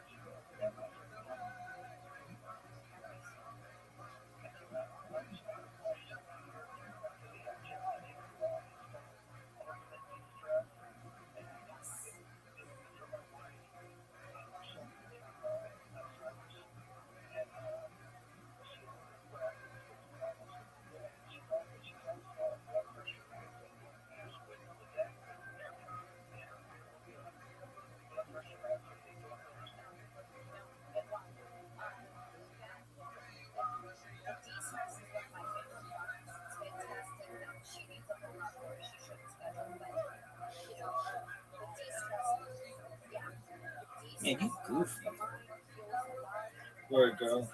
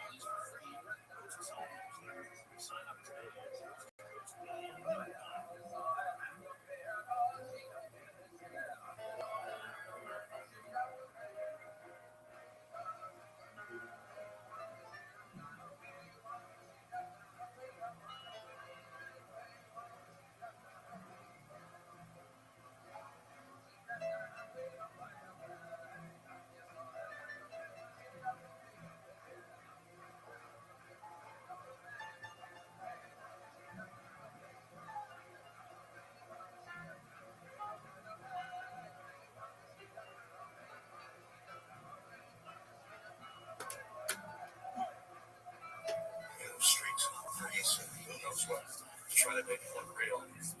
I was working on the big stage, one of the big stages at GMS, the space station set over here, and the bus set over here. This is the Mobo set being built. Several shots of that. I designed a lot of these trainings. I had a lot of arguments, discussions together about what we thought the Mobos would look like, installed satellites or anything that really had looked at the moon surface in detail. So this was kind of a Chesley Bonus little terrain kind of thing that he wanted. And I was actually going in another direction, which did not make the cut. Here's me working on my moon terrain, which I thought was, in fact, in retrospect, very much like what the moon is like. It's very rounded, very soft, very eroded by micrometeorite impacts and not craggy at all. These are some early designs for the Jupiter sequence. The Discovery spacecraft went through a zillion different iterations. Starting was going to be a slot inside one of Jupiter's moons that they go into. This was actually a very early hypothetical rendering of what the pond might look like at a very early stage. This slot in one of Jupiter's moons was going to be another little universe down there that didn't belong in our universe, and they had to go down there. These are like two pods. Looking down here, they're going to send little probes down. So a whole bunch of things that were designed, experimented with, drawn, discussed, and tweeted. This movie went through tremendous development. So the thing I'm talking about today is all the whole kind of creative process of how you tackle a problem, work on it, discuss it, solve it, change it, and try to come up with a new solution to screen that people have not seen before. Anyway, ShowScan was the 60-frame, 70mm giant screen thing that was way better than Cinerama and way better than IMAX in 1975. The simulation rocket was this whole idea of hydraulic motion bays and a capsule with people inside, which I'll show you later. Became the Back to the Future ride for me, which was a lot of fun. And then another ride was Cinerama, which never passed, which was really cool. I'm sure we're going to do this pretty soon. Was projecting multiple ShowScan films in a dark ride situation, and you're in a vehicle. And we filmed these films knowing that the vehicle was moving at 30 feet a second, or 30 feet a minute. And so we filmed it with the camera moving 30 feet a minute, projected these films into domes that had foreground sets that were all moving in perspective to the perspective shift of the movie. It was all 60 frame, and it was so real that everybody believed that everything that they were seeing was happening in real time, including explosions, breakaway glass, mummies, monsters, you name it. It was really wild. We started developing special electronic 70mm projectors that could run 60 frames a second electronically, did not have a mechanical general movement in them. One of the things this ShowScan thing led to was an experimental film, which I'm sure I can't show you. But we knew the size and shape of the screen. And so I just devised this thing as a movie shoot in ShowScan, and we project it in the exact same scale as the theater itself. I'm going to do this illusion. And so we had this scene where we projected a really bad movie on the screen. It was kind of a fake documentary. We made everything go wrong that you possibly think. It goes out of frame, it goes out of focus, the film burns in the gate. It's just terrible, and it fails. Then the projection goes around the theater, comes behind the screen, turns on a work light back there, because screens are perforated. You can see through it. If there was a light back there, you can see the speakers behind the screen. So he does that, and so you see the speakers in there. There's this big roll-up door. There's a door that comes through, and he comes up to the audience and touches the screen, which is catching the light from these house lights, and starts talking to the audience, apologizing for screwing up the show. Absolutely real. It was indistinguishable from me on the ground. He's 6 feet tall, and it was all in scale to my theater. And heavyweight people like Steven Spielberg and George Lucas, everybody came to those screens. And when I would get to this point, they would get up out of their seat and start leaving the theater, shaking my head, saying, "Doc, whenever you get it fixed, give me a call. I'll see if I can get it. My schedule to come back." And it wasn't until they were off to the side of the theater they realized they'd been completely fooled. And this, to me, was a really important moment in movie history. And this little movie called New Magic has actually been requested by the Academy to be archived there. And I'm hoping we can get it digitally scanned so we can show it again in high definition. Now we're working on an entry-level version of this, which will enable film students and colleges to do this kind of thing very inexpensively. I'm working with FedEx that's Hollywood General Machining, is building a zero gravity boat out of imported chip components. And this is under construction in LA right now. We're just about to test it right after Christmas. And it's a really cool thing. This whole gizmo, I'm going to use the word gizmo device, is going to cost about $5,000 instead of the original that cost $250,000. So I've also been experimenting with digital lens reflex cameras, which are quite amazing for shot with an Nikon or Canon. I'm using the Canon 7D with some Zacuto attachments. It's a very inexpensive camera. It's shooting full high definition 1K by 2K 24 frame movies very inexpensively. And I'm having good results with it. My next step is I'm going to tear this camera apart, chip out, and build it into a new camera. We have to be two chips side by side for an integrated 3D camera. Now, in the world right now, the red camera is the hot camera. It's not the only camera, but it's a good mid-level priced camera. And I think we can see this for 3D production as well. The 3D cameras we're seeing are really cumbersome, awkward, and heavy, like the IMAX cameras have been, and like the Cinerama cameras. We're in an early phase of 3D. We're shooting in 3D. It's a real pain in the neck, but it's going to get much better. Right now, I went to NAB just a few months ago in Las Vegas and saw all the latest 3D cameras. I got to tell you, it's horrible because these cameras are clumsy, noisy, fat, heavy, obtrusive, hard to align. They create all kinds of horrendous post-production problems to composite 3D live action. And we're in our infancy of trying to solve a lot of these technical problems to try to make a whole new generation of 3D cameras and solve these problems. So shooting in 3D is not such a pain in the neck. I've been recently working with Terry Mallon with Tree of Life. Let me talk about it. I think it's going to come out pretty soon. There's one shot I'll show you, just a little hint. There's a Phantom camera shooting 1,000 frames a second in a vat of water. You can imagine how much paint or whatever might have been in there. And we're designing one version of that film, which is called Voyage of Time, which is going to be in IMAX theaters in about a year after that. I mean, the spectacular space experience, probably the closest thing to 2001 since then. And so we've been studying IMAX geometry, screens, projection, and this whole digital virtual studio I'm working on, which I want to do with my next film, is to build a stage that's designed with the zero gravity boat. And everything is designed around that technology to automate the lighting grid so that we can do rehearsals on this and pre-light scenes and come back into our stage and reshoot. And even, hypothetically deciding what a studio might look like if you did a whole bunch of these stages. There's a lot of advantages of zero gravity crane, digital cameras, automated lighting, very limited sets, a very smaller stage, a smaller crew, faster shooting, increased production value, and lower cost. So there's a lot of benefits to working this way. So I'm working on this whole idea. I'm writing screenplays for this technology, and we hope to kind of clone this and make it happen all over the world. We have to get funding. I'm not going to go through this as more like a business presentation. It's okay if we call me mad science. So the question is, who's behind this? Well, to start with, there's mission control, but almost no one was behind this. They were followed along with us. There were perhaps a few agents in there. The only people talking to the people on the moon were the astronauts themselves. They were the ones that did all of the talking to these supposed astronauts on the moon. And that's not real, by the way. And I believe that they were in the suits of the footage that we see. They've been lying to us ever since. And not everyone in this picture landed on the moon. But I believe they were all involved one way or another. Someone can investigate that further. But in mission control, there were astronauts there, and they were the only ones that were allowed to talk to the astronauts. This is a camera controller. He's involved too, because obviously he's not the one controlling the camera. I suspect that he was possibly or probably involved in the fake footage camera. Why not? So, what is NASA?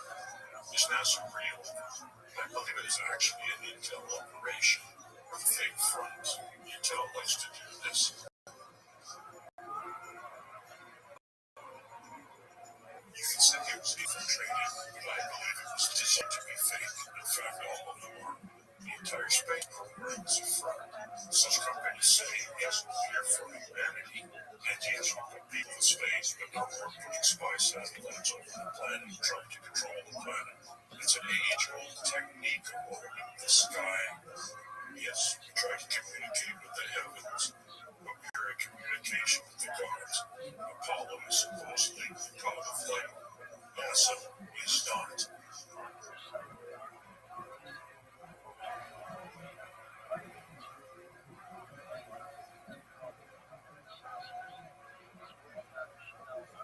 Some of Apollo is NASA. Apollo is real. It's nothing but a ghost.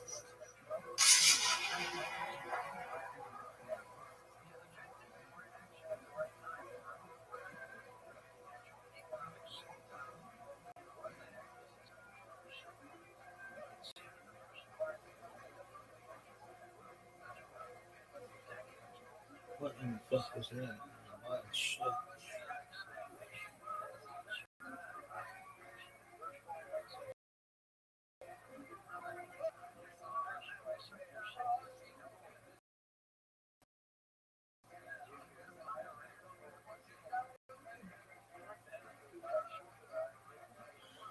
Fucking finally.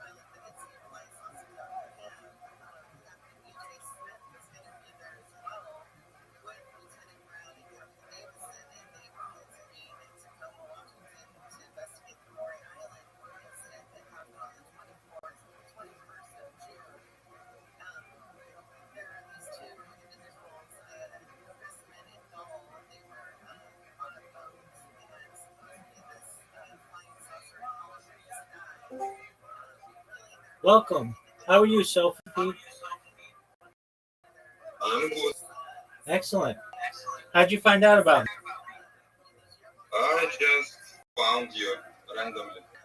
Was it through YouTube or Discord or Kick? No, just randomly. Okay. Well, how are you? Hello. I'm good, thank you. And you? I'm well, thank you. Just enjoying life. Okay. What's new with? What are you doing? I'm programming robots on a phone. And what's the main goal of this book? To create clips and publish them. Or It publishes them on social media. How's your, like your own clips? and other people's too. That's it. And you like make money of it? Yep.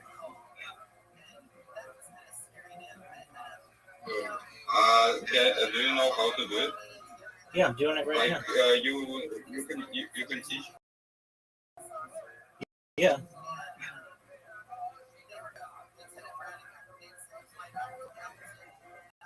Do you have any? And how much do you make money? It depends. Like more than an hour? It depends. If you find a creator who needs clips, they can pay you like $100 for 10 clips, and like usually like $10 a clip. Okay. That's nice actually. Word, dog. How's your day going?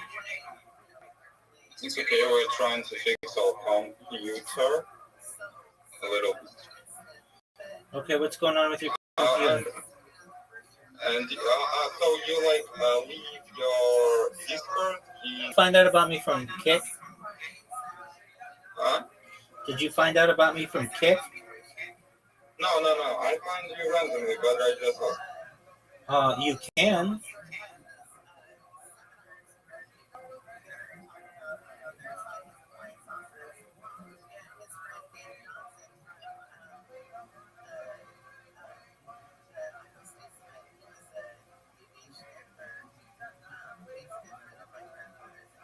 yeah, like I found you on one of the clips of the guy who has like 10 followers. Yeah, that's probably right. So it was on on Kick? Yeah. Okay. Yeah, I mean, that guy didn't pay me, but sometimes other people pay me to do projects for them. Okay, I got you. So like if I were a rich streamer, you like I could hire you. Oh, yeah, definitely. Okay. So, I want to leave your contact. You want to what? I want to stay in this Discord server, and in case maybe we can catch up. Absolutely. You're always welcome here. I stream my life 24 hours a day. So I'm always live in here. Okay. You make clips? I do a lot of clips. I don't know if they're great, but I do a lot of them. Okay. It's like automatic thing, like this box are doing this. Oh, that's genius. Thank you, my friend. I'll teach you how to do it. Okay. We should stay in touch. So we'll go back to fixing our computer. Okay, best wishes with that, but come back whenever you're ready. Okay. Pleasure to meet you. Goodbye. Bye.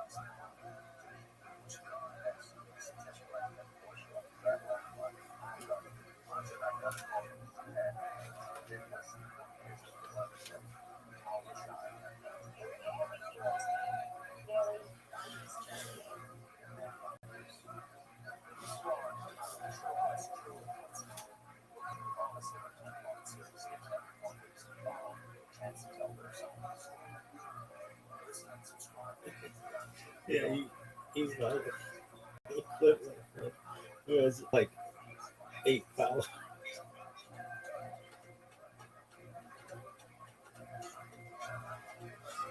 How'd you find me? Just randomly. Or was it Kick? It was just random. Was it YouTube? It was just random. Okay.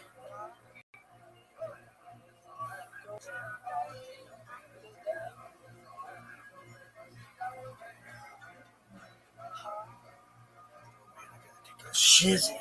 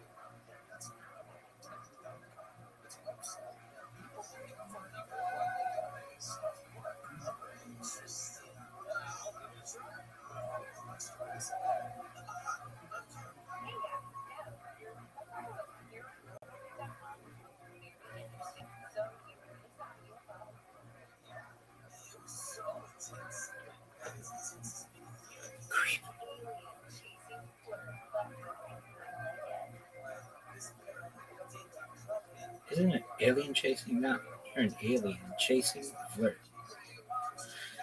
It's alien chasing.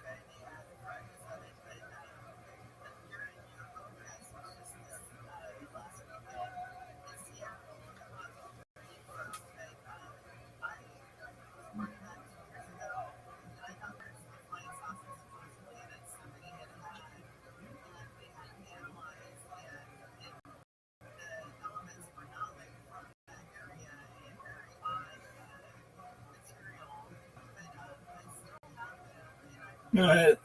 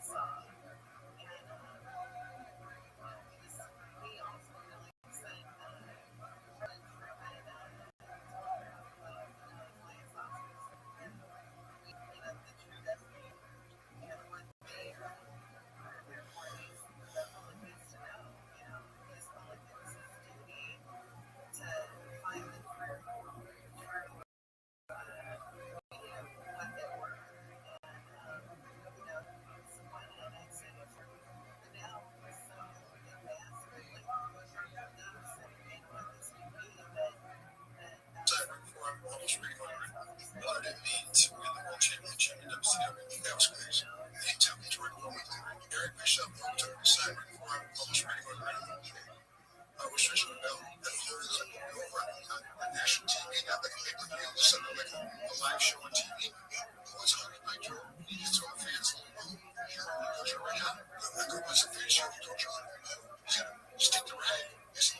So maybe because it didn't come on people over. We always got one really good still there. They let Hogan make it one Olympic. That's massive respect for him.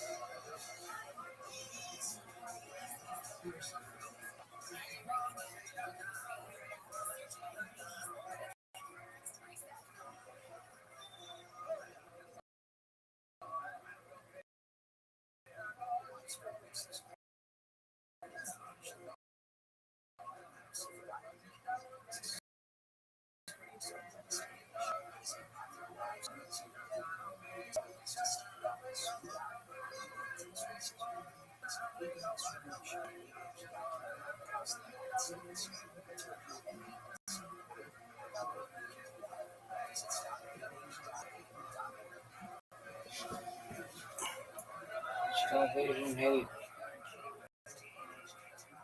Fuck Asian chicks.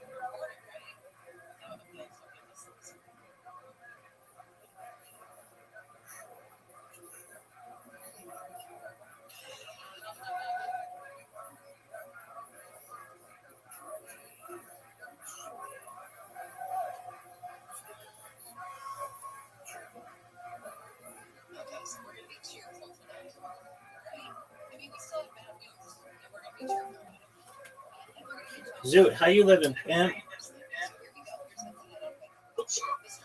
Are you ready to lose? Yeah, you are. What up, pimp?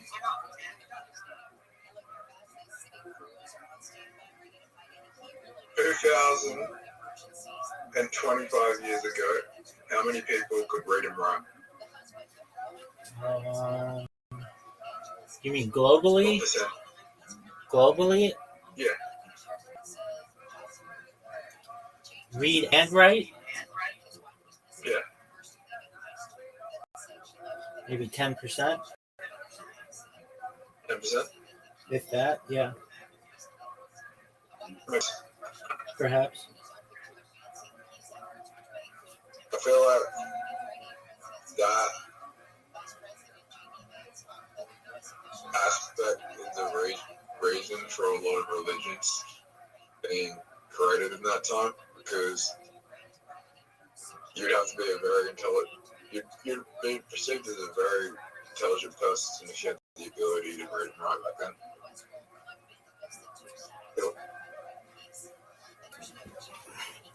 The education systems are different. Go and explore. Are you there? I am. You listening? Yes.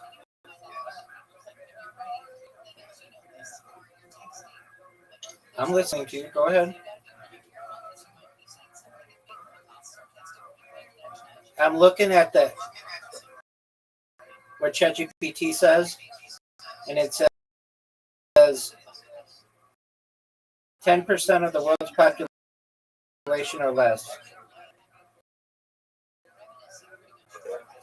So I got it right on the dot.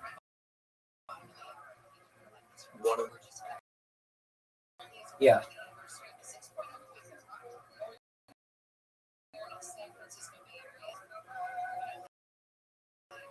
What about in what was it? Israel wasn't a thing back then. It was. Was it? Yeah. So what about in how many people could read and write in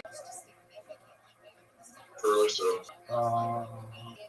Between 10 and 15%. Okay, so 1 in 10. Approximately.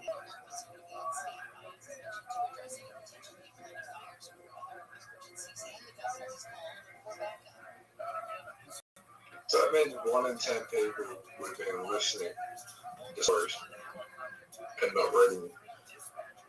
That's correct.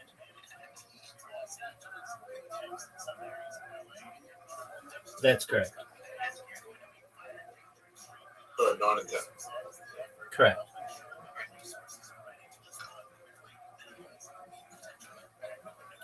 My question for you is, are you ready to lose?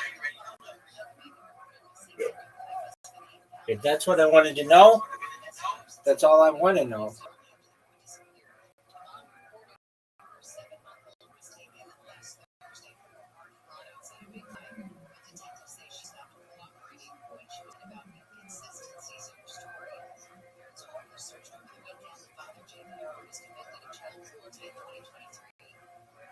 Zoo, you have an invitation. Let's see. Let's see what you've got, dog.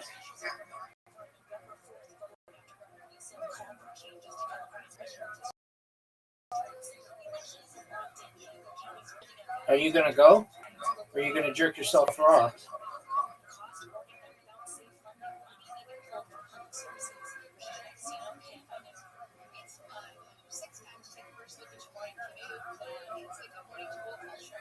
Up, pimp.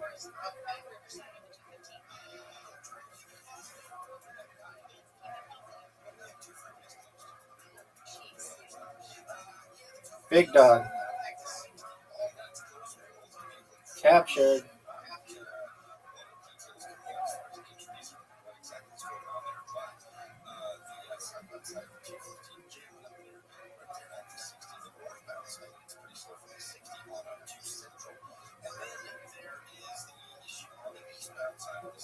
You're up, pimp.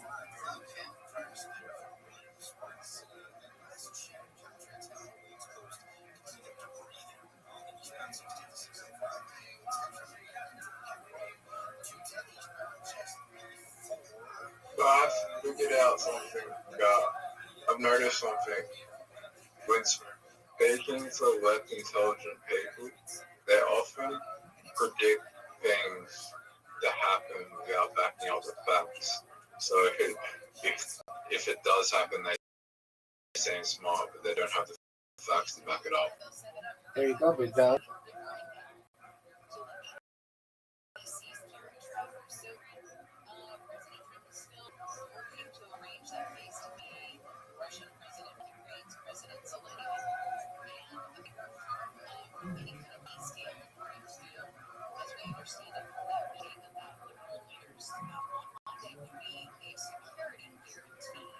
This is a close game, son.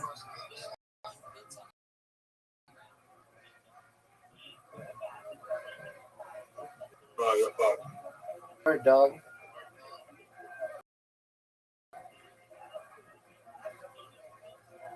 Are you proud of the way you just played? That was a very good way to play. All right, well, let's see you do it again.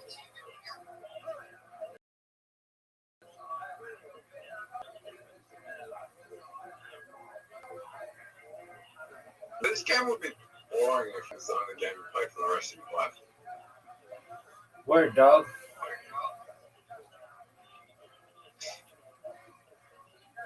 You could only play one game for the rest of your life. What are you picking? On here, Just any game in general. like Grand Theft Auto.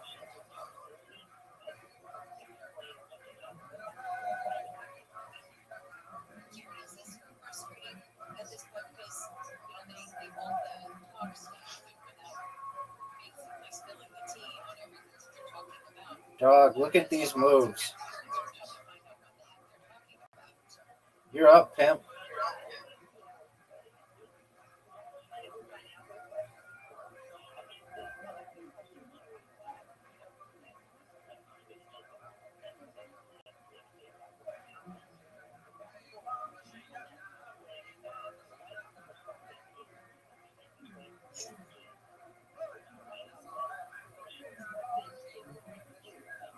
I don't play. I would play. You're up, pimp.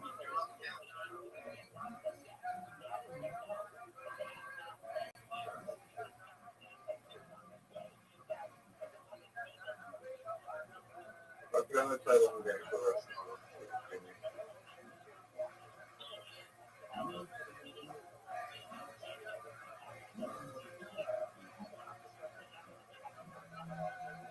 Skyrim. All right.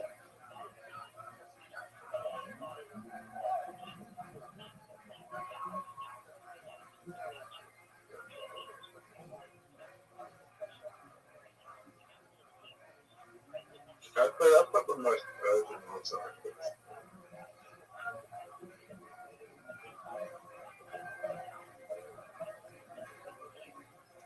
Look at this move, Zoo.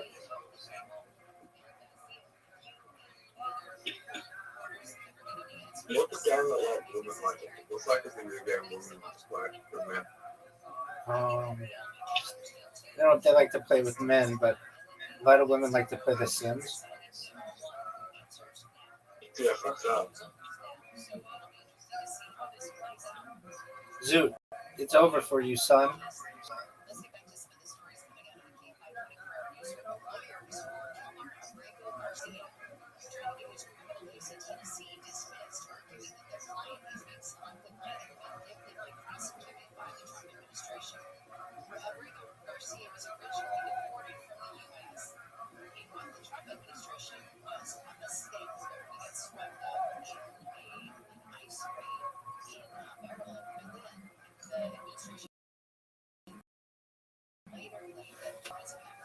Rabbi, I lost the six pack. What do you about it, son?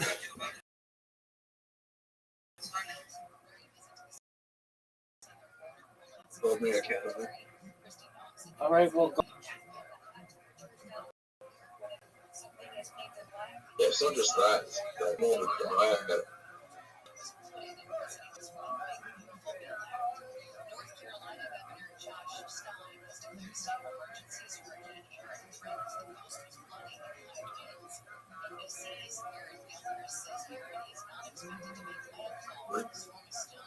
I just lost 100 bro. You did not. Flick yourself, Zoot.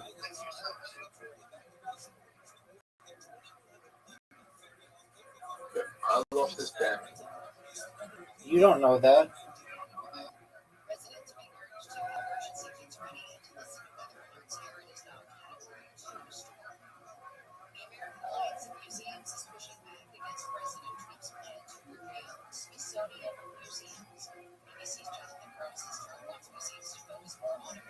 You're up, pimp.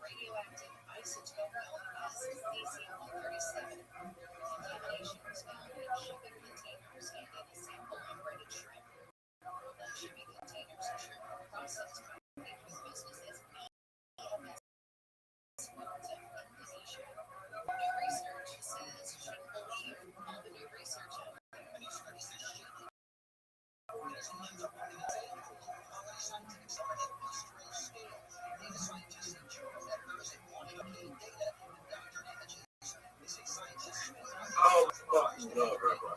We're up, pimp. Look how close I was. Let's see what happens.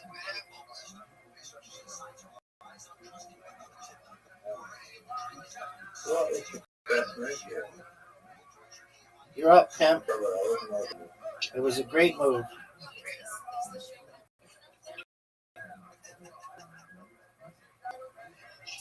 how I feel.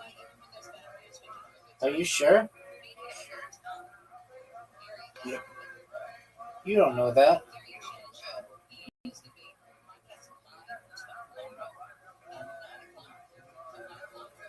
Up, pimp. That's not good. You're up. Got a lot of trouble. Let's see what you're gonna do. Pimp, go. Pimp. Are you gonna go? Yeah, I'm not. You just fucked up, son.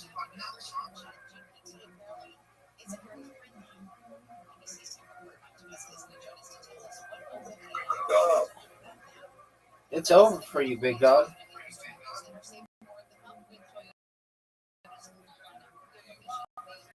Big dog, it's over for you.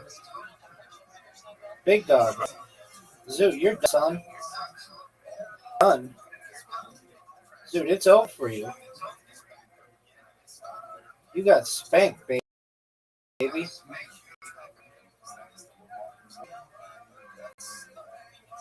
It's over for you. Ready, big dog? Look at this move.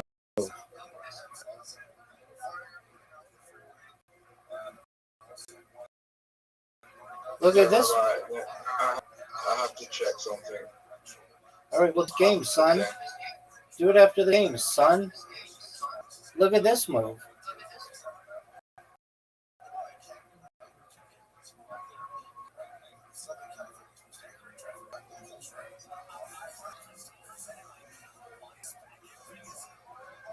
You're up, pimp.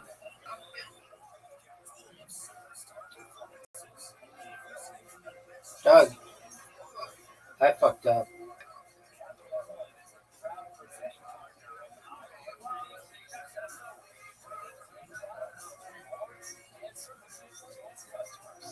But I still won.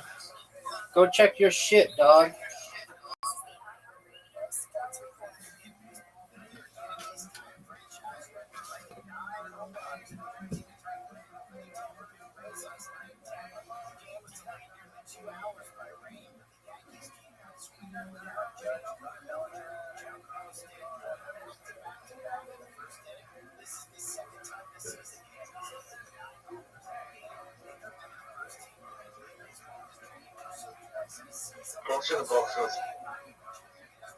What the fuck did you just say, dog?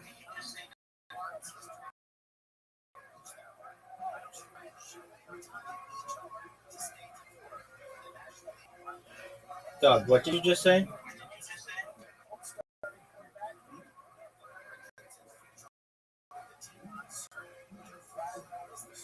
Dog.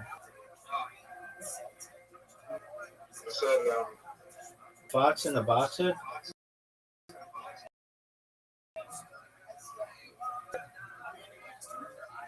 What the fuck does that mean?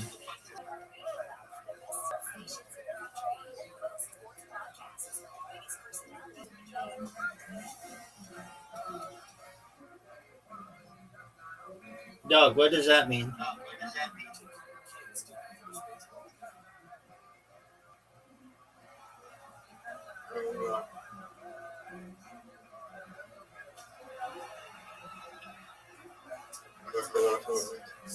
Dude, what in the fuck are you talking about, big dog?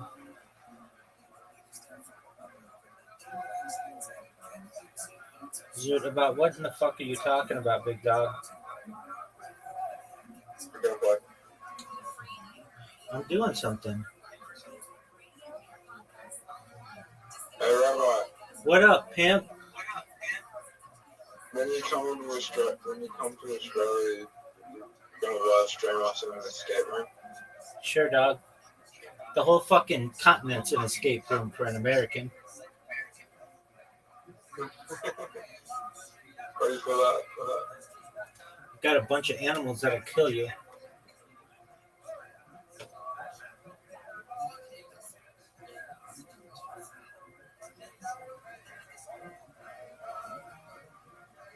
Have you ever been in an escape room? Did you do well?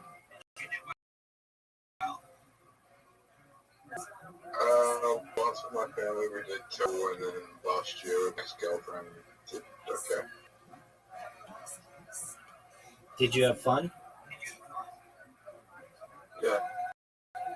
Was it the best time you've ever had in your entire life? Yeah, I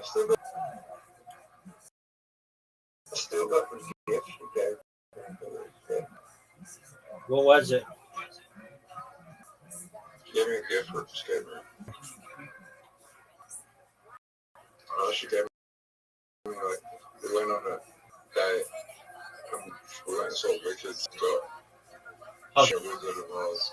this was November. And an escape room. This was November of 2024. Yeah.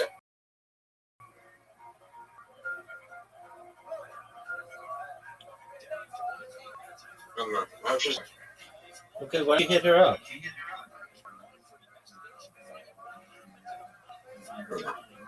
Why not?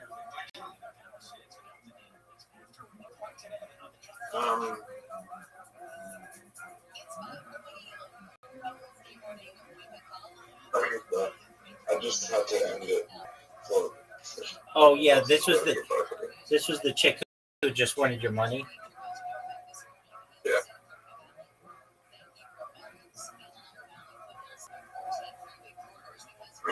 She wasn't a bad person. She just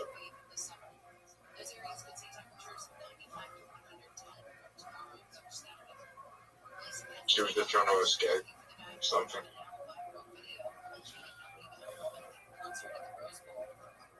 Do you miss her?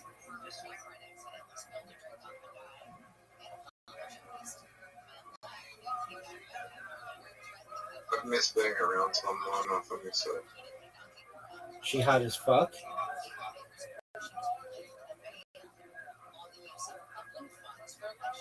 Yeah. So that's a okay. Hey, Zoo, remember, Doug? Remember you were gonna get pictures of yourself for social media, and then you always say you're gonna do it in 2 weeks. What the fuck happened to that? I'll do it in 2 weeks. No, don't give me that bullshit.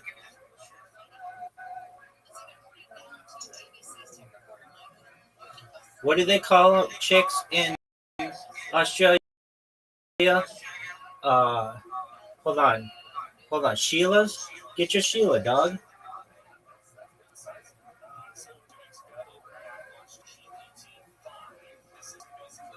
Okay, first of all, no one says that Wait. under the age of 45. Wait, who? Secondly, Wait. What do you mean? no one fucking says that. They say it in Crocodile Dundee, dog.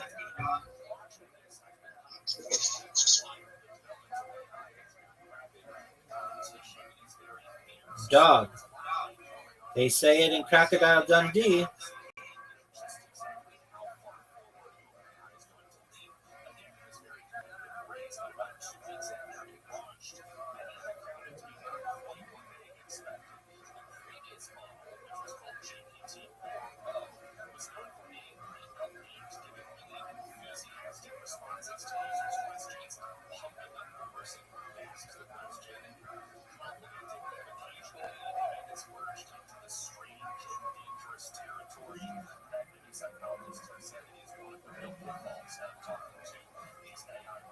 Dog, they said it in Crocodile Dundee.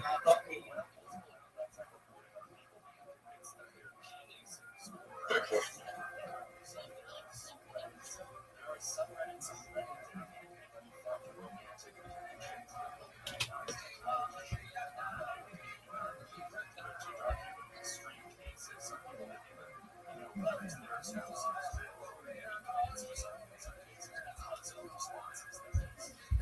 So have you ever called a girl a Sheila?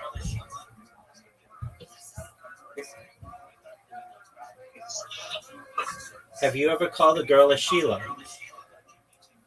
No. Why not?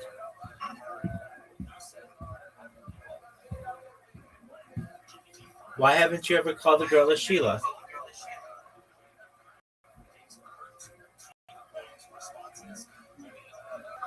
It's just a question.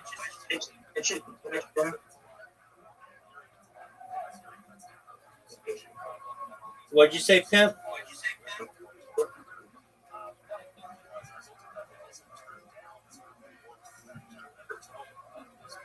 Zoot, I'm going to ask you again.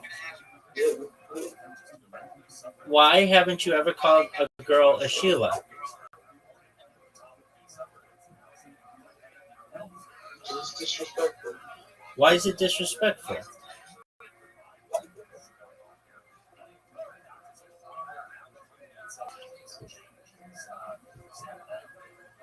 I'm asking you a question, dude. Why is it disrespectful to call an Australian girl Sheila?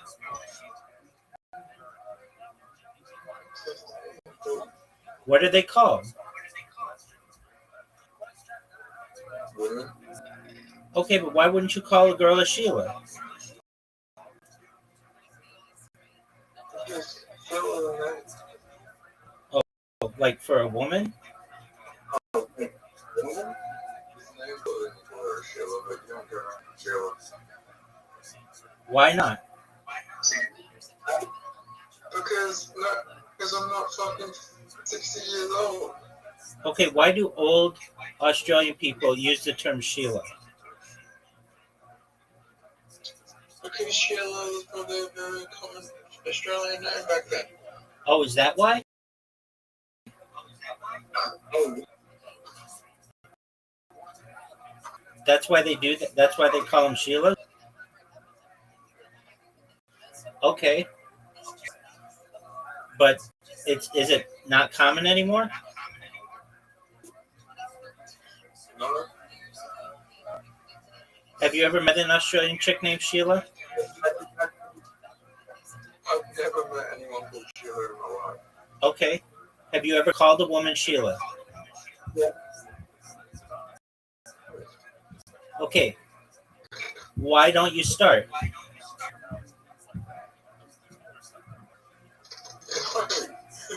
Because I'm not fucking 60 years old. Okay. But I mean, maybe it's like a good thing. Maybe you should bring it back.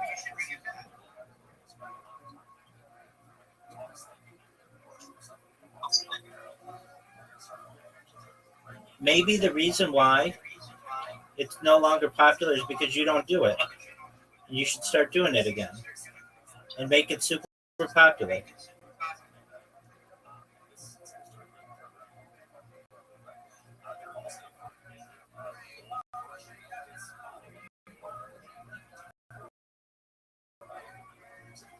Does that plan?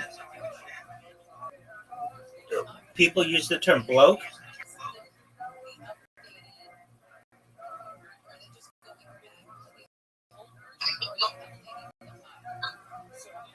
Dog, I just asked you a question.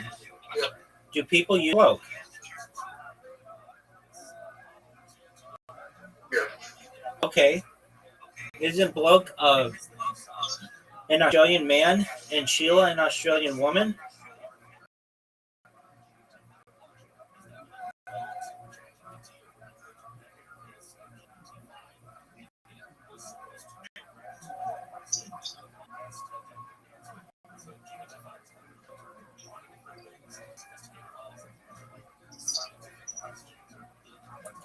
Dog, you are really sensitive on this Sheila word. Because no one fucking uses it. Okay. But they use the term bloke? Isn't that kind of sexist?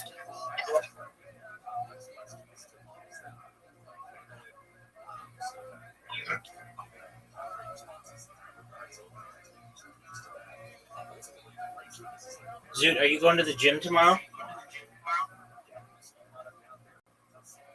Yep. Okay.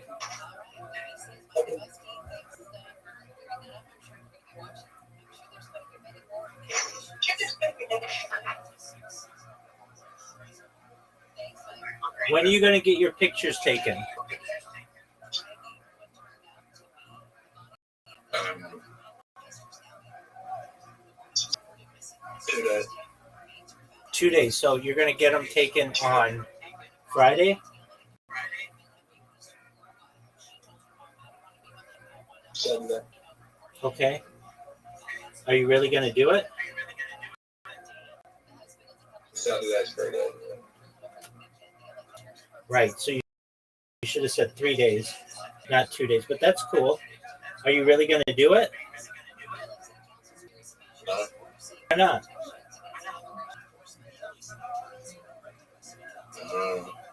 Need to find a photographer.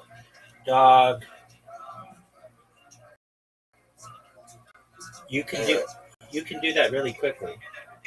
Go on. I'll see you later.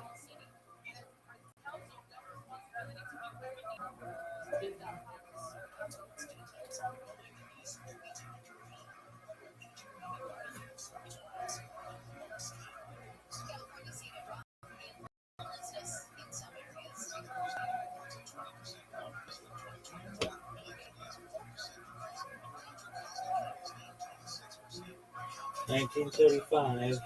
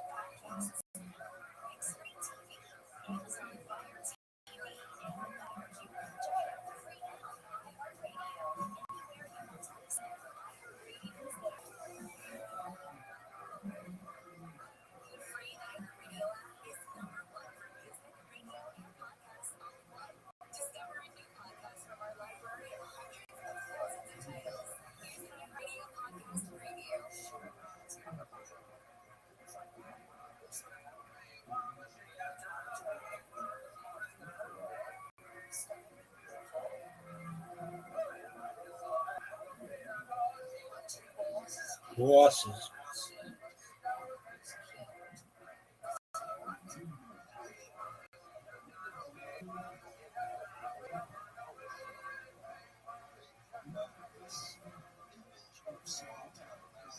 My two bosses.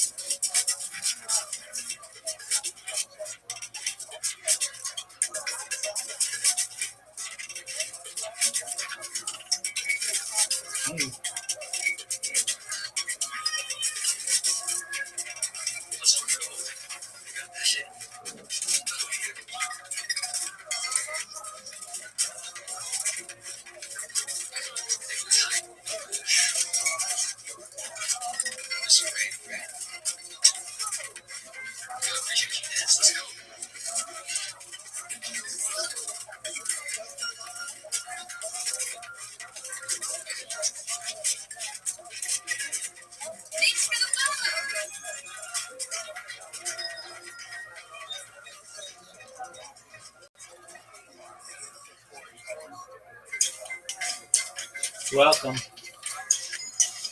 You're the one who thanked me.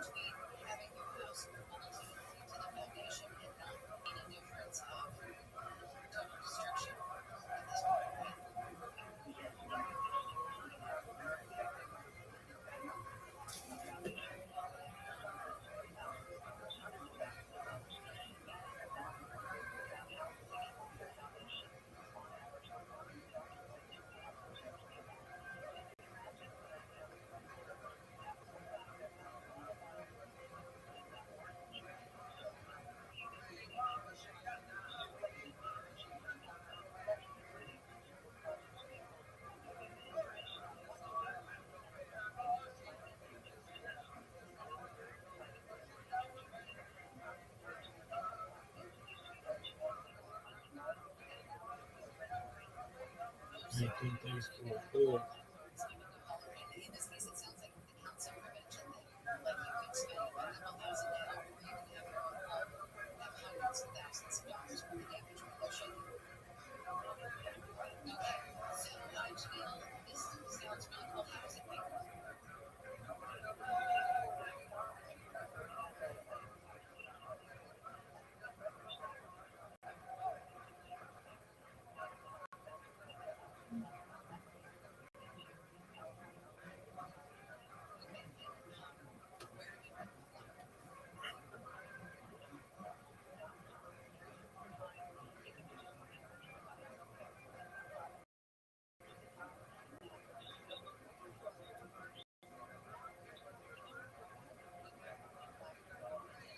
Is this approximately everybody for the $3,000? And then you mentioned something about if you have a super good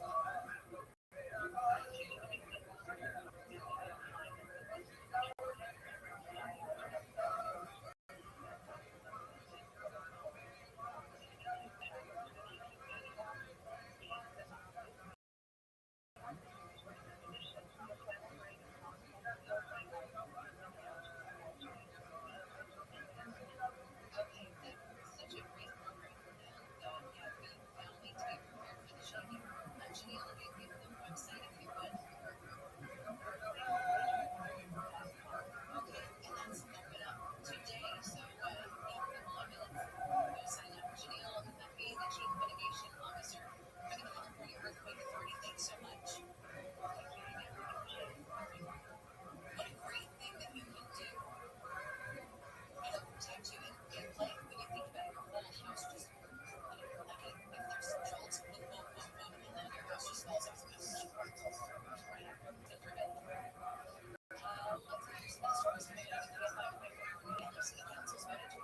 State legislation, even making it easier to build homes near transit stops.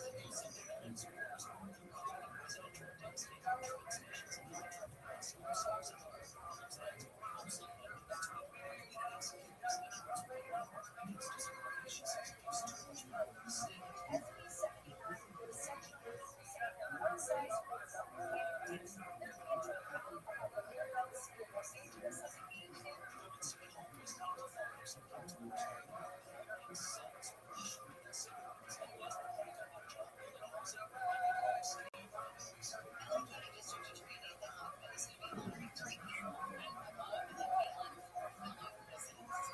And the Westchester YMCA letter this morning opens and recognize a woman who gave her family a family member attacked another family member.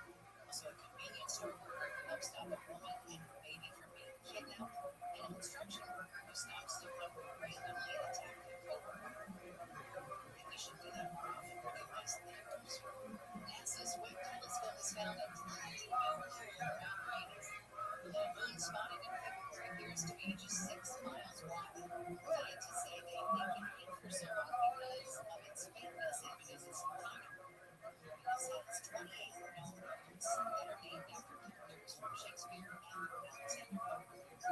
This is KFI and KOST HD2, Los Angeles, Orange County. That wet weather from KFI, as I've been mentioning, here comes the heat, sunny and hot. For some areas of low clouds, even intense fog. Some areas highs be in the 80s at the beaches. Upper 80s to low 90s for Metro Valley and Low C. Upper 90s to 105 with the Alex and the Low Valley. 100 for the Antelope Valley. Only lows in the 60s and 70s, then even hotter tomorrow. Highs in the mid 80s at the coast. Low to mid 90s for the metro areas, up to 109 in the valleys. Or the I-80, 107 in the Antelope Valley. And it's going to be hot all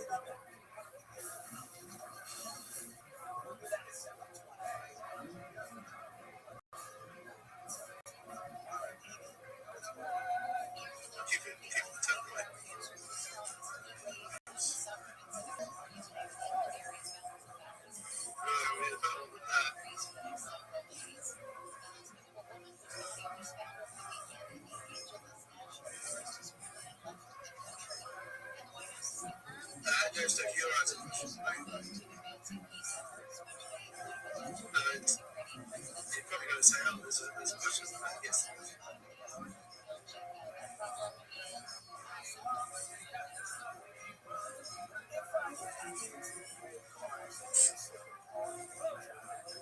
Cool that game. Okay. That's nice. Nice. Right, cool that. Let's keep this going. All right. It's going to be all right here and here.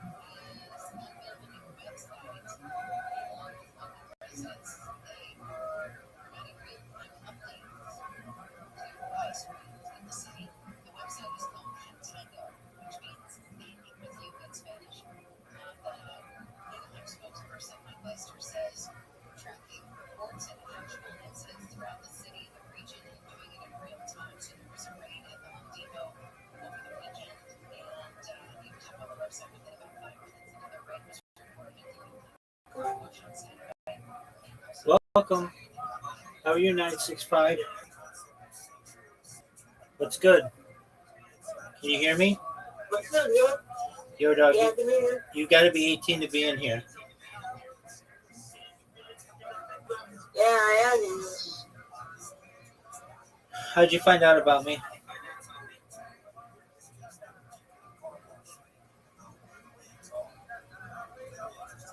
You gave me the shoes. Doug, I don't know what you're talking about.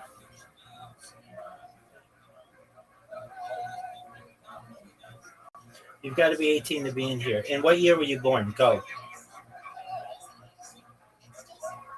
I was born in 2020.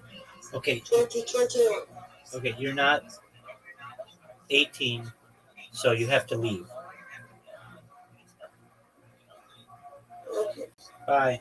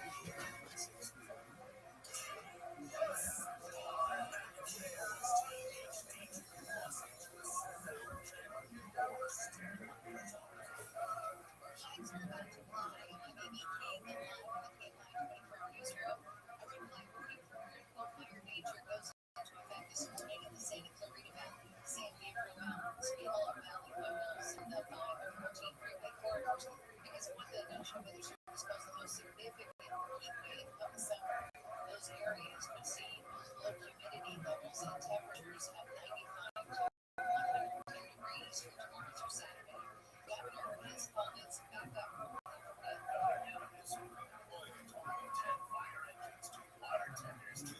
There's one helicopter, two ambulances, three dispatchers, and one incident management team to Los Angeles. The temps in some areas of LA to hit triple digits over the next couple of days. It's going to make fire danger extremely high. Newsom says the effort will help ensure that the resources are ready to respond quickly, minimizing the potential impact of a new fire. Jason Caragani and Kate have News brought to you by Switchings and Accident Attorneys. The man arrested in connection with the killing of an American music supervisor and her husband inside their home in Encino. He's scheduled to be arraigned.